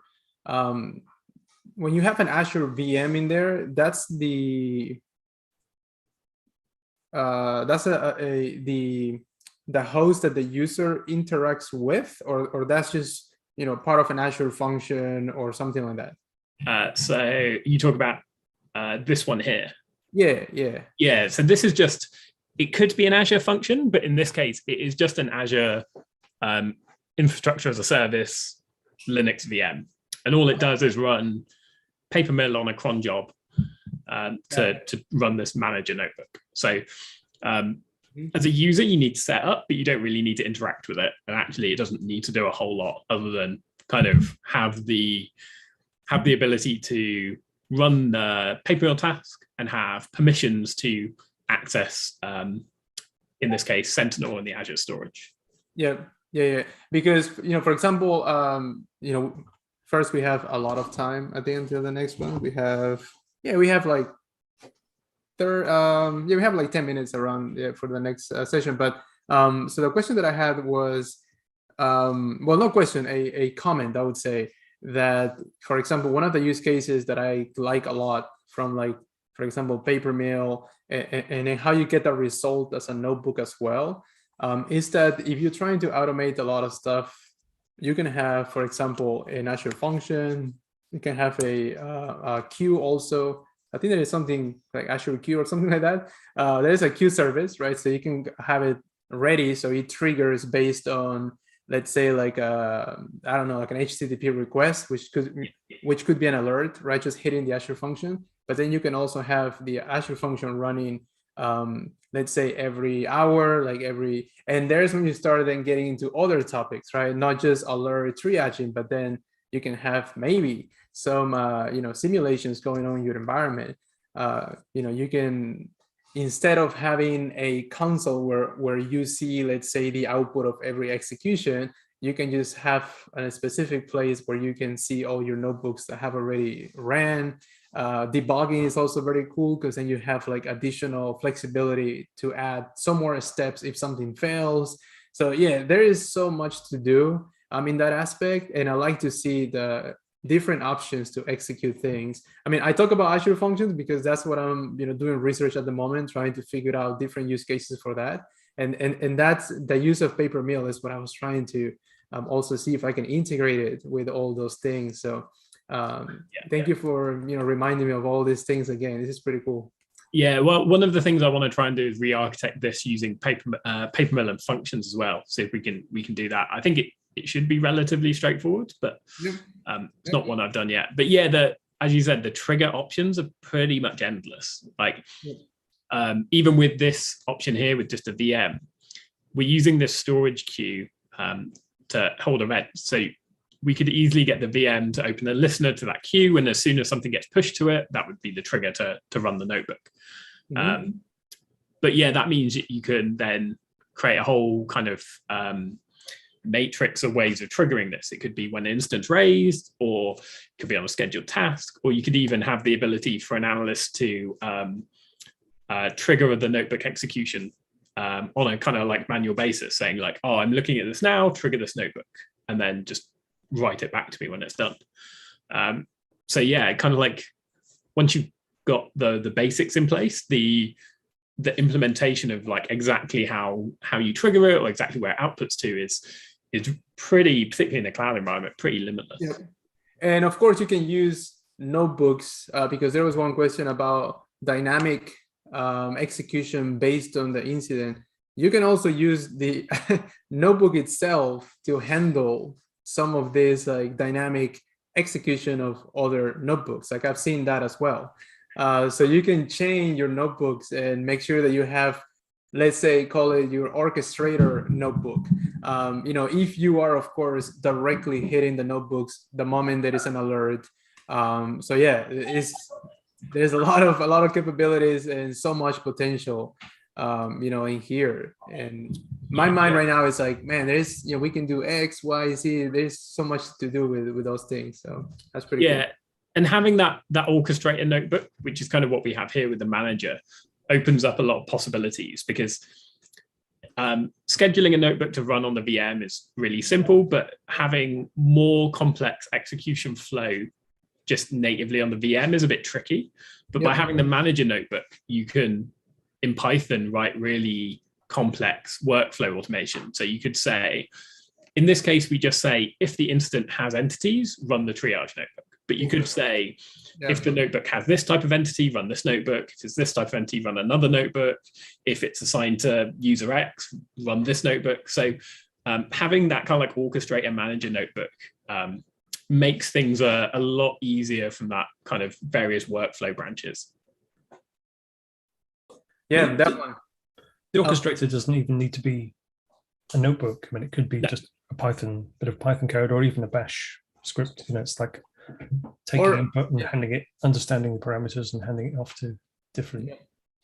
So I was thinking from the serverless way, or you can use please, if somebody has the same in AWS or GCP, please let us know, because I don't work with those services, so it's hard for me to think about all these other solutions. But Azure durable functions with orchestrators and all that connected to logic apps, you can have some really cool processes in place, because you can pick some of the platforms and also languages that you can use with a lot of serverless services. And so there is a lot that could be done, and so much that you can orchestrate, even before you hit your notebook, I guess. So I think it should work the same in like, I mean, I don't have an experience with like AWS Lambdas, but that should be kind of theoretically exactly the same. It's just like a process that's runs, it saves its state to storage, doesn't keep it in a local state. So that should be the kind of thing that there was a question somebody, it's like, how do you can we get analysts to write these notebooks? And I think that's the thing that from the Bluehound session yesterday is what they found is that you don't necessarily need, this is a way of like not having all the analysts have to write notebooks. You need like one or two people who can bring that sort of specialist knowledge. Is like, what do we want to do if we see an incident of type X, and it has IP addresses. These are the kind of things, but all of the analysts can kind of benefit from that. You just have people, and then as new ideas come up, you can contribute new notebooks into this automated framework. And you just, analysts just get the benefits of it. And also not just like first tier analysts, but you can imagine you could have some kind of extended thing where, first like tier 1 analyst finds something, flags that for like tier 2 or tier 3, and that triggers some whole set of notebooks that do like deep investigation on where does this account go, what do we know about this IP address, and then that's all ready for like the tier 3 analysts to kind of start their investigation. They don't have to start from kind of ground zero. So lots of possibilities. So just one thing on the platform selection choice. The big limiting factor in this, and the primary reason I went with a VM in the first place, is authentication. So you'll probably find this in other cloud environments as well. But for this environment, we needed the notebook effectively to be able to interact with Sentinel and Azure Storage without a user interacting during the logon. And we didn't really want specific like credentials left running on the machine. That meant we wanted to use, for those familiar with Azure, something called like managed identities, which is basically where you assign an identity to a resource and it can operate with that identity. Unfortunately, not every service in Azure supports them yet. So at the time, one of the limiting factors was how do we support that? So I think when you're designing a system like this in whatever environment you're in, that will probably be the thing that drives your architectural choices more than anything else. Yep. Well, thank you very much, Pete. We can definitely take the conversation to the panel later. We have a lot of ideas, but thank you. And then Ian, you'll introduce Mark. Thank you, Pete. Yeah, sure. Thanks, Pete. That was a great session.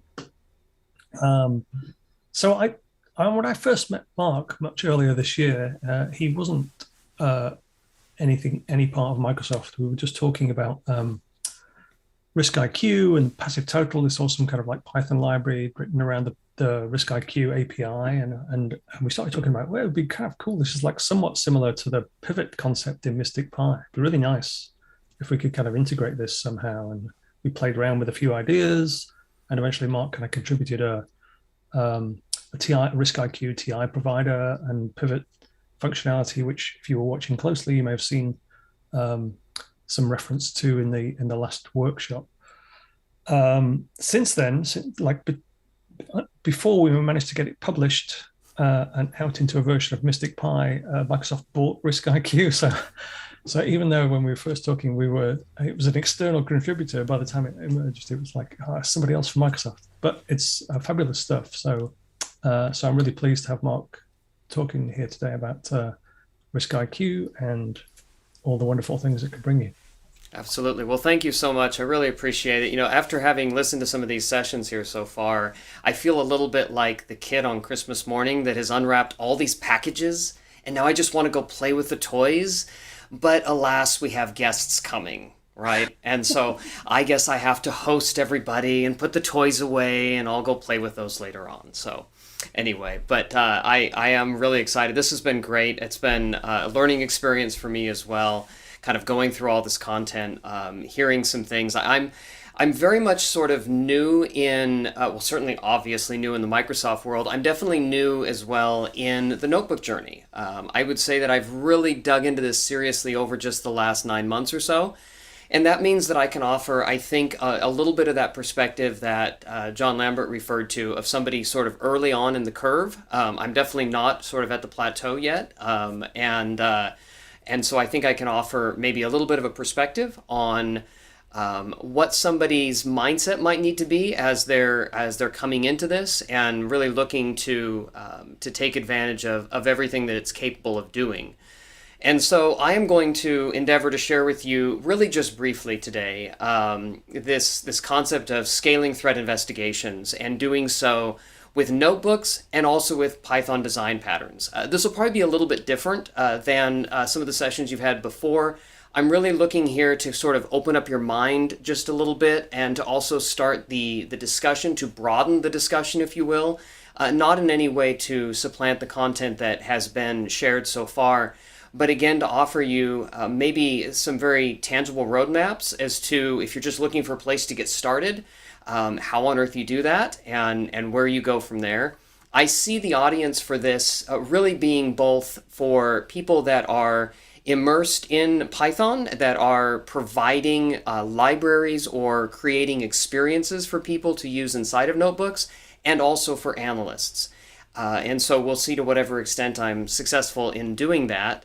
I am also, this is my first time using the slides feature inside of notebooks, so this could go very well or very bizarrely. So either way, I'm sure it'll be entertaining for at least you, if not me as well. So the first thing that I really do want to implement, I really want to impart to you here is that writing custom code for automated analysis and threat hunting is not new.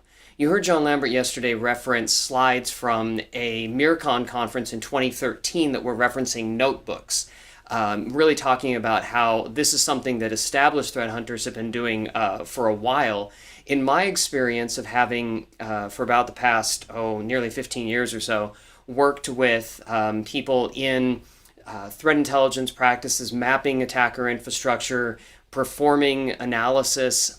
These most sophisticated ones are the ones that have written some custom code. And so that part isn't really new. And part of the reason for this is that, goodness gracious, if threat actors think that your org is very special. They care very much about your organization, your network, your attack surface. They care a lot about you, and they care enough about you to bring some novel techniques that maybe they haven't used elsewhere. They might set up some distinct identities that have not been in the wild yet. They are going to use some specific phishing lures that they expect will work within your specific context, and they're going to stand up purpose-built infrastructure and do everything they can to not have that overlap with infrastructure that they're using to attack your peers in the industry. And this is why bringing in something like a feed of threat indicators, though that is sort of a foundational, fundamental principle, just really isn't going to be enough. You need to be able to pivot to the point where you are actually generating your own threat intelligence internally, and you're also establishing your own unique pathways.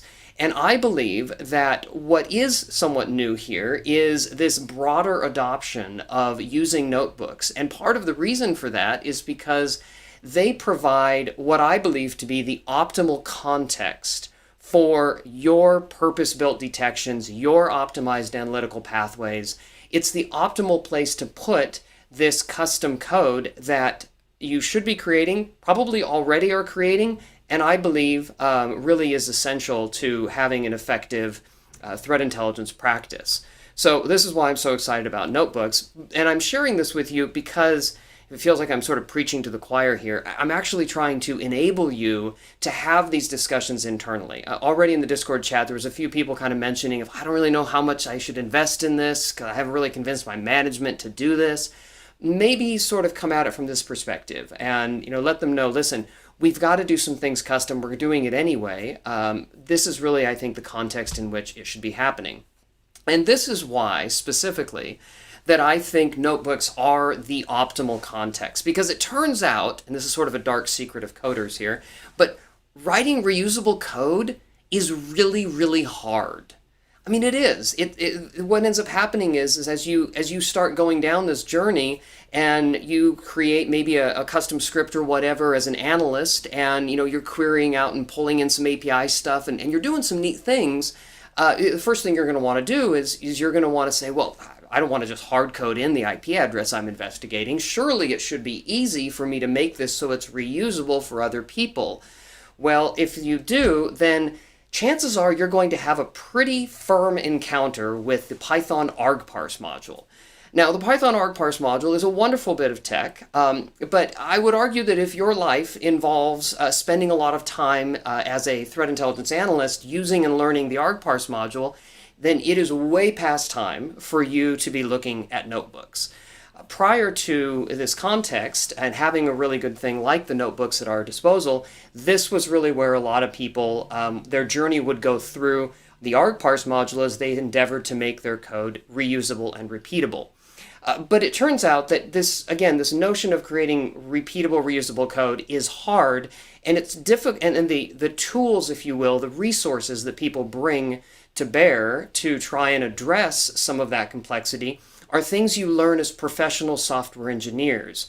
And of course, what we're trying to do is we're trying to make this accessible to people that are early in that process and that are really more focused on security and threat investigations. And so what I believe is that there are ways that we can design our notebooks, there's ways that we can design our libraries, and there's ways that we can construct things that make our code reusable and effective without having to necessarily bring all of those skills to bear. So in just the few minutes we have here today, I have just a few kind of core missions that I want to try and get through. I'm going to introduce some of those Python techniques to you. It is very much going to be an introduction, just skimming right over the top of them, but hopefully give you an opportunity to go in and dig into it later. I will be showing you examples from the Passive Total Python library. Passive Total is a product of RiskIQ, and so it's got some API queries in there that I'm going to show you. I'm really wanting to underscore the Python patterns that are implemented in there and point you to that code. There will be, of course, some links to that later, so that will come. For the analysts that are here, I want to kind of demonstrate how you might perform what I'm calling some meta-analysis, because apparently the metaverse is now a thing, and I got to start talking about meta, so meta.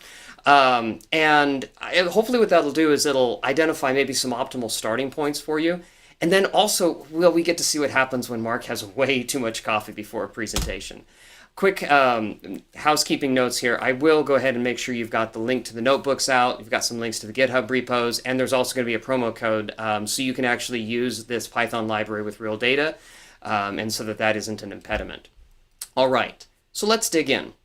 Now, one of the first things that I've noticed when taking a look at some code that somebody has written when they're really just trying to automate, they're a security analyst, they're trying to just do some basic automation, one of the first things I notice is that they really don't have good conventions around their variable names. But of course they wouldn't. Why would they? Because they're not professional software engineers. Also, why should you care about having good variable names if you're really just trying to hunt evil on your network?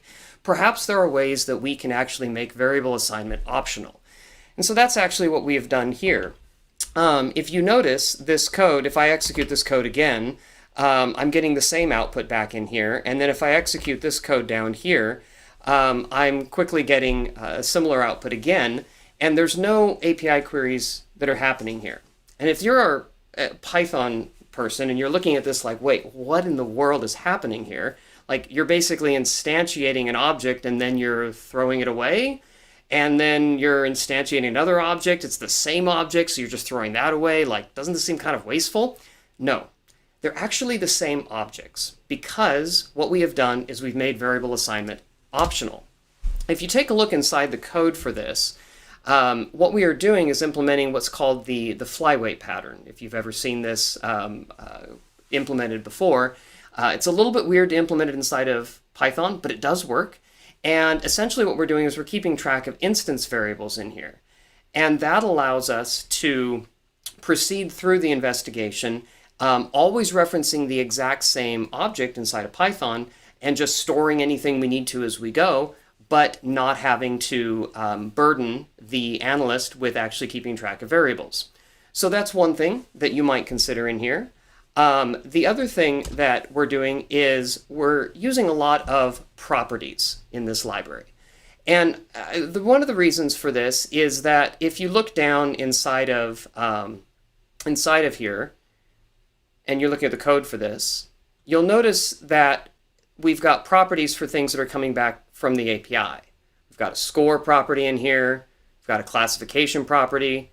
Now, if you're thinking as a Python developer, you're like, oh my goodness, seriously, like, this is so tedious. Like, I would have to go and create a property for every piece of data coming out of my API. Like, this sounds miserable. Well, perhaps, but what we're doing is we're trying to make this data that we're creating, these libraries that we're publishing, we want to try and make it easy for analysts to use. And if we can expose the data as properties, not only will it make it fairly easy for them to discover, especially in an IDE of some sort, or in a notebook, but it will also provide us a place to document the data we're delivering. And that's what we're doing right here.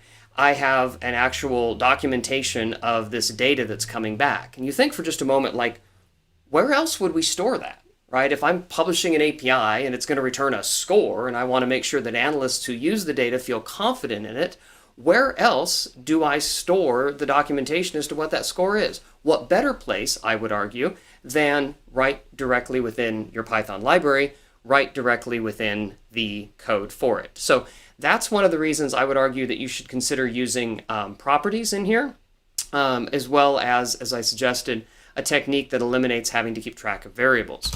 So that's one bit. And again, creating those properties and documenting them gives you the ability to do some code completion. So if I hit tab right here, I can actually see all the different types of data that I could run off of this one data set, and then continue my investigation right down from there. You see this also in place within the Mystic Pi library, putting some properties in there and also functions that are really helping people discover in these tools what is available to them. So that's one of the suggestions I would have. Another thing that I would suggest is you really should be intentional when you're developing these libraries about what your audience is, right? Is this a library for analysts to use in a notebook like what Mystic Pi does? It excels at that. I love it. Or are you trying to build a library and a set of tools that help programmers in an automation pipeline? Or maybe you're actually trying to do both. One of the decisions we made when we were creating the Pasatola Python library is that virtually everything in here can be rendered as a data frame, but it's also possible to take pretty much the same code and render it as a Python dictionary. And that was important to us because we were working with a lot of folks that didn't really have a plan yet for how they might automate it. Things like Papermill are incredible, and we should absolutely do more of that. It's awesome.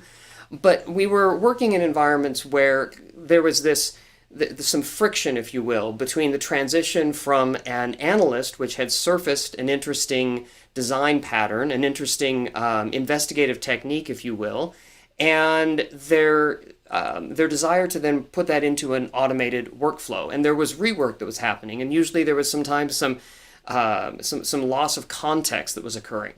And so when we created this library, we were very intentional about trying to do both. And I'm not, again, saying that this is somehow superior to a library that is purpose-built just for notebooks, but I do think it's something that you should be thinking about when you begin writing this code, especially as a developer, or if you are an analyst and you're consuming this code, communicating back to the people that are writing it for you about maybe making it intentionally for one context or the other, or finding ways to expose the data in both contexts. So be intentional about the audience and what your intent is for that. The other thing, and this right here, I am trying to challenge us a little bit on this right here. I don't mean to get us into any kind of a religious debate or discussion, single quotes or double quotes, Ian. I don't mean to get into those kinds of discussions. But I do think that we should be asking ourselves, do we only want pandas experts to be able to extend our notebooks and our playbooks that we're creating? And again, the key word that I have there is extend. I'm not saying there's any right or wrong answer in this, but this is something that we should be thinking about. I love the tools and the capabilities inside of notebooks so that people can use them without having a lot of familiarity with the environment, without having a lot of familiarity, maybe even with some of the programming language or the visualization tools. I love it. Mystic Pi is doing an outstanding job of that. But we also, I believe, need to create scenarios where people can extend the work that we're doing. We're talking about scaling threat investigations. To do that effectively, what we need is to leverage the unique perspectives that analysts are going to bring when they look at these problems and look at these contexts in ways that we as developers, if we're creating this stuff, or even senior analysts that have sort of been in the trenches for a while, well, we've never even conceived of some of those things. So we need them to be engaged in that. And so one of the things that we made a choice when we were developing into here is that we said, you know what, people are probably going to know how to use a for loop, and they're probably going to know how to print things. So why don't we just make that work? Like, everywhere. So throughout all of the objects inside of the Python library that we've created here, they all behave list-like. You can use subscripts to search out certain pieces of them. You can print out the variables because we've overridden the string functions as well as the representation functions, the underscore RPR. We've really been intentional so that way if people are just trying to figure out Python, well, they can bring that in here and put that to good use. The other reason for that is because it enables, again, some discovery with a little bit of dots and tabs and all of this. It doesn't take too much for us to be able to kind of show them how they might do that. And now they're actually listing out a list of certificates and discovering that there's a high concentration of Let's Encrypt certificates. Now, again, is it much prettier if this is in a data frame? Absolutely. And if we were building a kind of a turnkey notebook for them, we should absolutely create that for them.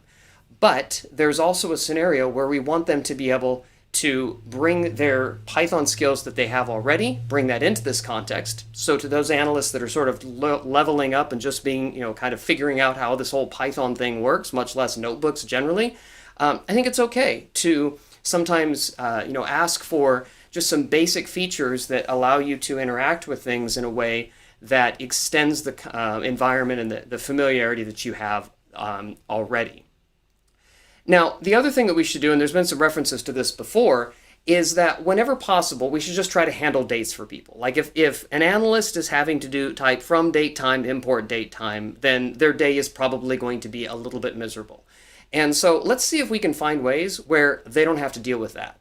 And while we're doing it, let's look for ways to encode analytics directly in the products that we're creating. So to the analysts out there, this is the place where I would say every time you look at something, say you look at this Whois record right here, and you're like, this Whois record looks a little sketchy. There's some things in here that I think I should be concerned about.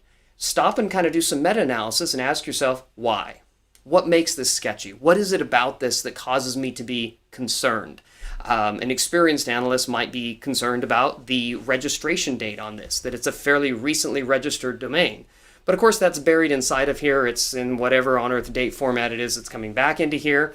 And so we, as developers of these libraries, we should be having conversations with analysts. And when they say things like, well, I'm really just looking for, the age of the domain, why don't we just make that a property? Let's just make that available to them. Let's do the date math for them so they don't have to figure that out. This also is a great way to identify places in your existing workflows that would benefit from automation, and that you can then either implement yourself or take to some other to an engineer to help you out with it. Now, this might also really trigger a bit of a religious discussion here, but I want to challenge you as analysts to identify and eliminate spreadsheets in your workflow. I know, I work for Microsoft. That seems probably somewhat heretical, but seriously, how much of your analytical workflow depends on whatever security product it is you're using to export to CSV? For that matter, does your job actually require you to use lookup functions in Excel? Those are great places that should be in a notebook. And if you go back through all of the lessons today, especially today and also yesterday, covering how you bring data into pandas, you'll learn about all kinds of easy ways to bring in CSV, or better yet, talk directly to the APIs, pull that data directly into a notebook, and work from there. Part of the reason, too, why I kind of sort of nudge you a little bit in this direction is do you want to be known as the analyst who's mastered pivot tables, or do you want to be known as the analyst within your organization who has built an automated workflow that is always finding evil? That's probably where you want to be. And I think as we look towards scaling investigations, we need to look for places where we can maybe in some cases move beyond tools that are familiar to us, but we recognize don't scale well, where they don't provide a good context for documenting our processes, and move into things like notebooks that do address those things more directly.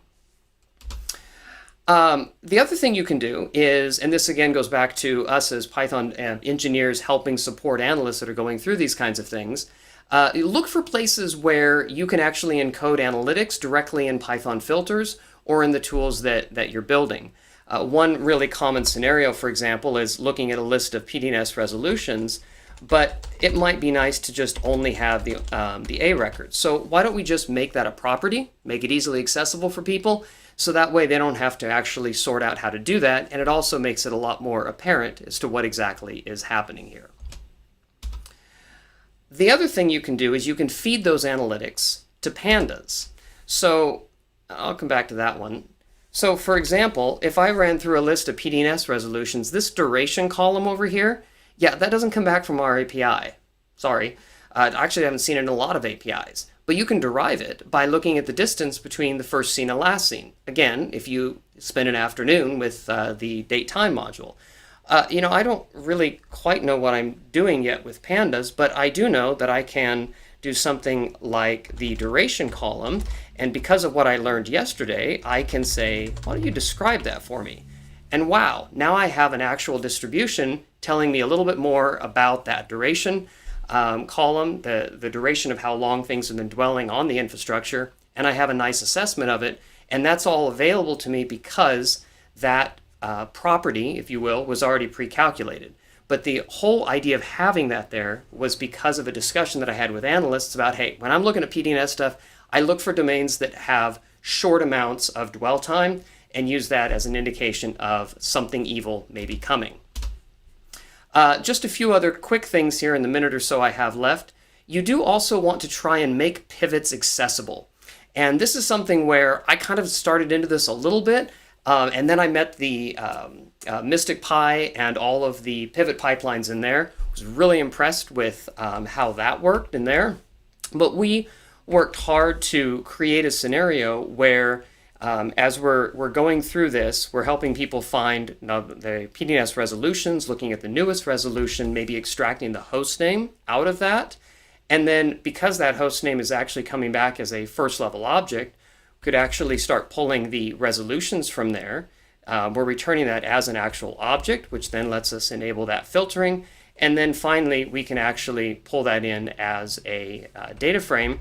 And that's how we get to this output here that we saw before. So consider creating a declarative interface that really does build on your user's experience.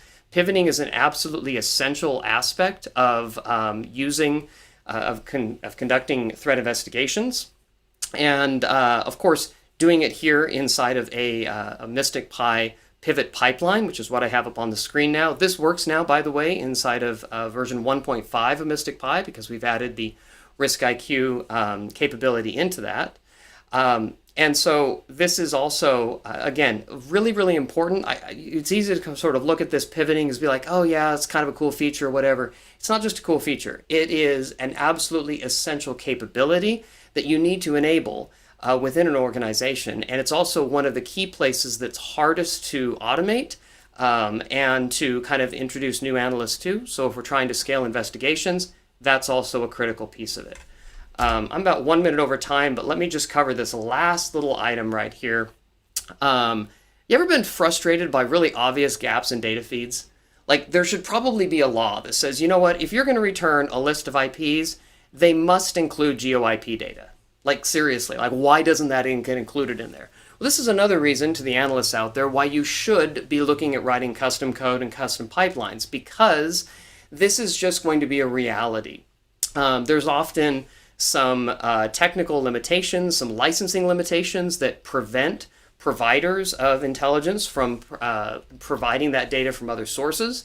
And you're going to need to glue that data together yourself if you really want to get the most value out of it. Here, all I had to do was add this one single line into a Mystic Pi pivot pipeline.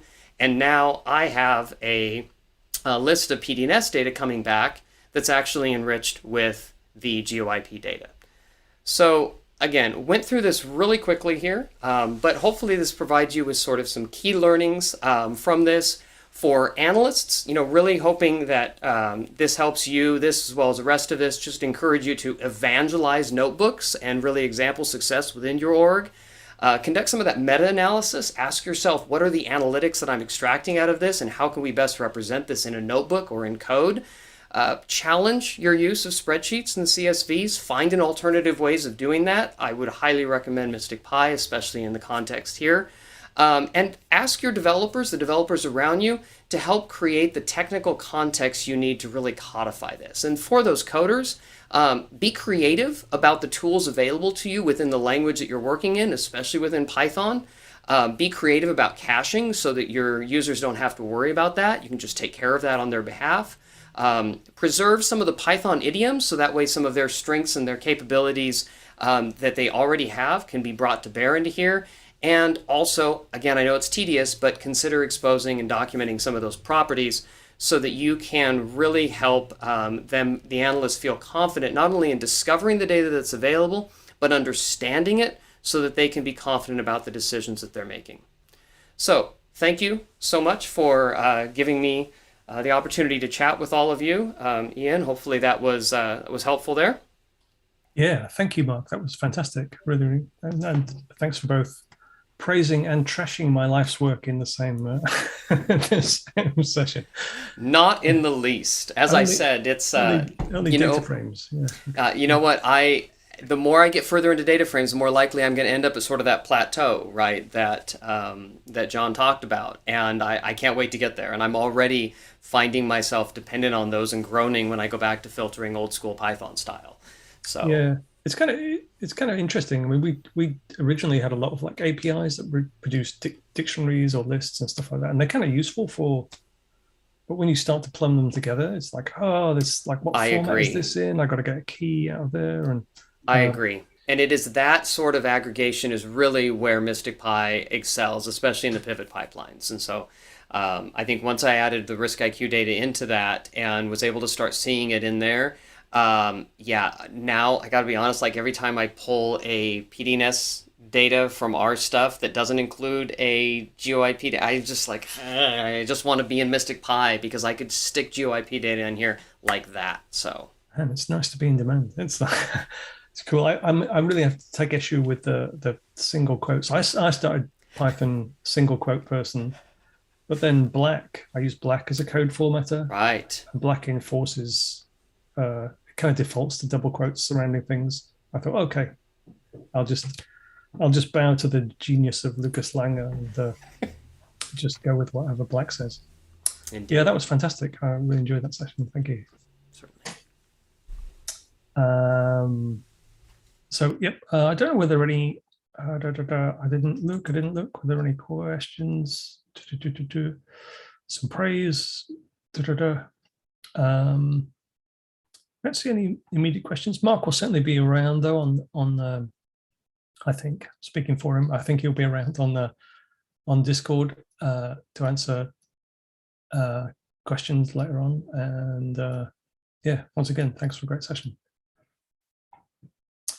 So we've got a very short break. I think we're maybe down to, where are we, 4:15? Oh, we're like 9-minute break. So go away, stretch your legs, get some coffee.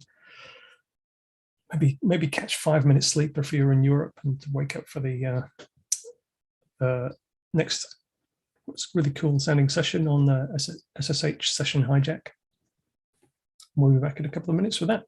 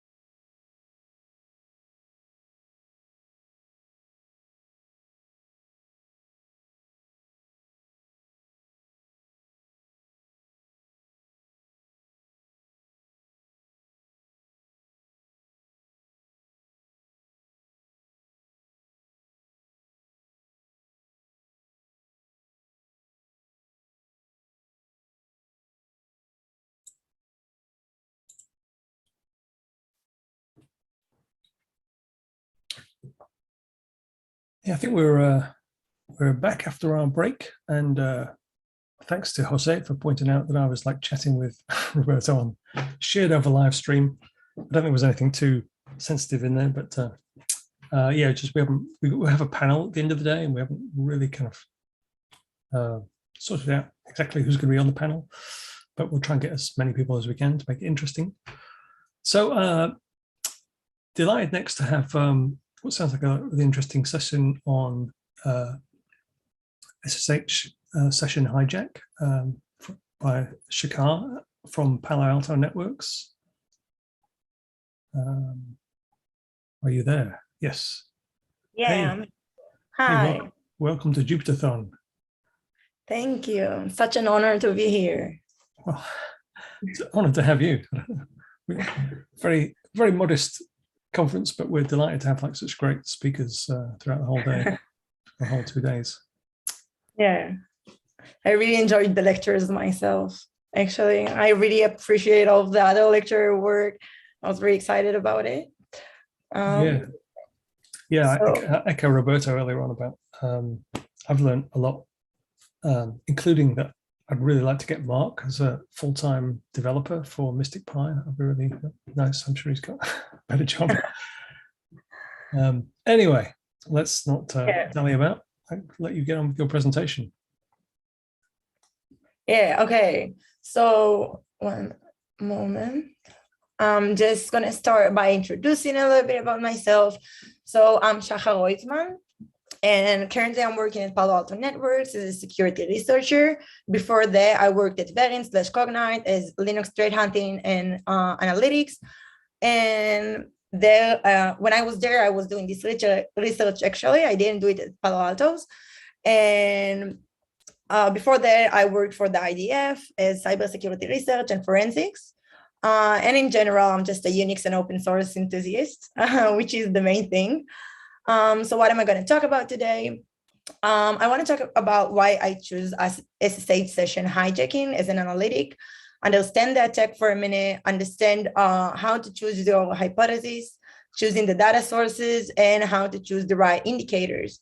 And in general, I just want to share the process of what is the mindset when you are going to do an analytic.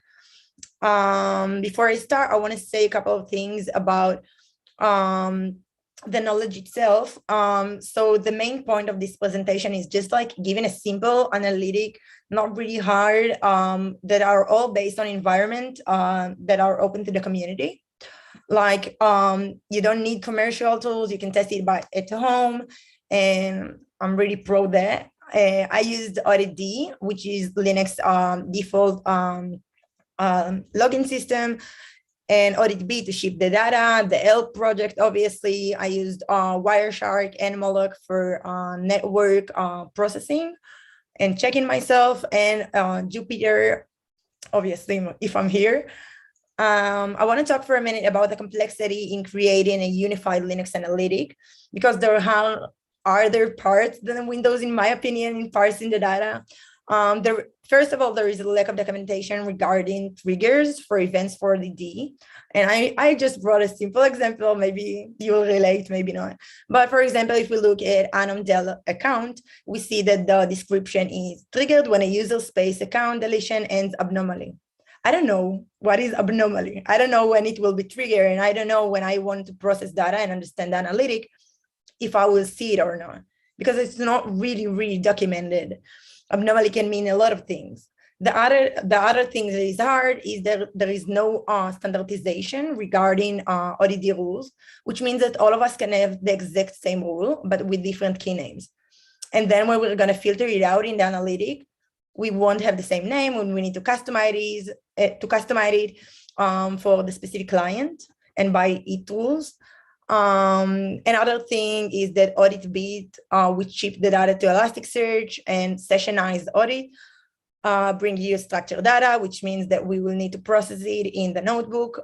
And I won't be showing it today, but I will give a link for the full notebook, just because today I didn't want to show my environment, and I'm just going to show logs that I collected locally. So you won't see the processing and the things that are compatible for the whole environment, for Elk and Elastic and everything, but it is in the full notebook, which I will show in the end the link to. And also, so we have structured data that we need to parse, and the last thing that is a bit hard is that ODD logs need pre-processing. So for those of you who doesn't know Linux that good or didn't have the chance to work with it, or at least ODD, we can see that if I track from, for an instance, SSH config file, I will get this bunch of logs, which contains different types of logs. And we can get for different triggers, multiple of the same type. For example, I can get multiple of paths. I can get multiple types of each one of the types actually, and I can get different count of them and different types.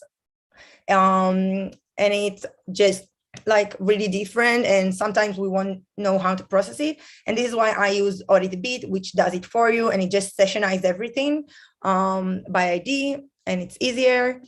Okay, that was the intro. Let's get to the thing. Let's understand what is SSH session hijacking. So basically, this is the MITRE definition. But when adversary may take advantage of trusted relationship established between other systems via public key. I'm going to say it in my words. Basically, if you have two computers communicating in SSH, then the attacker can use and abuse the socket file created. And as it kind of finished with something that I really support, which is if an adversary is able to obtain root access, then hijack SSH session is likely trivial. And this is because it's a really easy technique. It's not really loud. It's not noisy. It's not really alerting. So why not use it as an attacker? So why would an attacker use it? In my opinion, first of all, SSH is the most common protocol to communicate with Linux computers. Also, it's less suspicious just because SSH tunneling is really legitimate. And sometimes when you see the data, some researchers may think that it is like a legitimate SSH tunneling session and not a hijacked socket one. Also, this method, it just cancels the need of the attacker to use a new SSH session because, as I will show after this slide, it's the exact same session. So it won't be very noisy. And the last thing is that the majority of the people use the same SSH client, which is OpenSSH, and the attacker won't need to be compatible to different SSH clients. So what is the common implementation of this attack? We have the attacker here, and he gained access to some Linux machine he found in your organization or whatever, and he changed the SSH configuration file. Then what will happen is he's sitting on the host machine, and a user, legitimate user on the host machine, just connect to the target server. So the attacker that sits on the host machine can take the socket file created by the legitimate user just to connect to the target server. And I just use the same line, and this is to just like, so you can see that this is the exact same session. It's not different session. It's not more session with the same credentials. It's just the exact same one. So the stages were like changing the SSH configuration, then the attacker can manipulate the SSH client to save socket file, and then he can utilize the socket file and connect without any credential acquired, which is amazing to him and bad for us. I want to start by saying that simple is better. If I can do a query, I will do a query. And I start by thinking that I don't want to do some big, huge data analyst and joining and stuff, which is like bad for performance sometimes, if I can solve it but by one data source. So for this technique, if we look at process for SSH, it's just two false positive. And if we look at file, different file changes, a lot of people change SSH config. So it will be two false positive as well. And then you might ask, okay, why not use network? This is like SSH and session. It's like the most basic thing to try networks. So this is where I would put the hijack network anomalies if I had any, because there weren't any. And why is that? First of all, SSH traffic is encrypted. So you don't see a lot of data. And by simulating the attack and review it with Wireshark and Moloch, you can see it here. I'm not gonna get really into it because you can just see it later, but there is no embedded sessions, no port change, no extra handshake, because it's all the same socket actually. So I understood that I couldn't do it. And in that moment, I realized I have to do an analytic. And if I have to do one, I will do one. But always try to do very first. Like if you can solve something in a simple way, there is no need to do extra work. Now that I figure out that I need to do an analytic, I will break it into hypotheses. And this is because sometimes breaking it into hypotheses help you understand which data sources you need. So the first hypothesis is an attacker might change the SSH configuration file, which means that I probably need to track the SSH configuration file. The second one is an attacker will use a socket file, which means that I need to track socket files. This attack will produce an anomaly in session login process because I'm gonna probably see in the login process 2 people connected to the same socket, and I'm gonna look for it. And the fourth hypothesis is in SSH hijack, an attacker will wait for a legitimate user socket, which means that I will get some command lines of SSH because somebody will probably connect to it.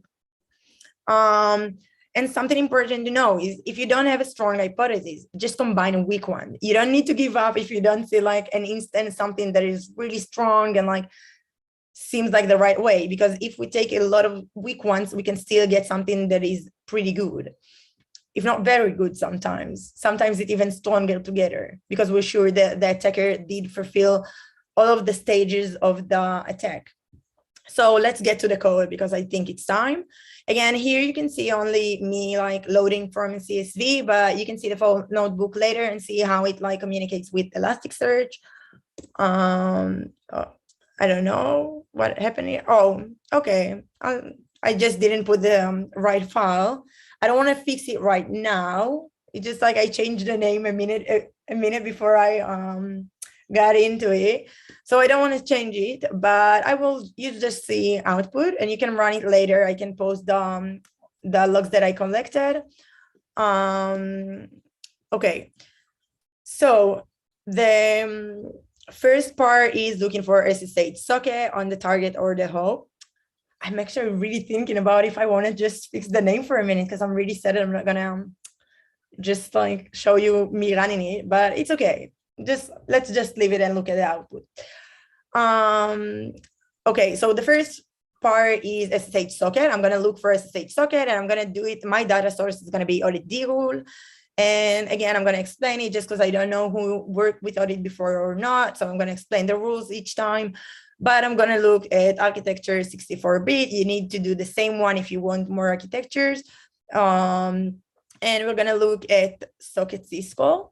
And I'm gonna look for the first parameter. And if you see the documentation for socket, you will know that this is the type of the communication that you want. I'm gonna give it 2, which means IPv4. You can also put 10 and for like IPv6 or whatever you want. This is just a POC, so I just put IPv4. I want it to always be tracked. And the key name is this thing I gave it. Also, if you want to read more, this is a blog I recommend on tracking socket syscall. There are a lot of interesting things to do with it. I'm going to go over 6-hour windows just because sometimes on servers, the sessions can be long. And everything that I will find suspicious or like the right fit for what I look for, I'm going to put trigger 1 on it. And in the end, we're going to create a scoring method. So I'm just choosing the right columns that I want, and I'm going to filter out the key that I put for the rule name to find the right data. Then I'm going to filter out, I don't want any socket, I want SSH socket, so I'm going to filter out that. And I'm going to group by a window and take the min and max time of the window. I'm going to say it. Most of the time, the min and max time here, it's the same thing because it's just when the syscall ran, and it's not really the full socket time. But I'm doing it just for later correlations and joins.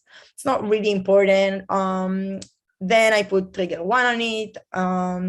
So you can see my data here. If it's really important to you, then you can also like send a Discord or something, and I'll change the name of the CSV or something if you want to see me run it. I don't know if it's important to you. guys. So feel free to say. So the second thing that I want is SSH configuration change on the hub machine.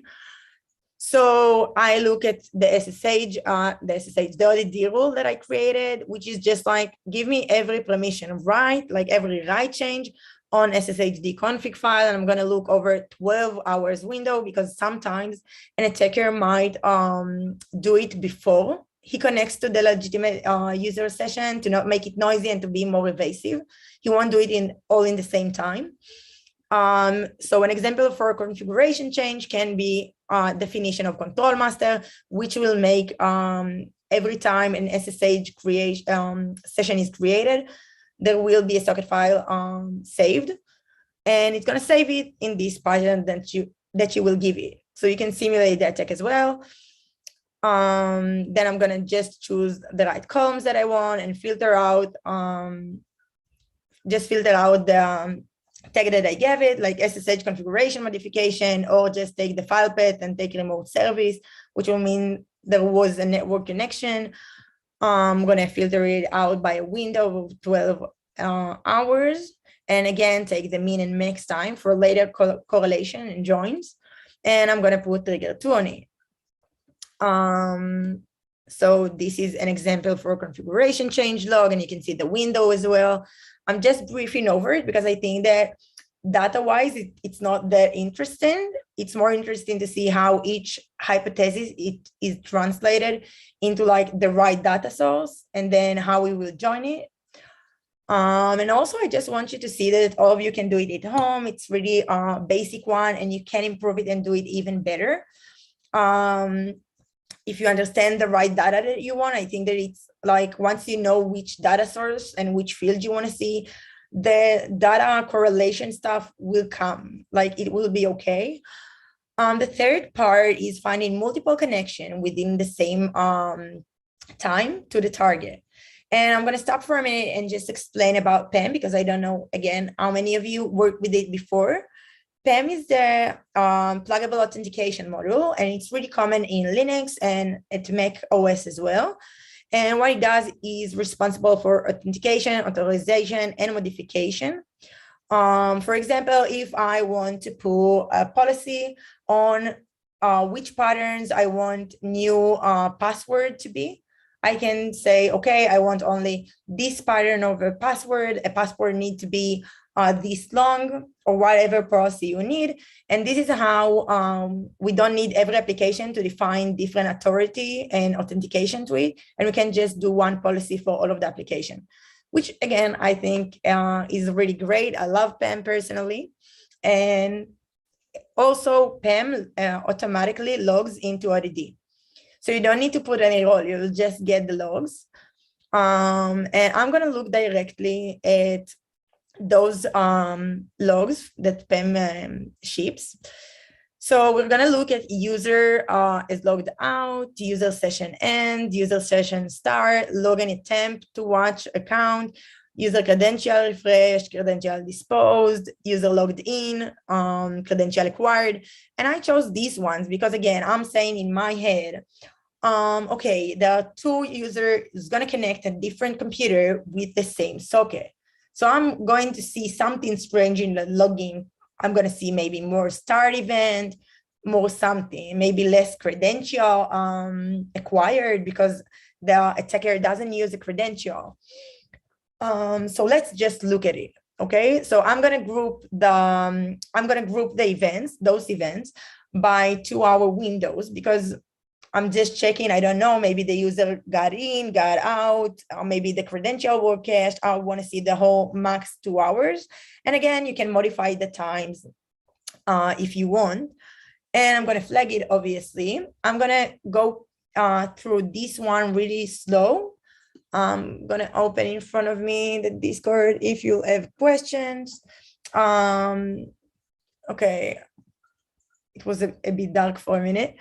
But I'll go through this one really slow because it's a bit more complex data-wise. 1 second. Okay. So I just choose the right columns, and then I filter out every sudo or SSHD or event category, which is the category, that PAM sends. And I'm going to look for user login category or authentication, which includes all of these logs that I've talked about.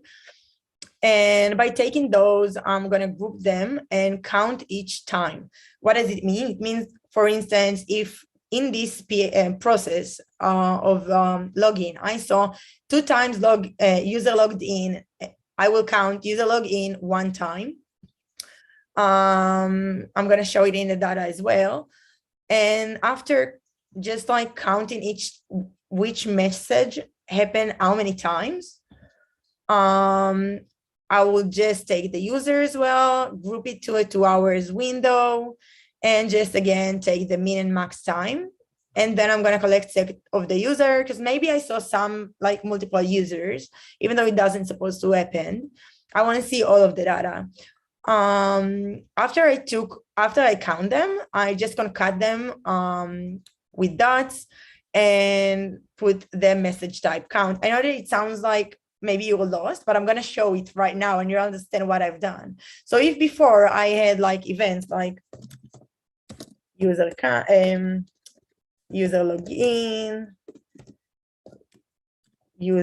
login, for instance, then now I will see just like user login 2 times. Okay, this is basically what I've done with the data. So you can see it here. I have the Zoom interrupting me. Wait.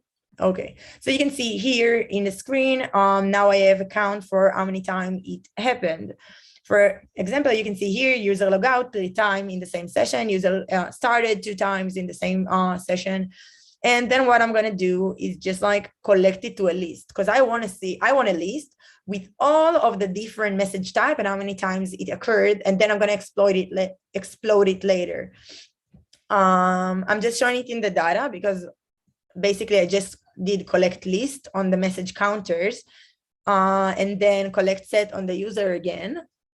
So you can see it here. Now I have a full list for this PID, and I can see, okay, the user started 1 time, the user acquired, entered the account 1 time, credential acquired 1 time.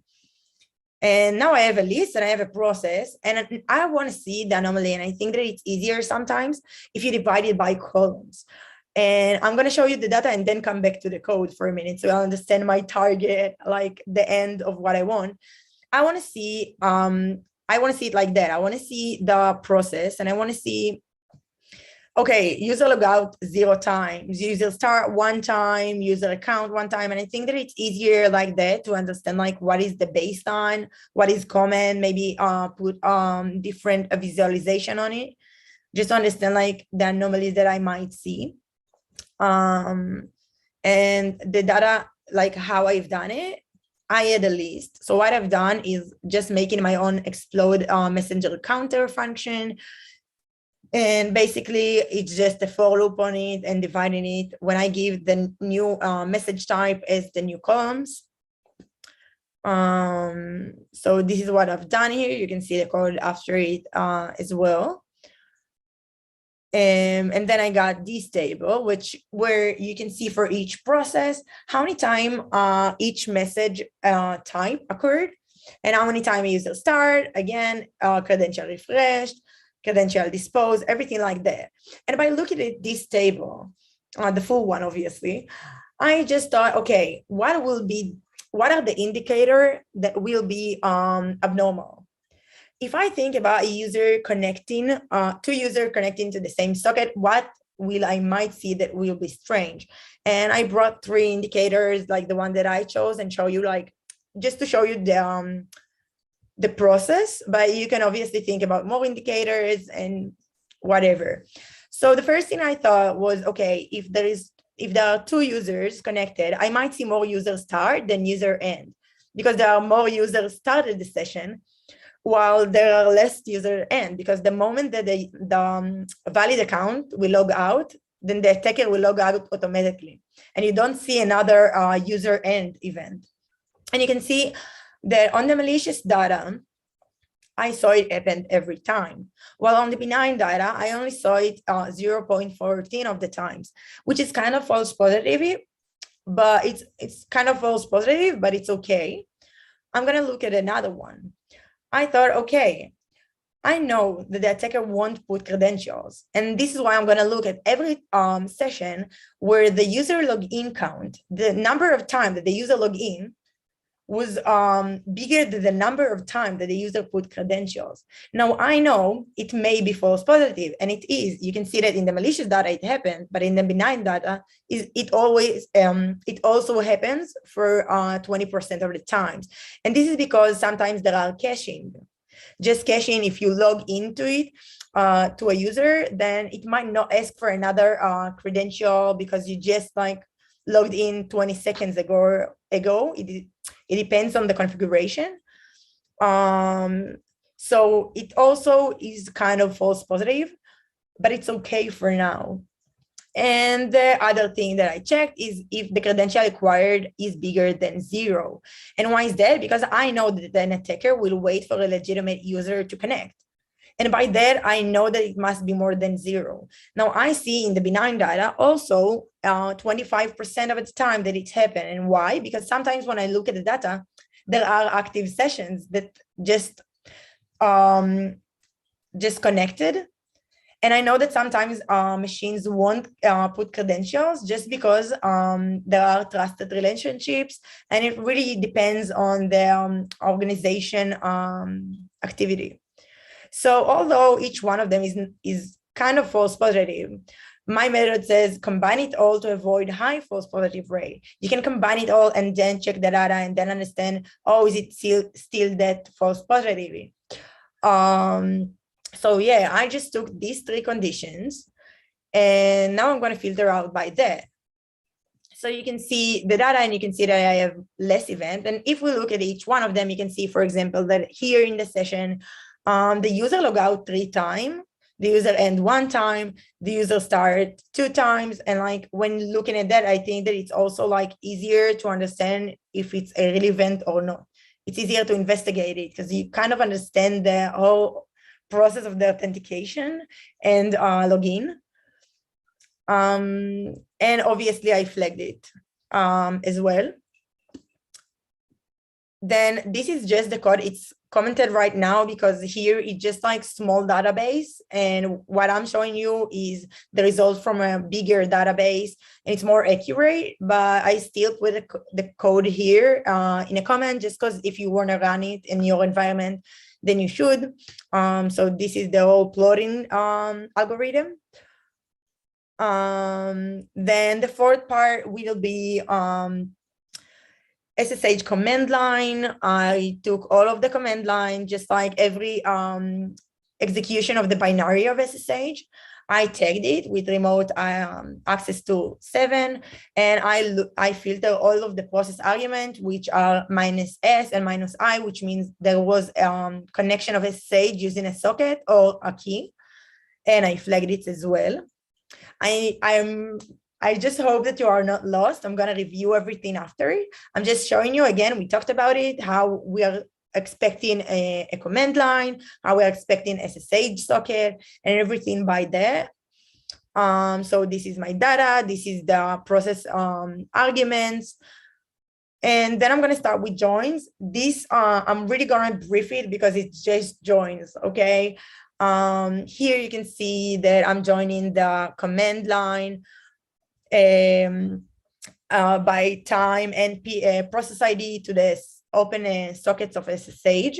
I'm just joining these 2 databases, and I'm gonna try to find time deltas that will be good with the min and max time of both. And you can see that here I'm kind of doing it on a really big delta of time, but you can change it as much as you want. I just checked that logically it's fine that the socket was open before the command line or otherwise. So then you can see that now I have 1 database with both of them joined, and this is how I try to find the hub machine. Okay, because I think, okay, on the hub machine I will see the SSH command line and I'm going to see the socket open. Then I'm going to add to it the SSH configuration change, which I said it's not a must state for this attack. So you can, some of the time you won't see it, but I'm also going to join it because it's part of the hub part. And you can see here me putting like way higher, a really high actually delta of time, because again, I'm just afraid of the attacker doing it in a really long range before the connection to the real target. Again, you can change it if you want, and you can see in my data that I didn't really simulate this part, because I don't want you to think like, oh, if you don't have this part of the attack, then you won't find it. It doesn't really matter, because we are going to work on like the scoring. As the highest the score, I'm going to trust more that this is the real attack. And then I'm going to join the target to the hope machine, again, by time deltas. You can change it. I really don't want to get into it because it's just joins, you can see. And also it's already commented. And you can see the joins here. I'm just afraid that I won't have enough time. The last part that I added was crypto session. PEM also logs crypto session when they're created, and I just added them, not because they are suspicious or something, just because I already have the socket timing and session time. I just wanted the information in the crypto session because you can get the source IP, dest IP, ports, and I think that it's a really cool and important data. And as a researcher, I always want more data. Yeah, and I'm also going to take the min and max time for and the data direction, because sometimes it will help me understand if I tagged right the potential host and the potential target machine. And I'm going to filter out things that are not like logically suitable by timing. It's not really accurate. I'm going to say ahead. And you can see that now I have all this session. Obviously, the dashboard is 22. And you can see the direction sometimes, and the process ID, which I think is a great data. Also, I'm going to add for myself, you don't need it. I just added the min and max time of the same process ID by PID. I just want to see from the first thing that I saw by this PID to the last one, how much time did it take? I think that sometimes it can help you understand if there were like exfiltration after it, or a lot of actions, or just small ones, maybe just try to gain a foothold on the network. And sometimes you can understand it by estimating the time that he was in the computer. So this is what you see. And after it, I'm just joining the crypto time to the start and end time of the process. Again, this is just a join by PID, and I'm just renaming columns so it will be more clear, and putting a flag on it as well. Then I'm going to take the new one, the new data frame, which is crypto session and process full time, and join it to my previous data set, which contained the hope and the target machine from all of the events. And you can see me just like checking the time, checking the command line was after which socket, if the sockets are right to the full process time, just like doing correlation of events by what I know, because you can have like the socket really short, the full process ID really short, and something, then you see something is off with the timing. So this is just me making sure of that. And now I'm gonna go over the results. I'm not sure. I'm just going to check for a minute how much time I have, because I'm not sure of it. Oh, wow. I don't think I have any more time. So anyway, you can see my results here, and you can see I have a lot of data.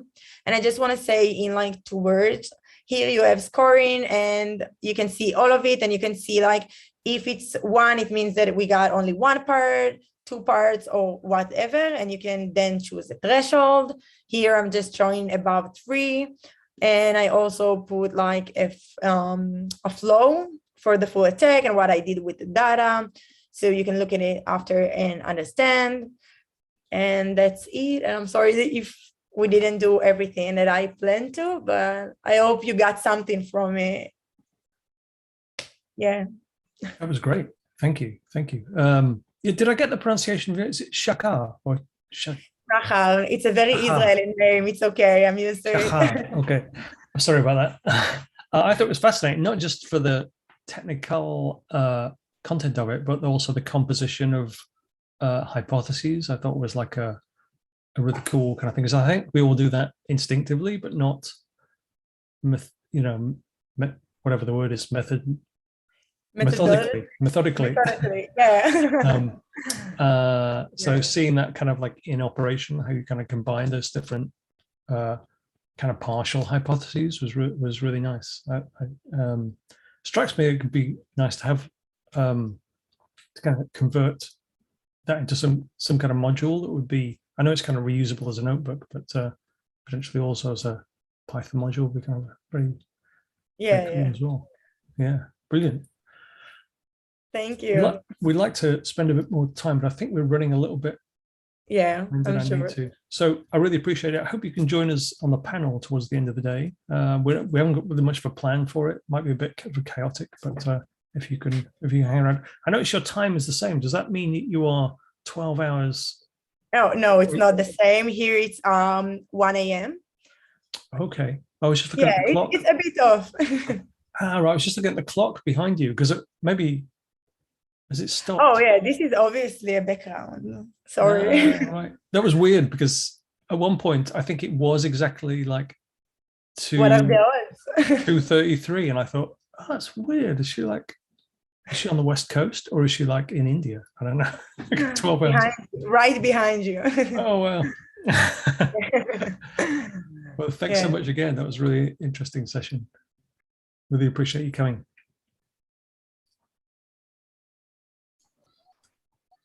Ashwin, I think Yep. Hey. Okay. Yeah. So I'll introduce Joe. So Joe is a cyber threat hunter from Target, and he's going to talk about hunting PowerShell obfuscation with linear regression.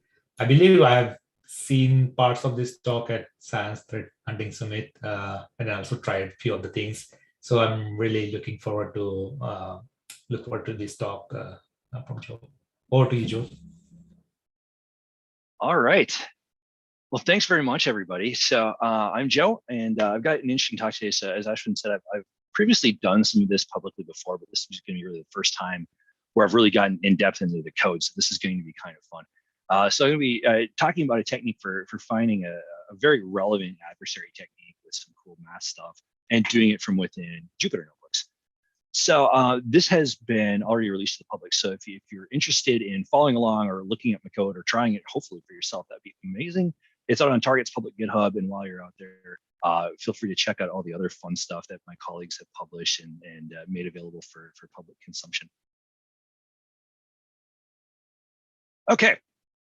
So here's what we're going to do quickly. I've just got a few slides that I'm going to tee up here. I'll just to give a quick introduction about what I'm going to be doing in the first place, and then we'll dive into the code. But I'll talk a little bit about what we're looking for in the first place here, and how to identify that from within some specific evil PowerShell commands that I'm going to be looking for, and then how to hunt for that from within a Jupyter notebook. So here's me. I've been with Target now since 2014. Been doing blue team stuff for probably 15 years or better. With about the last dozen in incident response and threat hunting, currently on the cyber threat hunting team for Target. And yes, I work with David Bianco. It's kind of an amazing, cool part about my job.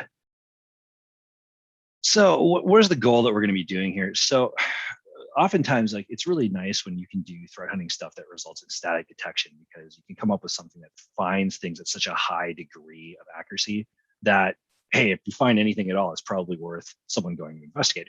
This isn't what we're really going to be doing here. So instead, what we're going to be doing is taking a large body of PowerShell commands that you can collect from across your enterprise or your environment and boil that down into a much smaller, much more manageable subset of that data that is more suitable for a human analyst to go look at. So, and that subset should be the part of the original data that is most likely to contain obfuscation, if any exists. So a couple examples. This is a PowerShell command. and without any further, other context around it, you could read it and go like, okay, well, I think they're building a user prompt or something here. And this would be something that I would consider to be non-obfuscated because I can read it, or I can at least make some sense of it. This would be an example of potentially something else. What is this? I have absolutely no idea what this is. And that's the entire point of writing this command is in this way. It's to deter people like incident responders, reverse engineers, threat hunters, and security researchers.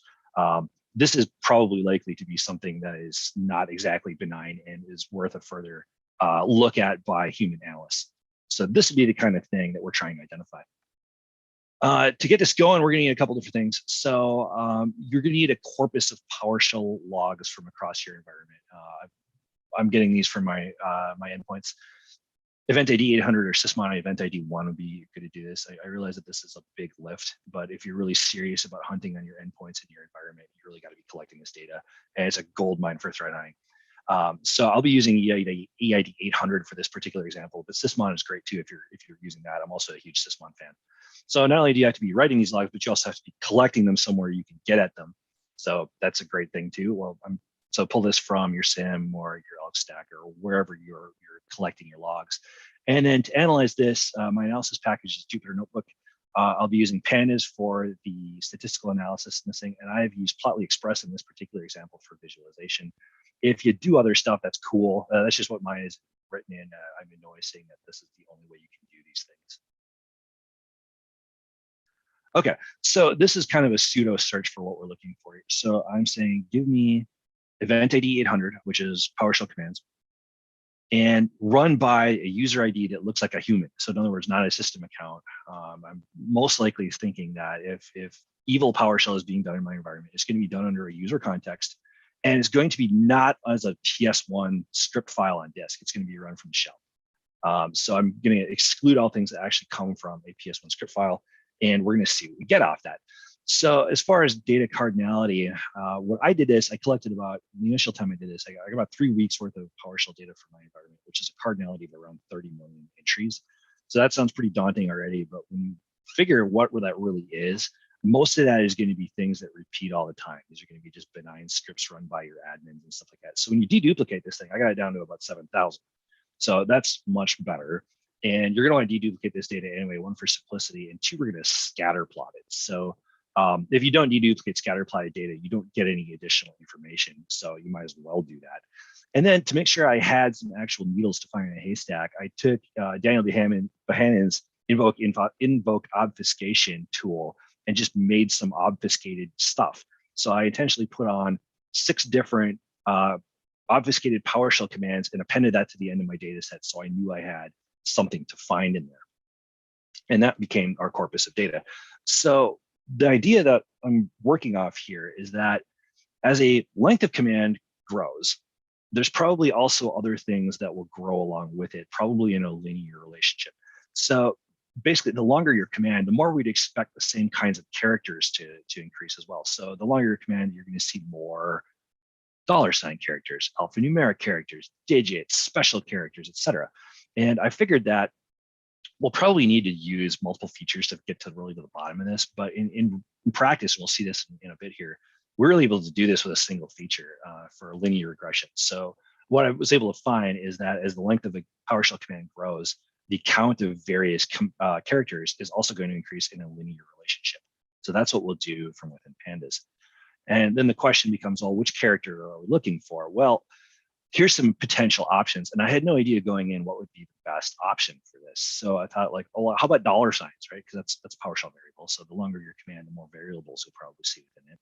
How about quote marks, single and double quotes, braces, brackets, those kinds of things that denote script blocks and arrays of functions, etc. How about anytime the camel case switches, so upper to lower, lower to upper? That might be something interesting.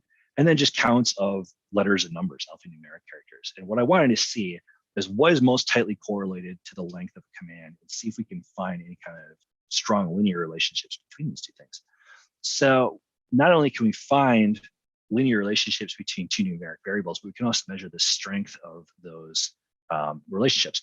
So the R-squared statistic is something that we'll see here in a little bit. What that really is the amount of variation that can be explained by doing a linear regression between those two numeric variables. The tighter that your data is clustered around your regression line, the higher the R-square value is. In other words, that's the amount of variation that can be explained by the regression, or another, you can think of it as how good is your regression. And this is going to measure deviation from what you actually got versus what you expected. So what I did was simply not knowing going in the first time I tried this. It's like, well, what is going to be the best fit for this data? What is going to be the tightest linear regression for all these things? So I calculated the R-square value for doing linear regressions against command length versus the count of all these different kinds of characters, just to see which one was best. I didn't know what was going in. So what I wanted to find was what has the best regression between two of these variables. And then from there, if we can find deviation from that regression, that's probably where obfuscation is going to occur, should any exist. So, okay, that's a little bit of setup here. Let's get into some code. This is going to be much more fun. So let's blow this up here. Okay, so this code is available, like I said, out on Target's GitHub if you're interested. Hey, Joe. I'll kind of walk through it. Yep. Do you mind zooming a little bit? A little bit more, sure. Yeah. Better? That should work. All right, cool. Okay. So I'll step through this. I've already pre-executed this notebook because the live demo gods don't like me. So I've already done all this stuff. So I'm not going to execute cells as I go through here, but I will show you the results of what those executions are. So the first cell here just reads in an initial data set. So this was a CSV export that I got from my log source of PowerShell EID 800 logs for PowerShell commands that were run by a human and not run off a script file. And just ingested that with the good old read CSV pandas method. And I cleaned the data up a little bit. And then what pandas allows you to do is I've ingested this now into a pandas data frame. You can create columns at will. So what I really wanted to do was get a column that contains the length of the command that I just found, and then populate that column automatically. So that's what this line does here. It just grabs the length of the command that I just got and grabs the length of that string and then creates a column of that number. So what I've got now is all of those commands that were just collected and how long those commands will run, or the length of those commands.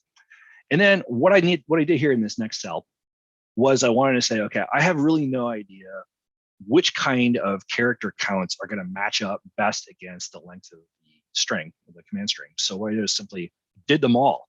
What I want to do is get a count of the semicolons present in this thing, the double quotes, single quotes. You can see all of them here. And then what I'm going to do is start doing a linear regression on all these things kind of in the background. And what that will do is gather the regression statistics for all these things. And that's what I'm going to use to figure out which one of these things is best.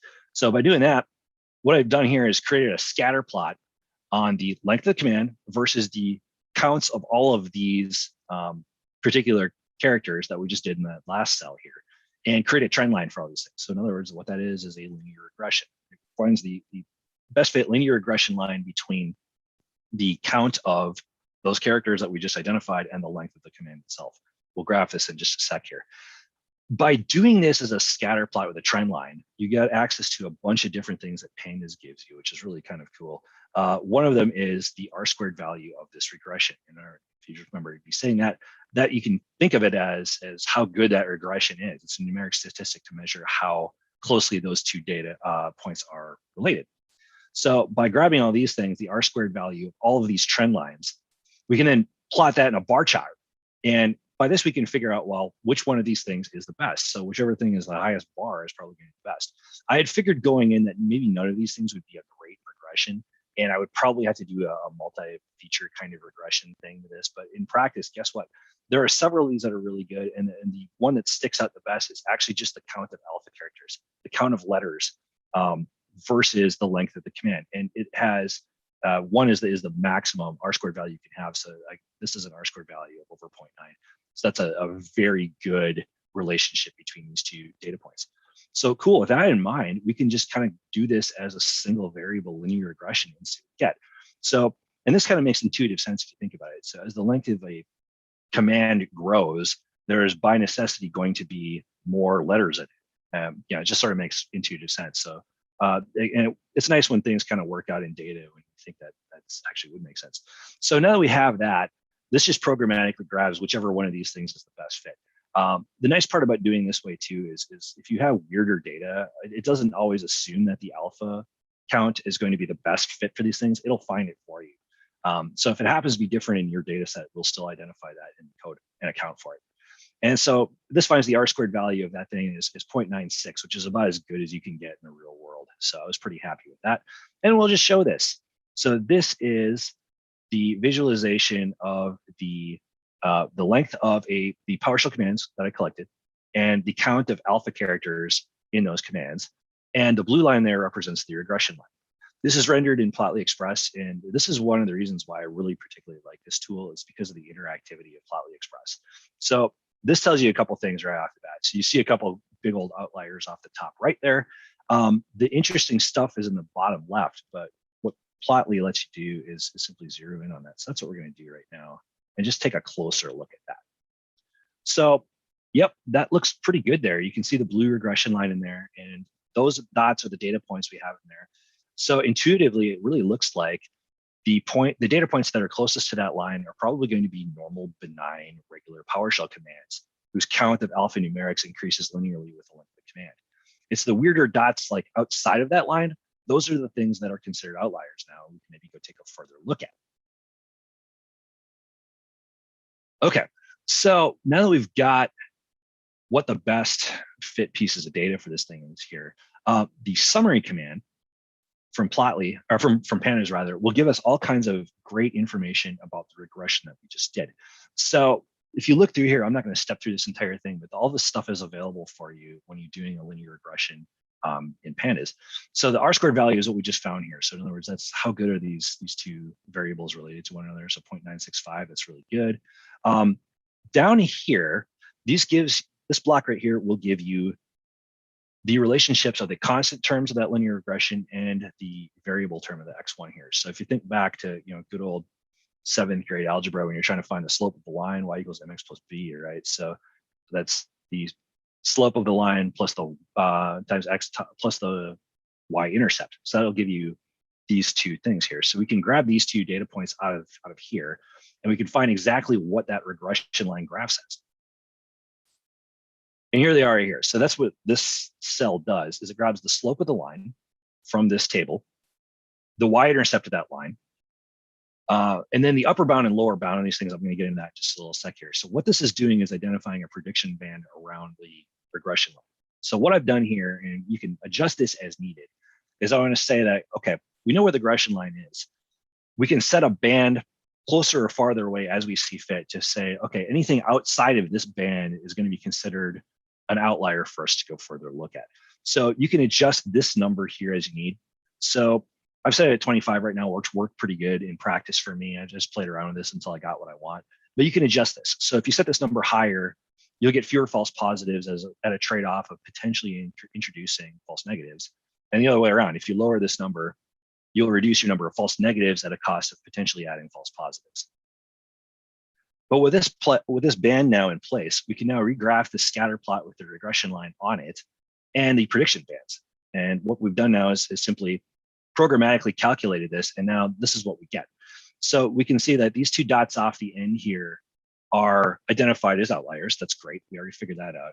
The interesting stuff is down here. And once again, now, since we're doing this in Plotly, we can zoom in on this and pan it and move it around.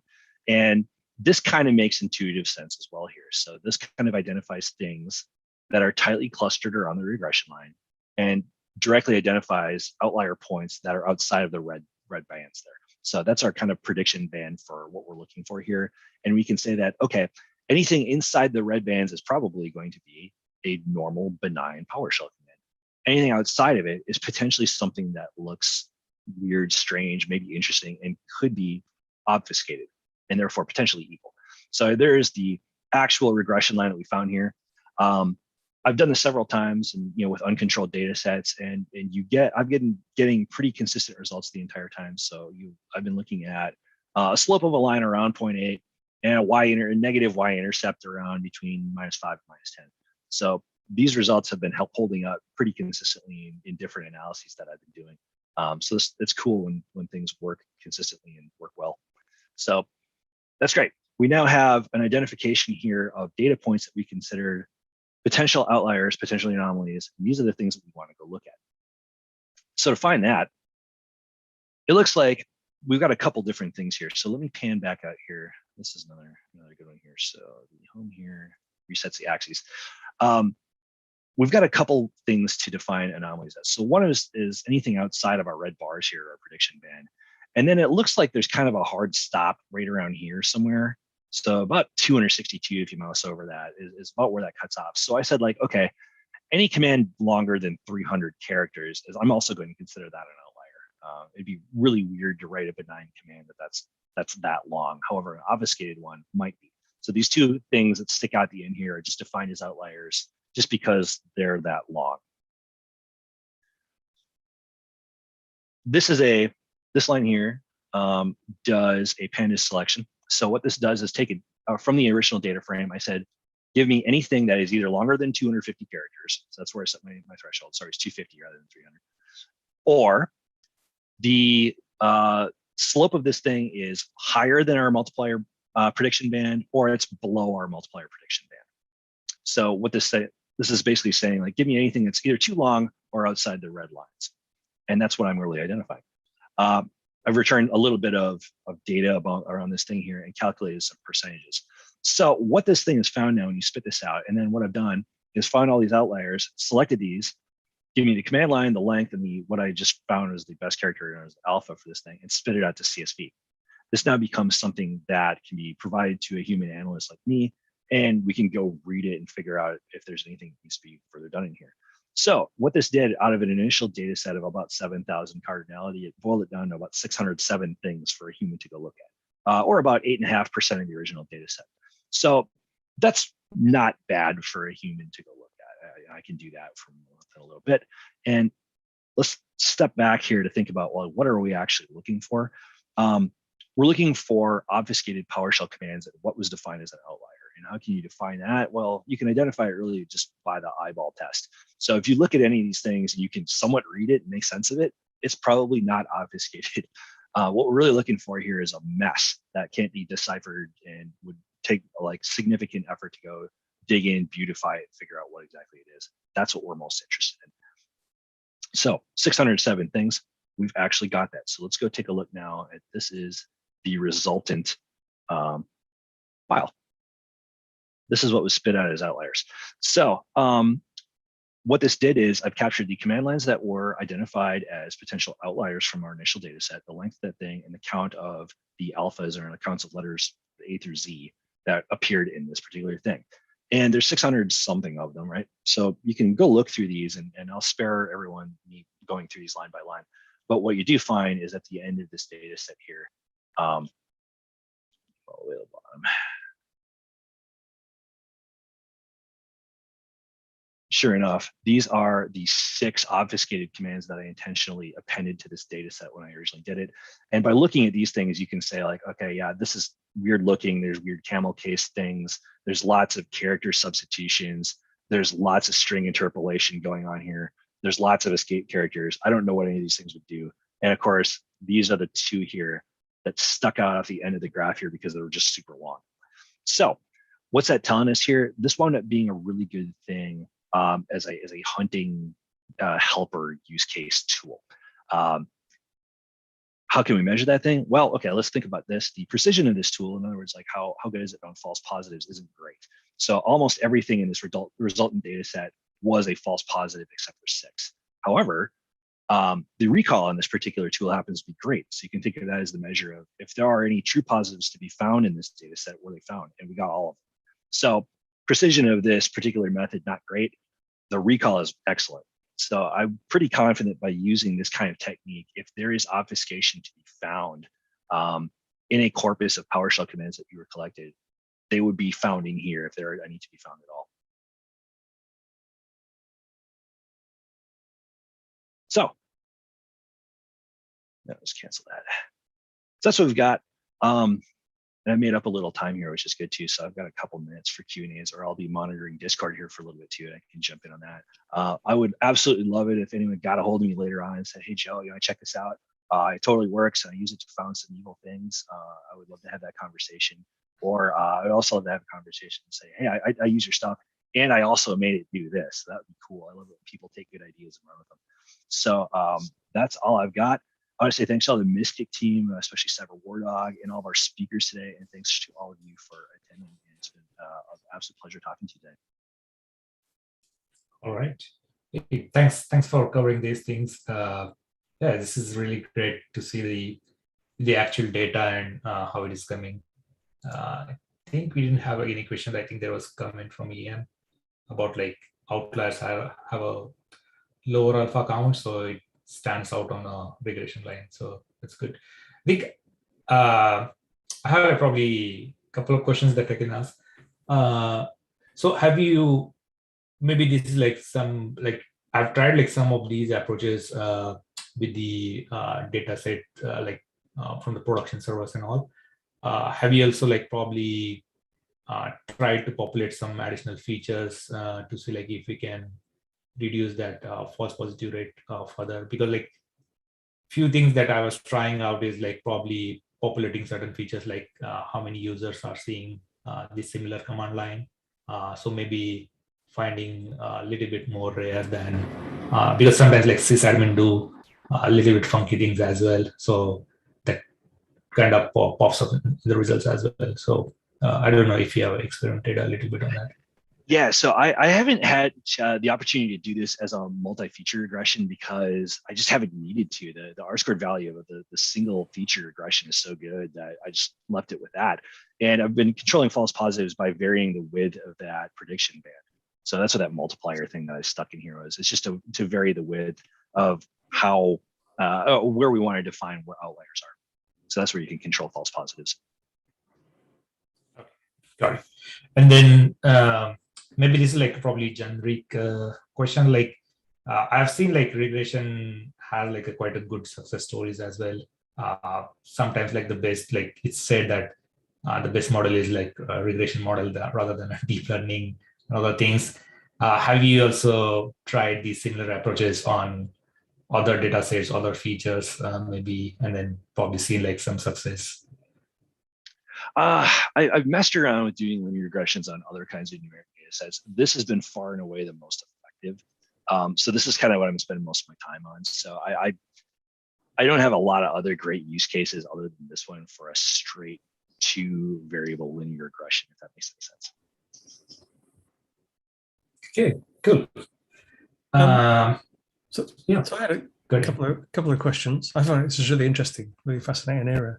I've done some work, like not as good as this, but like some work a while ago on kind of command lines, and I mean some things just from like seeing your results set. One thing I thought might be interesting just occurred to me was taking the if we forget about base64 encoded PowerShell commands, which there are a bunch of legitimate uses of that as well. But one thing might be to get rid of false positives, possibly splitting, tokenizing the entire command line, and then just doing a kind of dictionary lookup of, so things like users, exchange, mail, like the number of alpha tokens from your command line that were actually real words, as opposed to the attacker commands, which are not. They're kind of like obviously not real words. Obviously, there's a bunch of things like usernames and paths and things like that that wouldn't. But that might be an interesting kind of. Yeah, that's a cool idea. None of this data has been pre-processed at all, so that'd be a really good way of making kind of a first cut at it. See if you can identify. Yeah, are these things actual human words or something like a word? Yeah, it is a fascinating kind of thing that I've looked at in the past quite a lot of, like trying to understand, like, is this command line malicious? Is it intended to be? Is it been obfuscated in a way that's trying to disguise its real intent? It's great work. And I was wondering as well whether from Shahar's session last, like taking multiple kind of hypotheses and bringing that might be, you could combine some of these things, even though you've got kind of a really good kind of match with the regression line for the alpha count. There might be other things that are you could add together to get an even kind of stronger correlation. I mean, you know, potentially it would kind of reduce the like things like the case changing, which I thought was kind of interesting. You know, the kind of camel casing. That was one of the things I tried was regressing a camel case switch to, and it wound up being less correlated. But as a multi-feature regression, that might be a really cool thing to try. Nice, nice.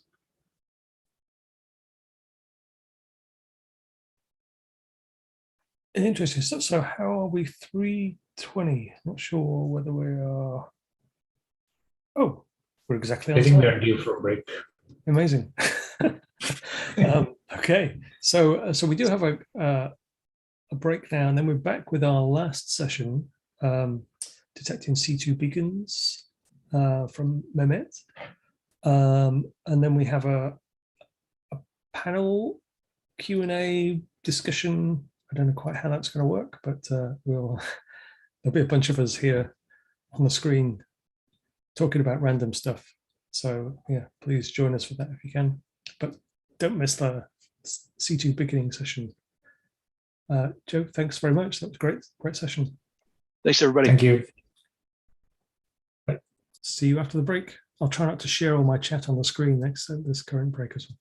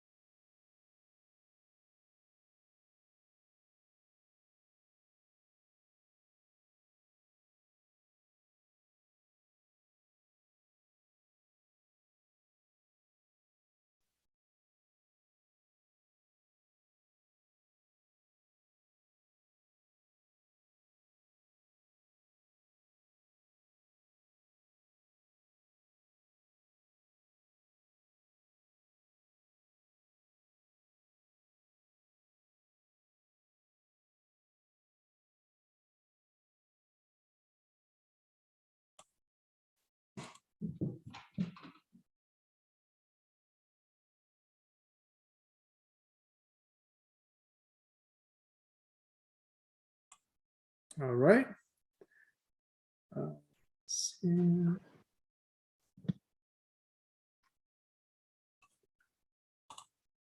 Start my video. There you go. Hey, how's it going, Mehmet? Good, good. How are you? Let me. Good. My oh, nice. camera. That's a nice background, man. I'm the only one using that background, I think.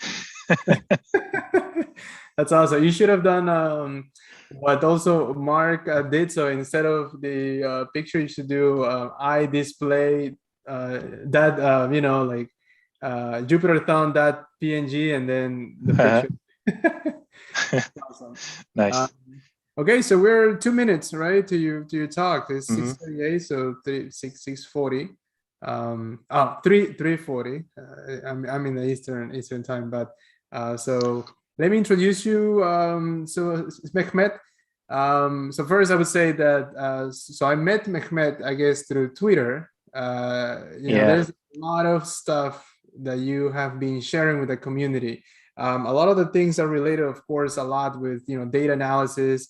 For example, using statistics at I would say sometimes starting from the basics, but then getting very advanced to even, for example, talking about Rita, right? One of the projects that you're going to be, explaining. But a lot of that also, I was hearing Ashwin just left, right? But but a lot of stuff I was hearing from Ashwin, and then I was looking at what Ashwin was doing with time series analysis, and then Mehmet, you started sharing a lot of stuff like that in that concept. So it was amazing to see different approaches, different tools being used, and so that was amazing to see you doing that.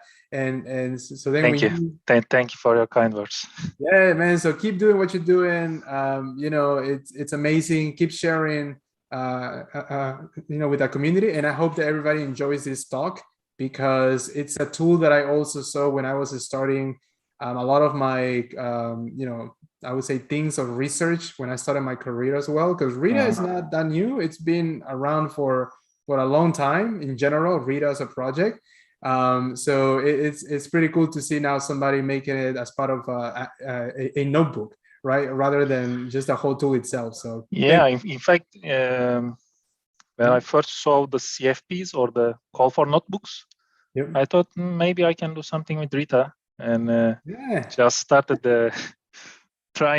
doing something. And then when I finished, at the same time you contacted me on Twitter. Yeah, exactly. So that's what I was saying, man, you've been doing a lot of stuff. And, so it's amazing that just to translate that to a notebook. And so, without, further ado, you can just go ahead, man, and, take it away. Yeah, let me share my screen. All right.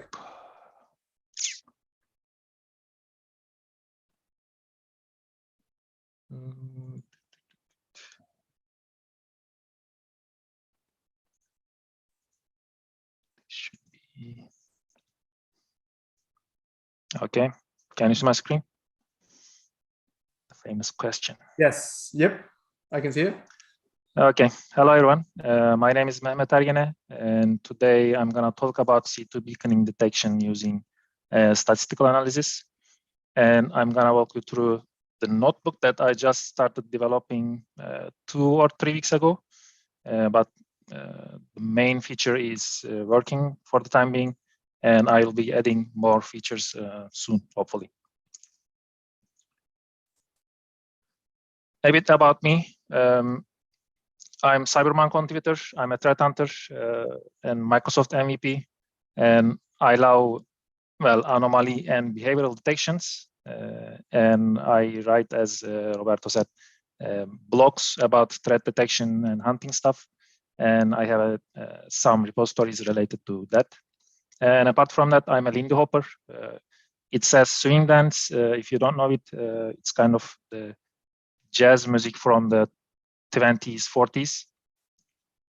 And if you like jazz music, I highly recommend. And I'm a handpan player. I just started learning it. And it's not a common or well-known instrument. But it has an amazingly calming sound. If you like those kind of stuff, then you can check it out. Before getting started, I want to talk a bit about Statistics 101. So, because we will be using some of the terms while implementing the notebook.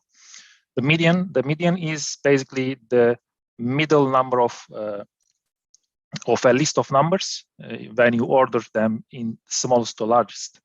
And for example, if you look at the list, where is my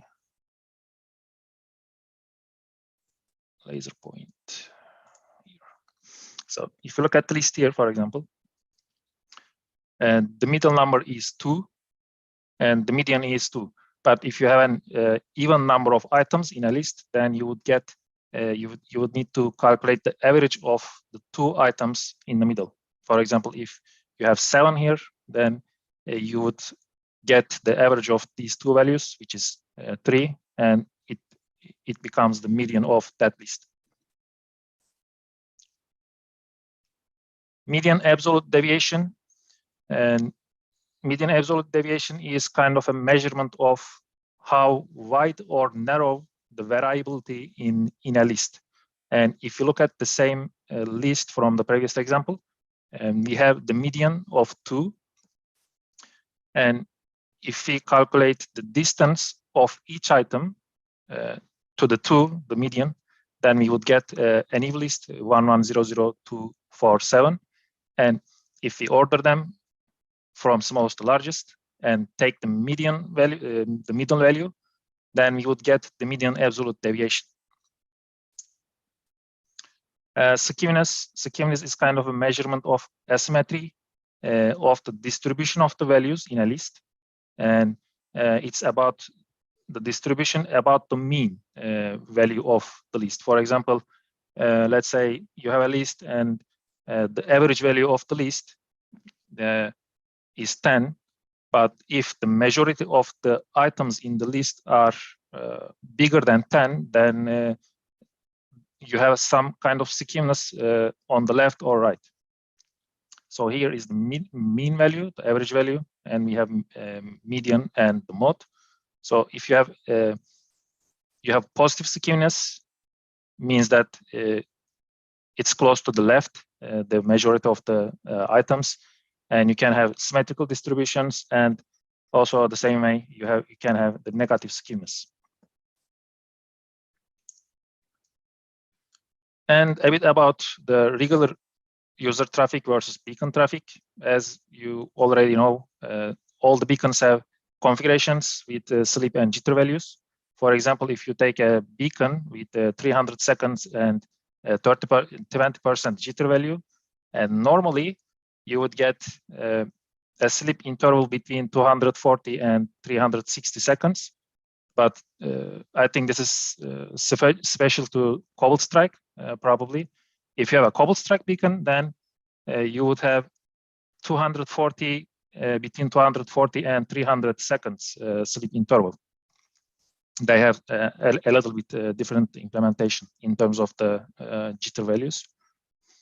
And in 24 hours, this beacon would make around 300 connections. And if you look at a user or regular user, since well, we are not machines and we don't visit the same URL like every 5 seconds or 10 seconds. For us, it's a bit random.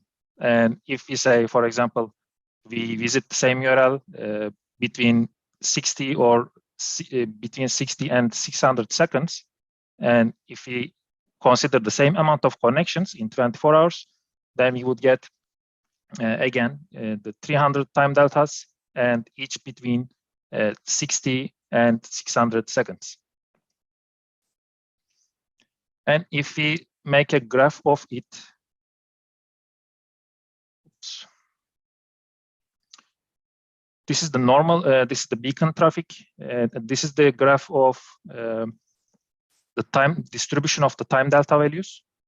So here, the beacon traffic has a sleep interval between, as I said, the 240 and the 360.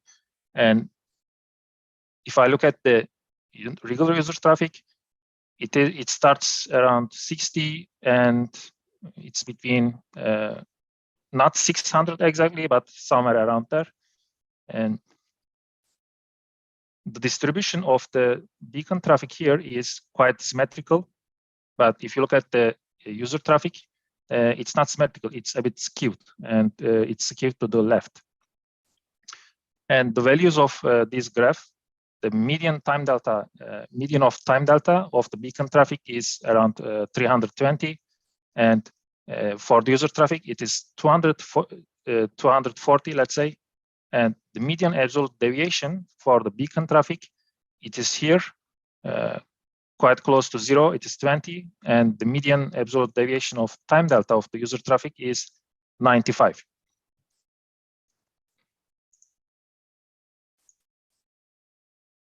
So what does it mean?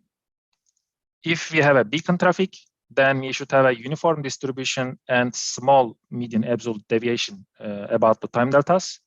And if you don't have a beaconing traffic, or if it's a regular user traffic, then we would expect a skewed distribution of time deltas and large median absolute deviation values about the time deltas. And how can we detect beaconing traffic using this method? That is already a famous tool, which is an awesome tool, the RITA. RITA is Real Intelligence Threat Analytics, and it's an open source framework for network analysis and sponsored by by Active Countermeasures. And it mainly supports the Zeek logs in TLC format or JSON streaming. And it has 3 main features. It can detect beacons, it can detect DNS tunneling, and it can perform blacklist checking. And if you have ever looked at its code, and the way how RITA works is that RITA uses the same time delta size distribution analysis and also the data size about the traffic, especially the data that is sent to the destination from the beacon. And it calculates 3 different scores, and then from these 3 different scores, it calculates an overall score. And the first score is time delta distribution. If you have a beacon, as I said, it should have a symmetric delta time distribution. And to measure that, it uses Bowley skewness measure. And the second one is median absolute deviation of time delta. And if we have a perfect beacon, then we should have very low dispersion around the median of their time deltas. And if you remember the graph that I showed, and the median absolute deviation was quite low. And the last, it checks the connection count. If the total connection count of traffic is high, then it's more likely a beacon. If it's not, then it's less likely a beacon. You can think of like if you visit a website 3 times or 5 times in a day, then yeah, it's probably not a beacon. But yeah, if there are hundreds or thousands of connections to the same destination, then there might be something going on.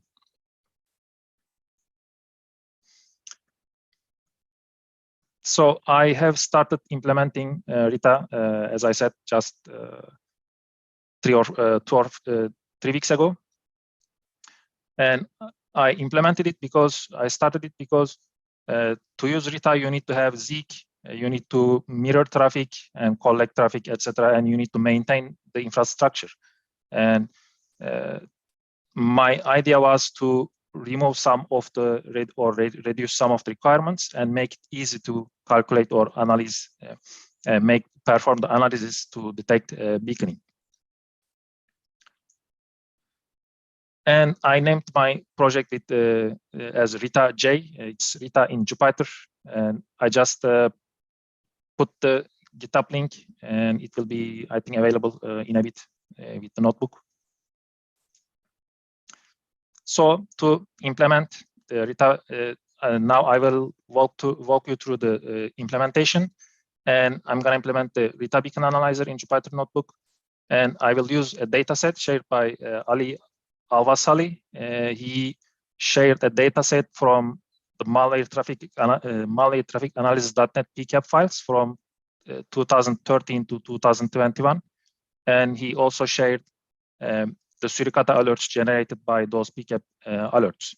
And if you want to check the code itself, the Rita Beacon analyzer, you can also go to the its GitHub page. It's available there. I kind of reverse engineered the code and then implemented it. The basic steps.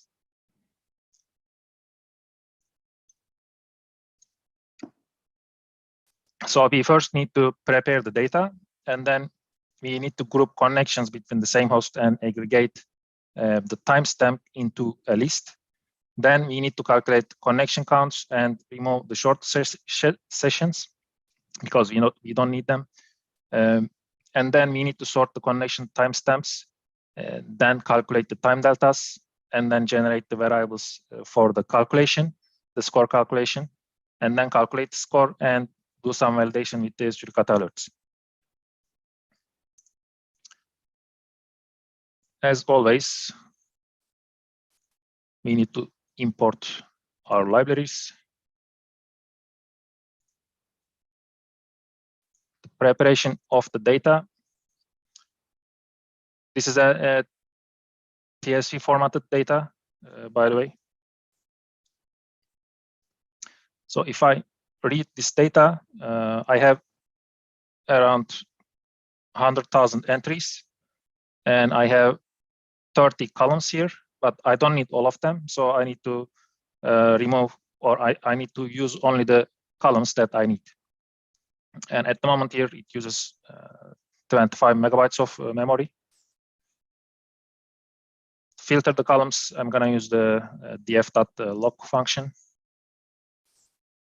And I'm getting all the rows and the columns, the timestamp, source IP, destination IP, port, and destination host name, and the method.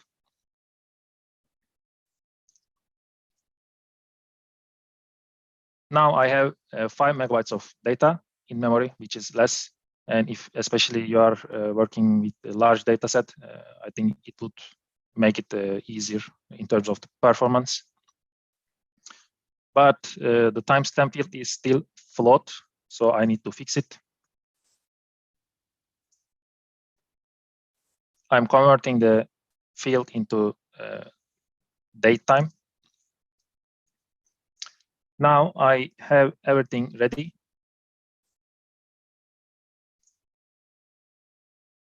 Then I need to group the connections. So I'm using group by and then aggregating the rest of the columns into a list.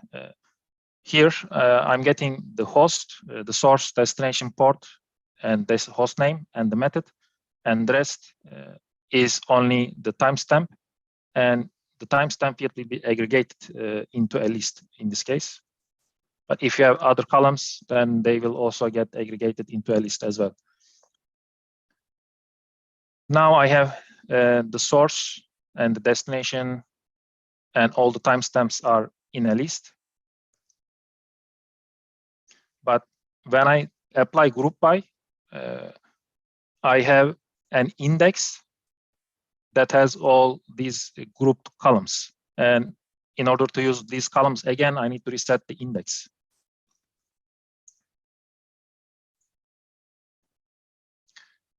When I reset the index, I get the original data frame back. And here are the timestamps. Now I need to calculate the connection count. Since I grouped the connections by using the timestamp, and I put timestamps into a list, I can just calculate, get the length of that list to get the connection count. And to do that, I'm using lambda functions here, and I'm creating a new column, connection count, and applying the lambda function on the timestamp field, and the function is the length.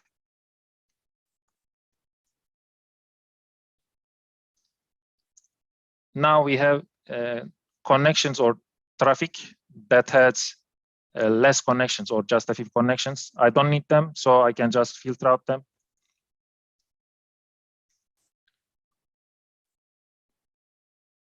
And I'm getting only traffic that has more than 20 connections. Now I have quite small data. It has only 433 rows and 7 columns, which is quite small. Then I need to sort the timestamps. Again, the lambda functions and apply method. Now I have the sorted timestamps. The time delta calculation. Since I have a list in the timestamp field here, I can use pd.series.diff to calculate the time deltas. I don't need to make manual calculation for that.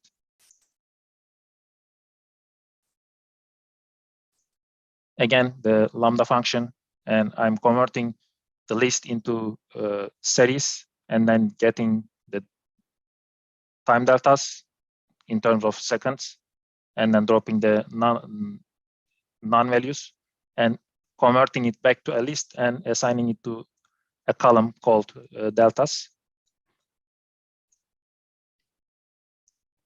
Now I have the time deltas here. Then now I need to generate the variables for the calculation. And by the way, I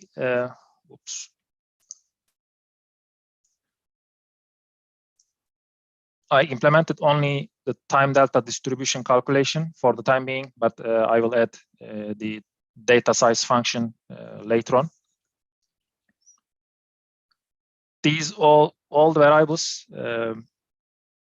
come from the original Rita code.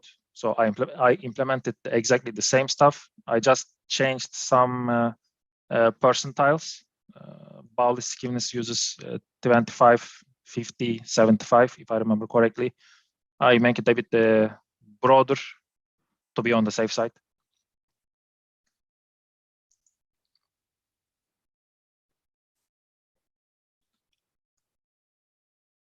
I generated all the variables here. So I have the TS low, TS mid. These are all the variables that are needed for the calculation. Then I need to calculate the score. Again, this part is from Rita itself, and there are some variables maybe that you need to be careful. For example, it checks the median absolute deviation, but if the median absolute deviation is higher than bigger than 30, then the score will automatically get 0. And maybe in the future, or if you want to hunt for the beacons that have median absolute deviation bigger than 30 seconds, then maybe you need to change these values.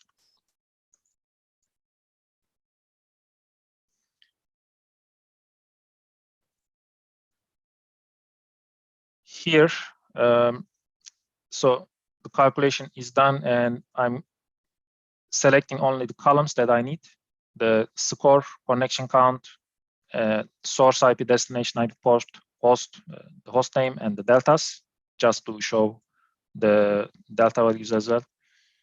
And we have lots of traffic that has the score of 1. It's because the deltas are 0, and most of the time, or they are the same. For example, it should be here. We have lots of 5s, and it's quite symmetric. And when it's symmetric, then you get a score of 1. And I also selected some of the traffic that has a score of lower than 1 to see the deltas that have items different than 0. For example, here we have 6, 6, 4, and this one is again, and the score is still high. And this one here, they look like a beacon. So to validate, I checked the Suricata alerts, and I picked up some of the IP addresses from the result that has a higher score, like 1 or bigger than 85, if I remember correctly. And when I query the Suricata alerts, I can see that the Suricata also detected the cobbled strike beacons, and there should be something PowerShell Empire. These IP addresses are in the list of the results in the beaconing with the high scores.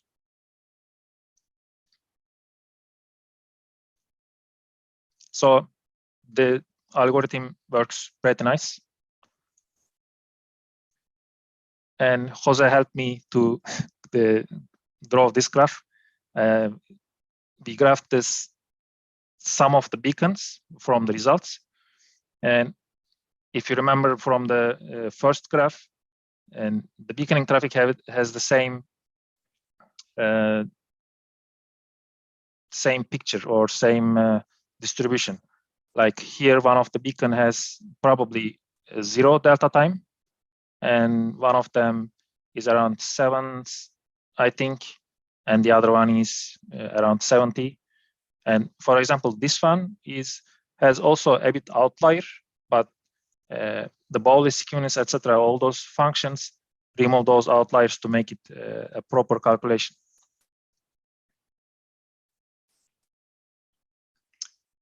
And I also tried to make it reusable. Here, so as long as you can acquire the data and put it into a CSV format, let's say, and all you need to do is to assign your fields based on your logs, because you would probably have the different vendors like firewalls, the proxies, etc. And you can just assign the variables of your log fields here, and then the rest will be automatically calculated by the notebook itself. You don't need to, for example, here change the timestamp column or other grouped column names, etc. All you need to do is hopefully assign your fields here and acquire the data. That's all.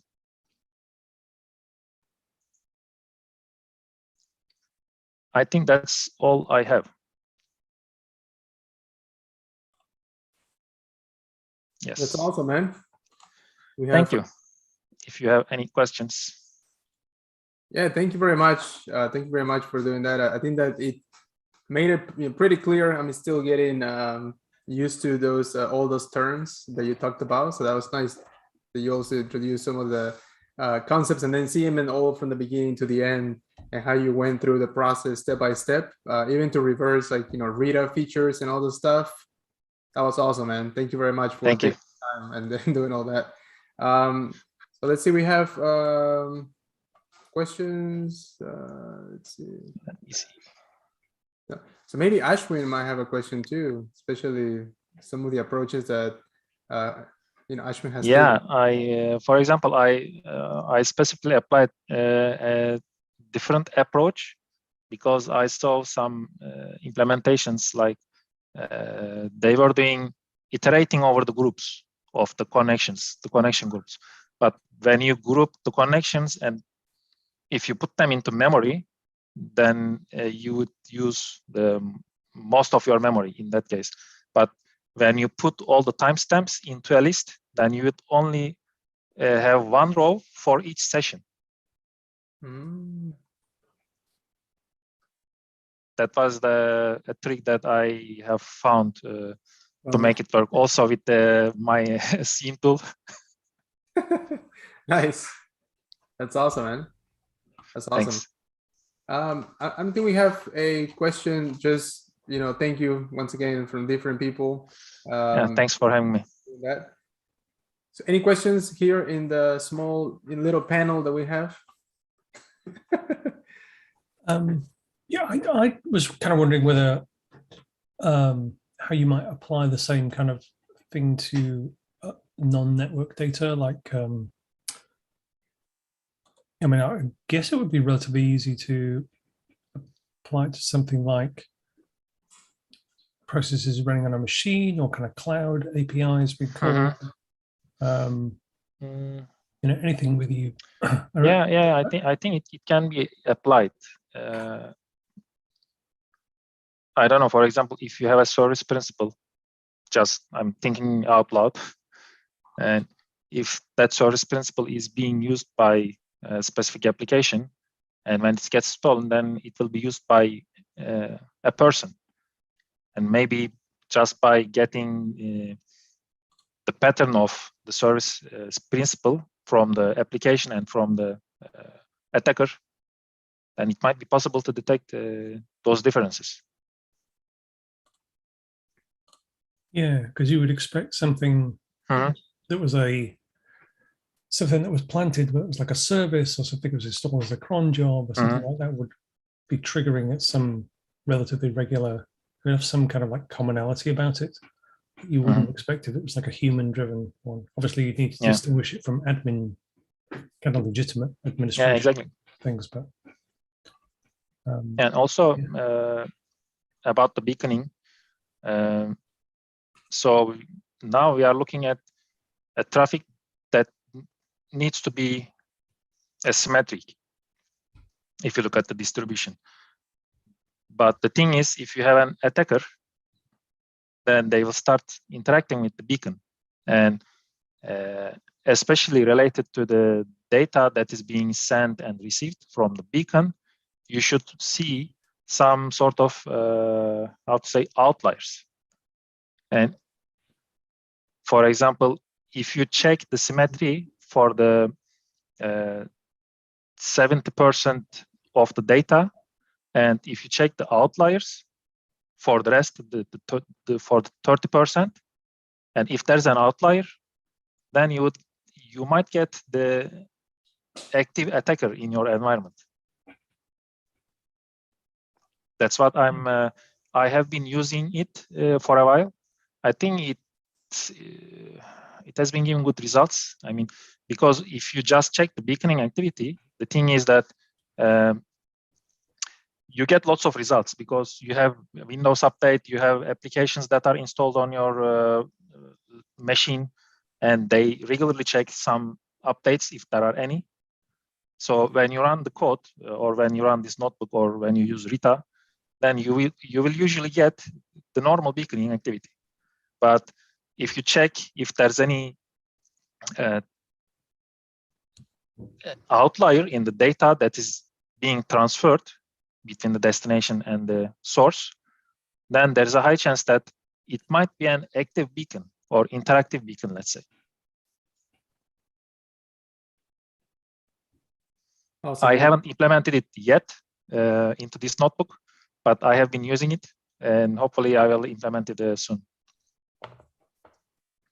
Hey, so I had one quick question. I think some of the things that I think I was looking at from your Twitter feed was you highlighted the fact that if on Windows, like under 2 minutes, it uses like the same TCP socket for some C2 servers. Was that like a specific case with the only like Covenant or some C2 framework? Or no, that was an artificial data. I used a function to randomly generate that data. So I just thought that, okay, if I have a user, then and regular user should visit the same website or check the social media sites, like either every minute or every 10 minutes. It was just random. But to make that graphic, I used the rand function. I think it was a triangular. So if you use, for example, when you generate the data, if you use the random rand int, then it would generate a uniformly distributed random values. But if you want to generate a skewed data by providing some inputs, then you should use the triangular function, the rand.triangular. And that generates that artificial data with the skewed distribution. So it was just to show how it would look. Got it. Okay. I thought there was some setting on the Windows that lets you use like the same TCP socket. So we may not see. Yeah. That was a special one. I just bumped into it. There was a covenant beacon. I wanted to demo that one, but I didn't have time to prepare all the data set. So I used this data set that was shared by Ali. And especially some of the beacons, I think it's based on the implementation in the code. And they just use the same TCP socket on the Windows or on the operating system. And the default timeout of the TCP socket is 2 minutes. And if you have a beacon with less jitter than 2 minutes, then you would see only one connection on the operating system. But of course, if you collect the network traffic, you would see all the connections. Yeah. I've seen like a lot of skewed data, like data cardinality under like 1 minute as well. So it's not worthwhile to like beaconing under 1 minute, because you'll feel like a lot of less event counts with very small time delta. So yeah. And yeah, most of the time, well, at least from the instant reports, IR reports, what we usually see is that most of the time they use around 1 minute of sleep and 20% of jitter. But also there is something related to that beaconing activity. Even if you have a beacon with a large sleep value, let's say an hour, if you have an adversary, then at some point they will want to interact with your beacon. And in that case, they will reduce that sleep value to, I don't know, 15 seconds or 5 seconds or 10 seconds. Then you can get that beaconing activity, even if you don't get the beaconing activity by analyzing the large amount of data. Unless you don't have a nation state actor, because they might be quite slow. Cool. Yeah, thanks for covering this. This was interesting to see you're welcome. Data sets. So we have, so I think we have 2 questions. I think, how much time do we have left? I mean, we can always, I guess, maybe add it to the panel. But how much? Yeah, I have time. Do we have, so what time is right now? So right now it's 4. I just want to make sure that, oh yeah, we should be good, I guess, for a few couple minutes. But and of course, if you want to stay to stay for the panel, it would be nice. But I think that one of the first question, I think, came from Jose. He was asking first, he didn't put it in the Discord, but I think it was which features you would add, right, to the model? Yeah. Hello, Mehmet. Nice to virtually meet you. We were talking over Discord. That was really nice. Yeah, thanks for wrapping up. Yeah, you're welcome. Yeah, my question was more about, because most of your analysis was basically considering only one variable, right? In this case, like the delta. The time delta. Yeah, the time data. But how, if I want to add more, let's say to improve the model, right? How would you do that? Like maybe adding like more context with more variables? Like yes, exactly. So the time delta, of course, you can detect, but you will get more results. And to reduce the results and get higher fidelity results, then you can add the data size, especially sent and received, because when the beacon gets a command from the C2 server, then on the received bytes of the traffic, then you should see some outliers. So you can check that received bytes. And if it's not using a separate channel for the data transfer, then you can also check the sent bytes from that beacon. But if there's a separate channel for the data, then you may not see that that traffic or that outlier in the sent data to the C2 server, because it would seen from a different level, maybe DNS or maybe Discord channel or Slack, etc. Because there's a new term or I think new term like esoteric C2 channels, something like that. I think F-Secure posted a blog related to that. I will work on it at a later time. It's on my focus radar. And apart from the data size of the traffic, what you could use is the prevalence information. For example, if you can analyze the data like for the last 15 days, and that's what I usually do, you can check if there were any other source users or machines that contacted that destination. So for example, you have a destination that seems like a beaconing, but if you do this analysis every day, and if that destination has already been seen during the last 10 days, then since you would have checked that destination, probably it's not a beaconing, or it's a beaconing and you didn't respond it. And another thing is that you can check the prevalence information, how many sources are connecting to that destination. And especially, I think most of them, for example, Windows Update, it's like the beaconing traffic, but if you check, let's say, depending on the size of your organization, of course, if you have too many employees, let's say 10,000, then within the 10,000 users, if only 5 or 10 users are communicating with a destination that looks like a beaconing, then maybe you might need to check. But if, let's say, 200 people or 200 users connecting to the same destination, which looks like a beaconing, then it's probably not a beaconing, because you would not expect 200 users, 200 different machines that are compromised if you don't have a terrible infrastructure, of course. I hope you don't. Yeah, got you. That's very nice. Thank you for the answer. That really helps a lot. Adding that context is very important when analyzing the data. Thank you. Awesome. All right, I think that there is 2 more questions, but I think that something that we can answer through Discord, unless we make sure. Yep. So we can start, I guess, the panel conversations.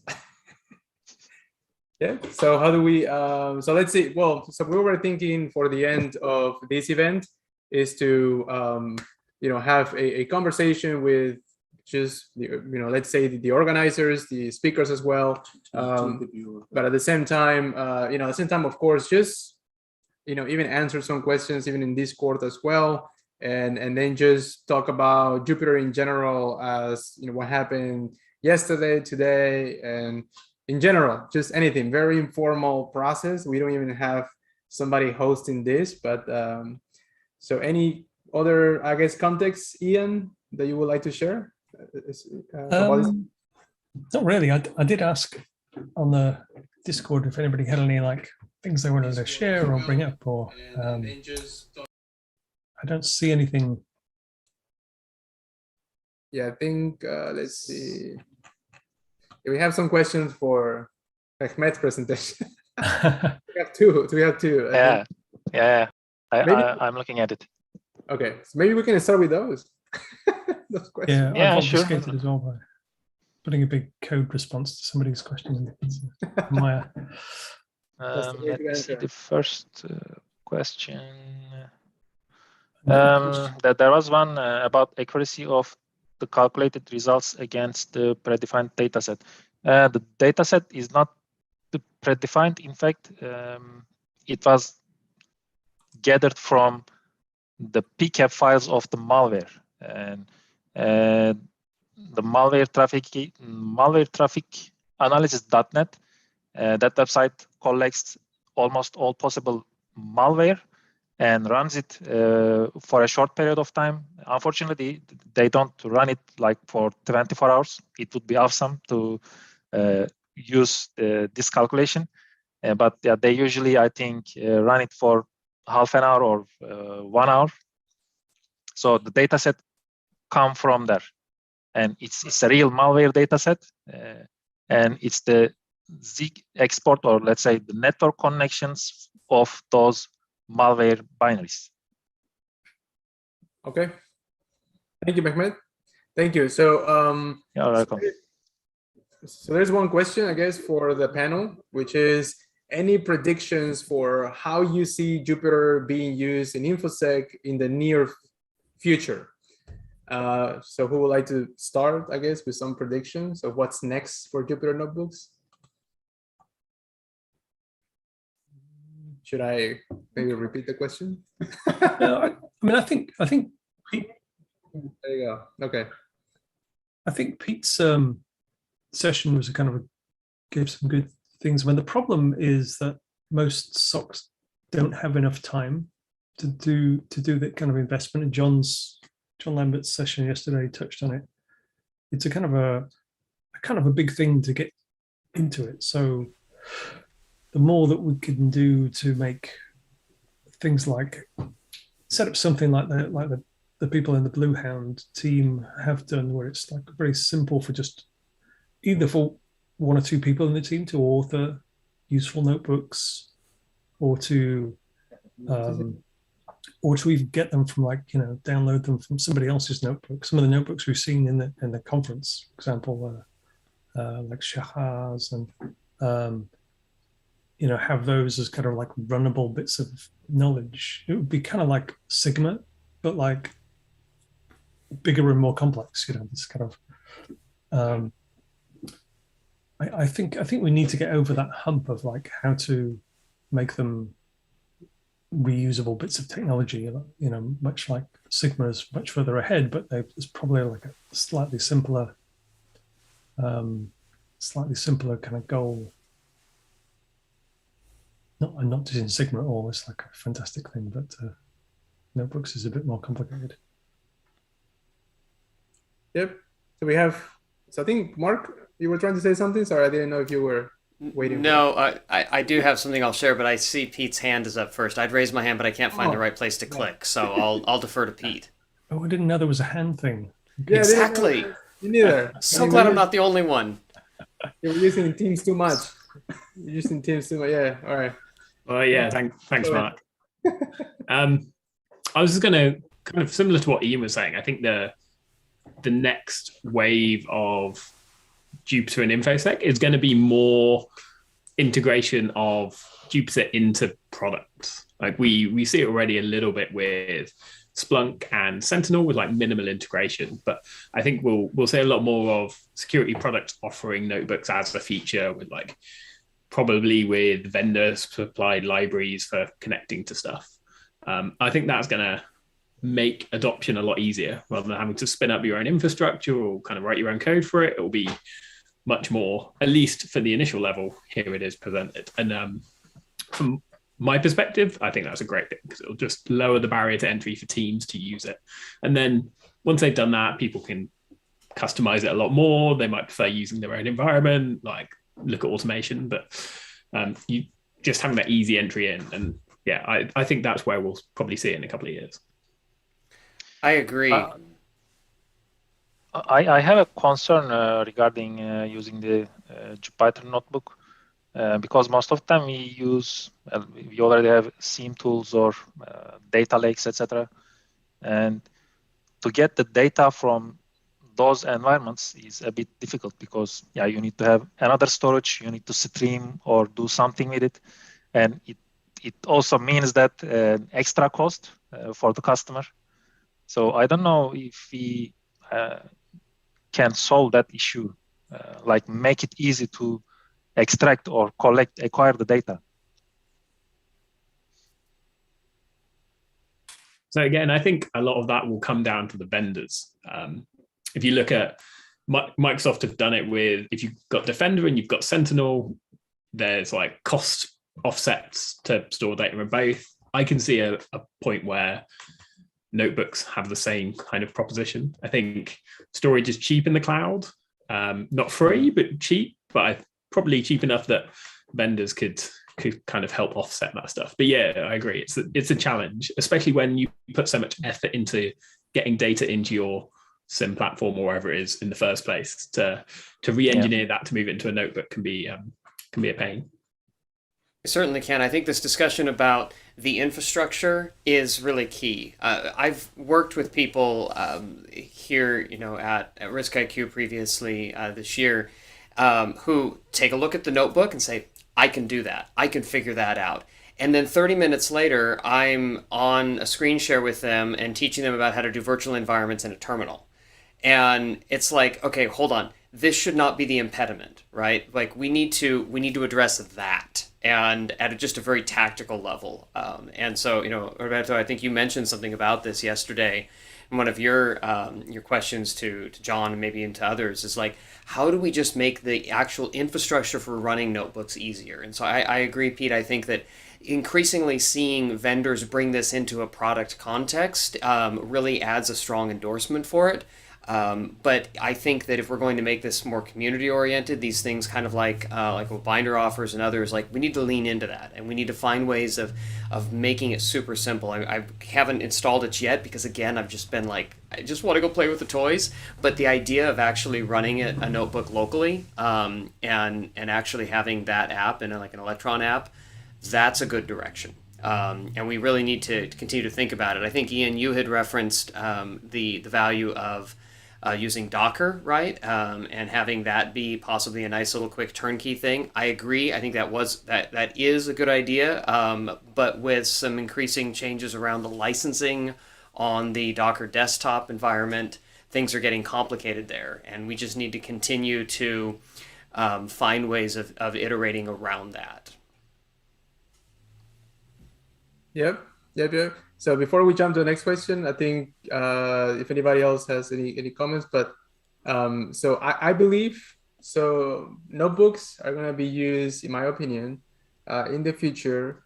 So maybe because that's a use case that I'm very interested in is for attack simulations, because there is a lot of, every time you see, for example, simulation plans, it's kind of like trying just to put together, let's say, a whole JSON file or YAML file with all different steps in the code and everything. So I can see those use cases being formatted in a better way so that you can document the process, the research, the input, the output, etc.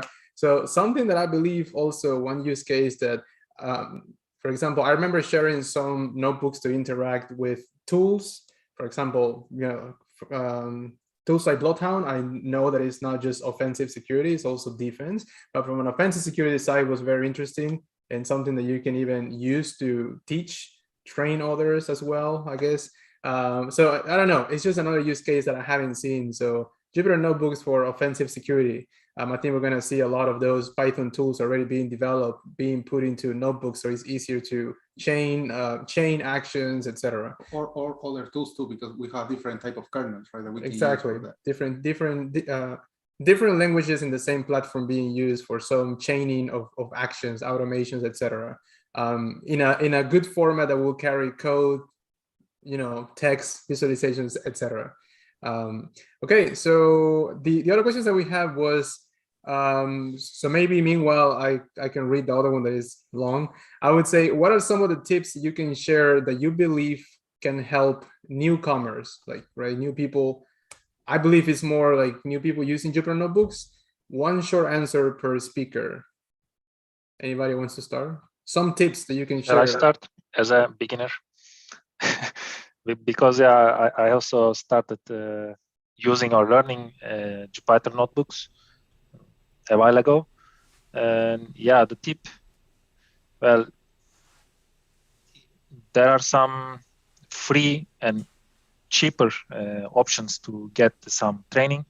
And I saw some of them quite interactive, like they just teach you the concept, and then on the next screen, you have a Jupyter notebook environment. You just type the code and then see the results. And in my opinion, at least for me, it was quite good because you are learning by doing it. And I think this is most of the time the way how we learn or how we memorize things properly. Because otherwise, if you just read or watch a video, then I don't think it's going to be helpful.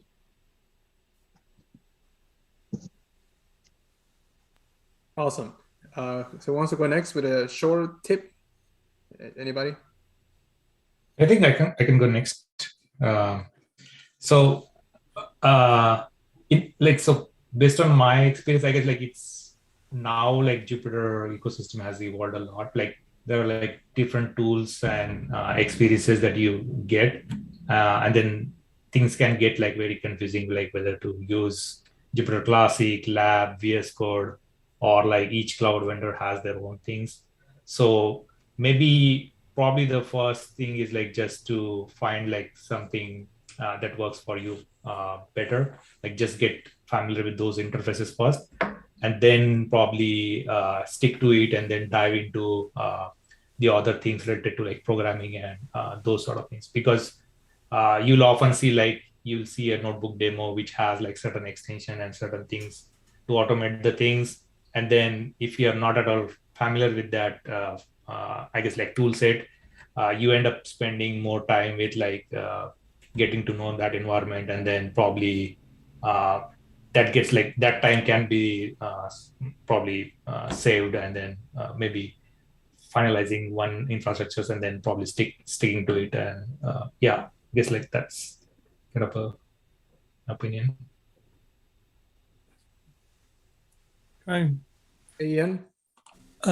Yeah, I would say like try and get hold of a couple of notebooks that are already written and are kind of in your domain area. So maybe, if you're not into like deep learning neural networks, don't get one of those as an example. Get like, and something ideally that retrieves data so that you can either captive data or something that's kind of retrieves data for your environment. Because I think that's the nicest thing, to be able to kind of like query data, see it there, play around with it, maybe do some early experiments with visualizing it, use the simple stuff in pandas, just to get a like feel for what it's like and get used to exceptions and things blowing up. Awesome. All right. I would say a big one is like keep it slow and steady when you start. John Lambert mentioned this in his talk. You're going to have these plateaus where you're going to think, why am I doing this? Like, I'm just writing code that gets query. I can just do this in the system, or I can't work out how to make this work. But you get those peaks of enlightenment and you keep building up as you go. And the key is just not be put off at your first kind of dip in that cycle, because as we've seen today, there's real value in what you can do with notebooks, but it does take a little while to get there sometimes. So yeah, just keep plugging away at it. Yeah, and I certainly echo all of these. I think strong yes to all of the above. I think one of the things I could also offer is to look for a near-term use case, something that is part of your daily workflow. I sort of referenced this a little bit in my chat, but just to kind of double down on it, find a CSV, find a spreadsheet that is a critical part of your workflow, and see if you can exterminate it.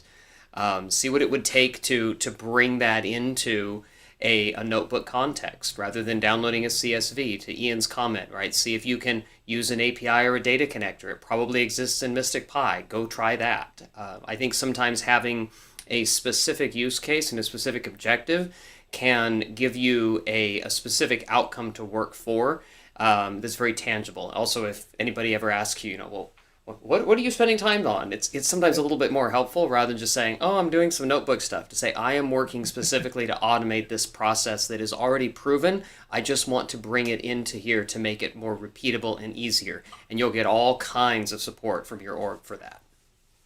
Awesome. Awesome. Thank you, Mark. Let's see, we have another question. Maybe we have just one answer for that and then we move to the other one. So whoever wants to take this one. So how can you, how will you get buy-in from management to use notebooks? Like, what are the ways that you would do that? One person who wants to take that maybe have done it, or has done it already? No, John Lambert. So I can hazard it if somebody else doesn't jump in here. All right.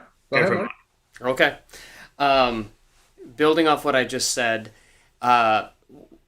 making things repeatable matters tremendously to the business, and finding ways that you can automate a process is going to be the key to getting a tremendous amount of buy-in.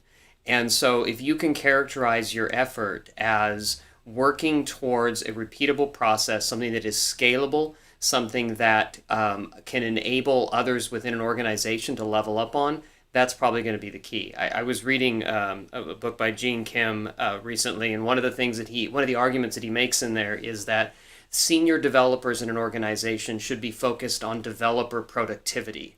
So they should be working on making other developers productive. I think in an InfoSec context, a similar argument can be made in that a good portion of your senior analyst's time should be spent making junior analysts more efficient and more effective. And I think you'll get a lot of buy-in if you start to render it in those contexts. Awesome. I think that's a really good point. I think if we go back to what Neil Schenk said about the automated notebooks yesterday, about how they effectively now have an expert analyst who never takes a break working away for them. If you can position it like that, I think pretty much any SOC leadership team is going to bite your hand off. Yep.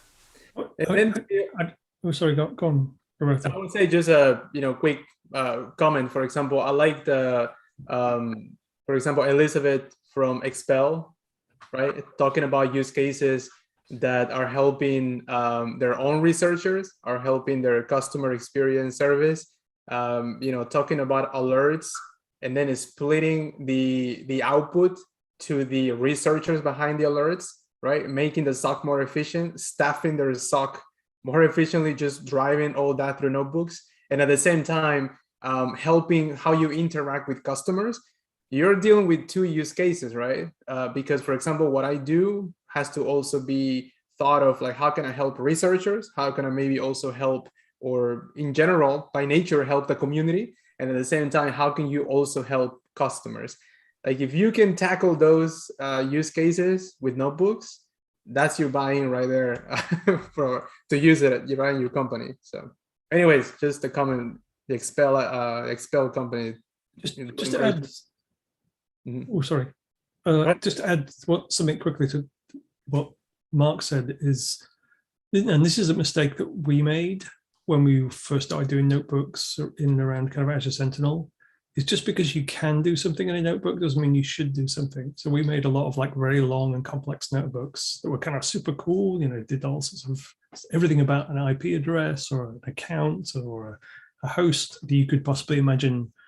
But they could be very long and kind of, so try and identify something specific that you can kind of automate and make much better and make it really like sharp and like it just does this and it does it really well. Yep. Awesome. So we have another question, I guess. So one of them is, do any of you ever feel that notebooks are being used just to be used? So for example, sometimes I feel that I'm just forcing Jupyter. You're like, can I do this? Can this be done without it? Right? So something like that. I guess that's the question. So anybody, just one person that wants to answer that? Makes me very nervous, this kind of question. We get it all the time though, right, Ian? Like, how many Sentinel notebook sessions have we had where a customer saying, why should I use a notebook rather than a playbook or something? So I think it's a very, very common question. But for me, it all comes back to the flexibility of notebooks. And quite a lot of the time, it might feel like the step you're at is just forcing notebooks. Like when you're starting out, you're just getting data into your notebook, you're running a query. And like, it's quite easy to say like, hey, what's the point of doing this? I could just do this in the tool itself. But you've got to kind of look at the bigger picture a little bit and say, okay, yes, I could do this, but what are all the things that doing this in a notebook now is going to enable, like, as the next step? And I think the real key is that you're never limited in a notebook, really. Anything that you could code, you can do, which is not really applicable to pretty much anything else. And there might be something where you just want to do a very discrete task time and time again, and another tool might make sense. But anywhere where you've got any sort of exploration or presentation out, a notebook gives you that kind of flexibility that other tools don't. Right. And I think that, to what I said in my talk, that somewhere in your process, you need to have code running. You need to have custom code, or some kind of a custom process needs to be happening on some part of a regular basis. And I feel confident in saying that based on watching lots of teams approach this sort of a thing. You're going to need some sort of code. You're going to need it somewhere. And so are notebooks the right answer? Well, I can tell you what isn't the right answer, and that's to just not do it, right? Like it needs to be somewhere. And somewhere you need to have something that is repeatable, something that people can relate to and read. One of the core principles of Python, right, is the observation that code is read more often than it is executed, or more often than it is written. Sorry. And the same thing should be with the context that we're operating in, right? So it needs to be somewhere. And I think notebooks right now offer, as I said, an optimal set of those trade-offs.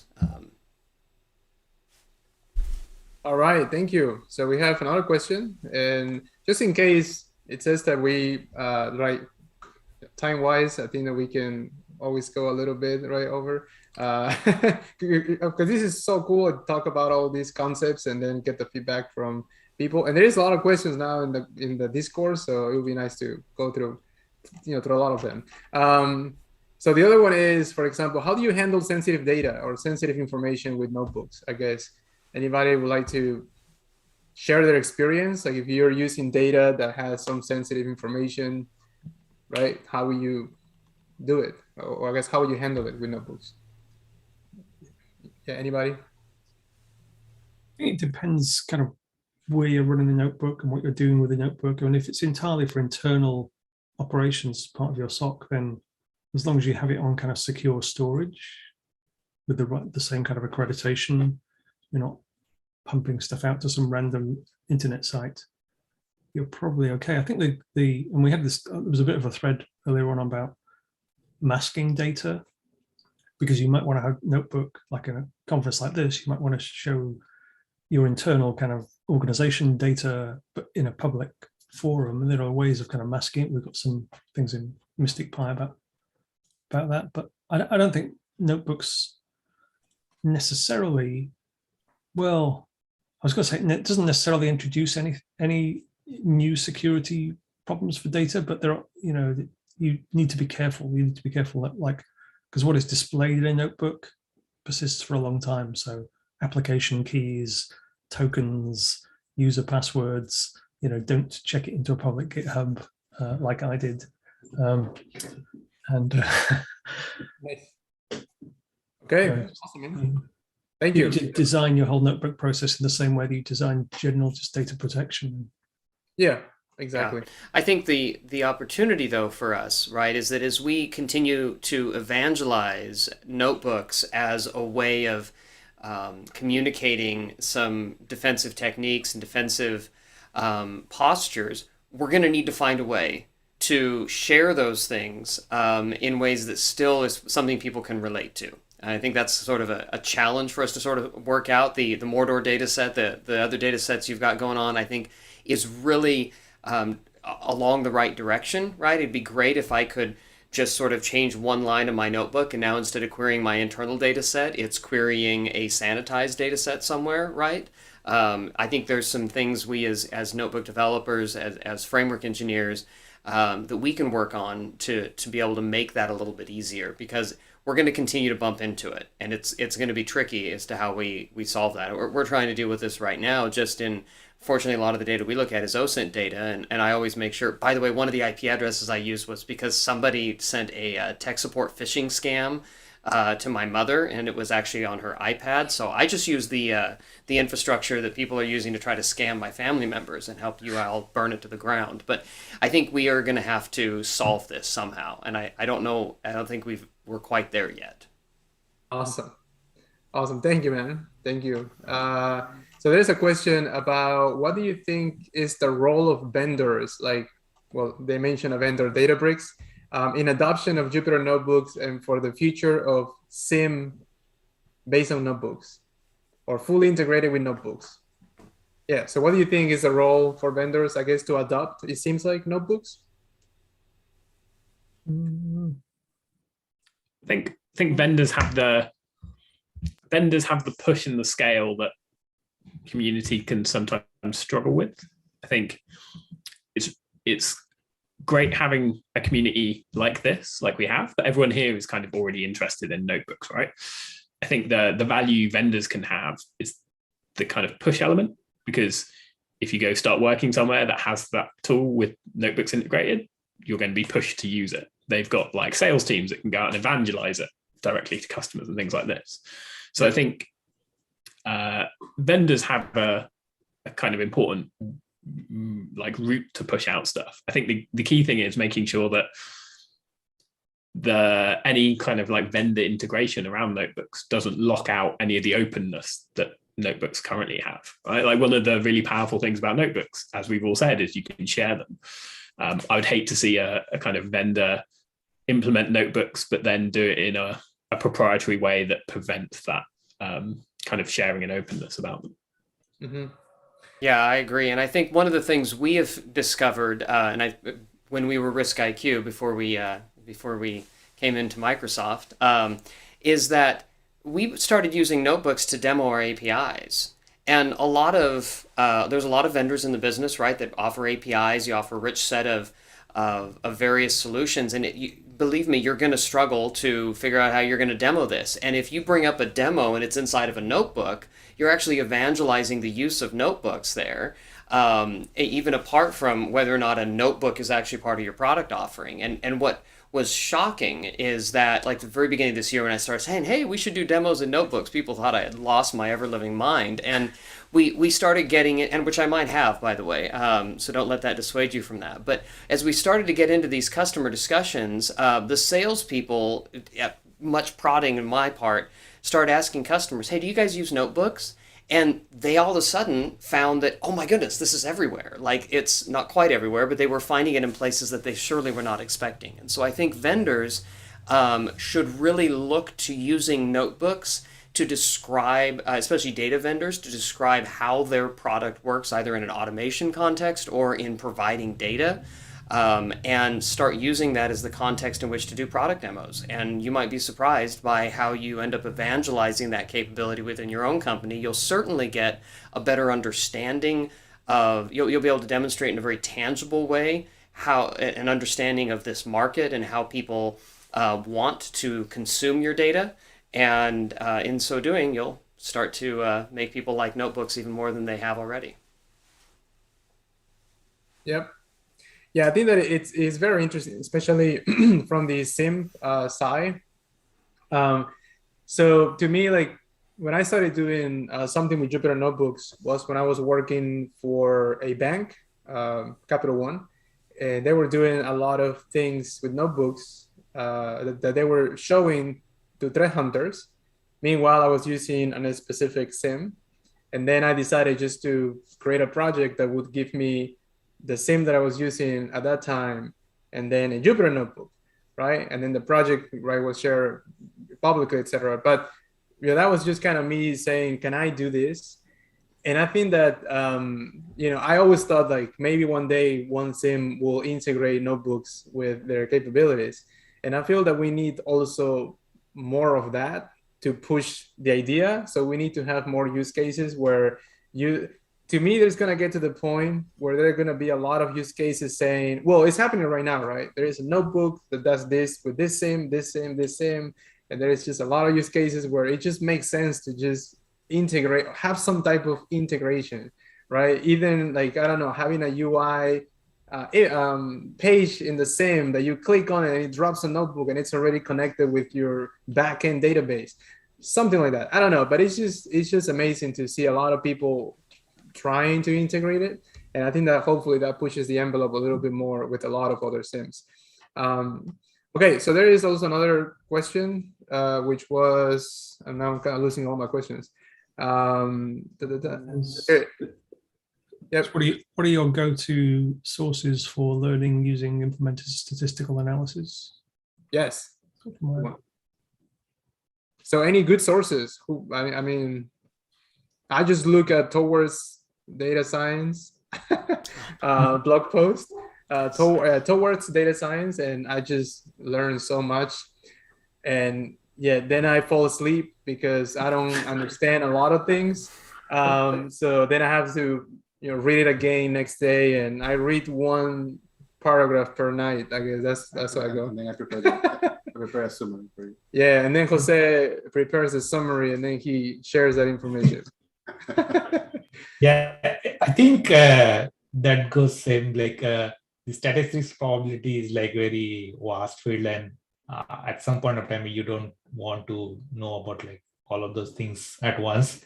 So maybe just pick up like what's important for your use case. Like Mehmet was saying, like MAD, that medium absolute deviation, right?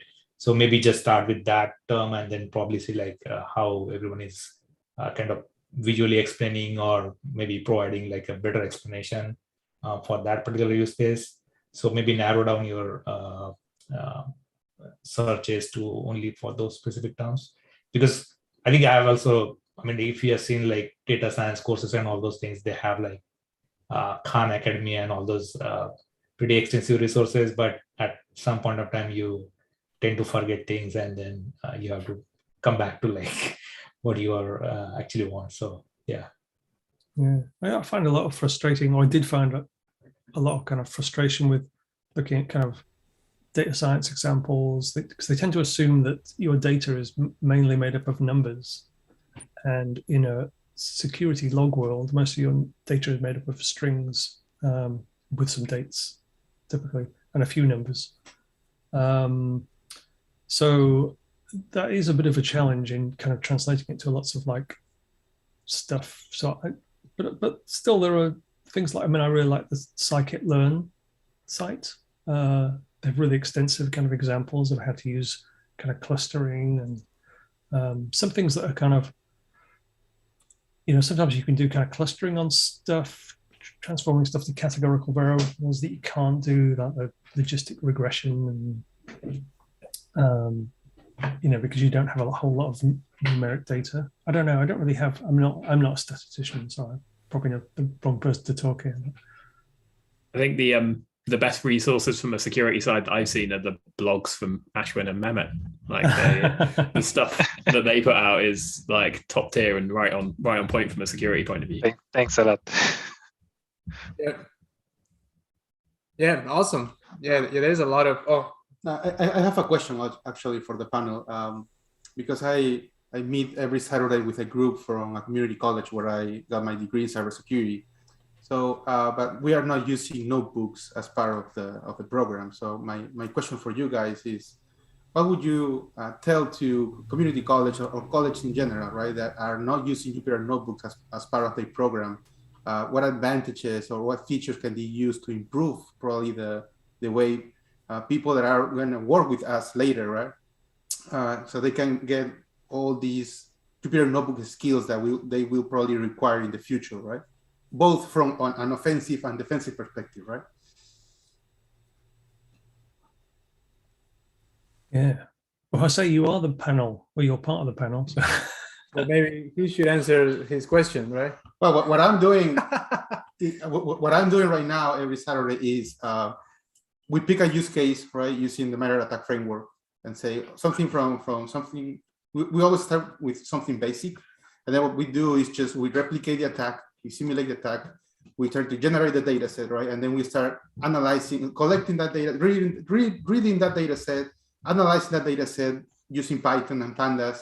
But of course, we would like to extend the programming languages, right? Probably R or any other, even PowerShell maybe, to analyze that data and try to define some type of analytics, right? So that's the way I'm trying to approach this, like first interaction with Jupyter notebooks with the students that have never seen a Jupyter notebook before.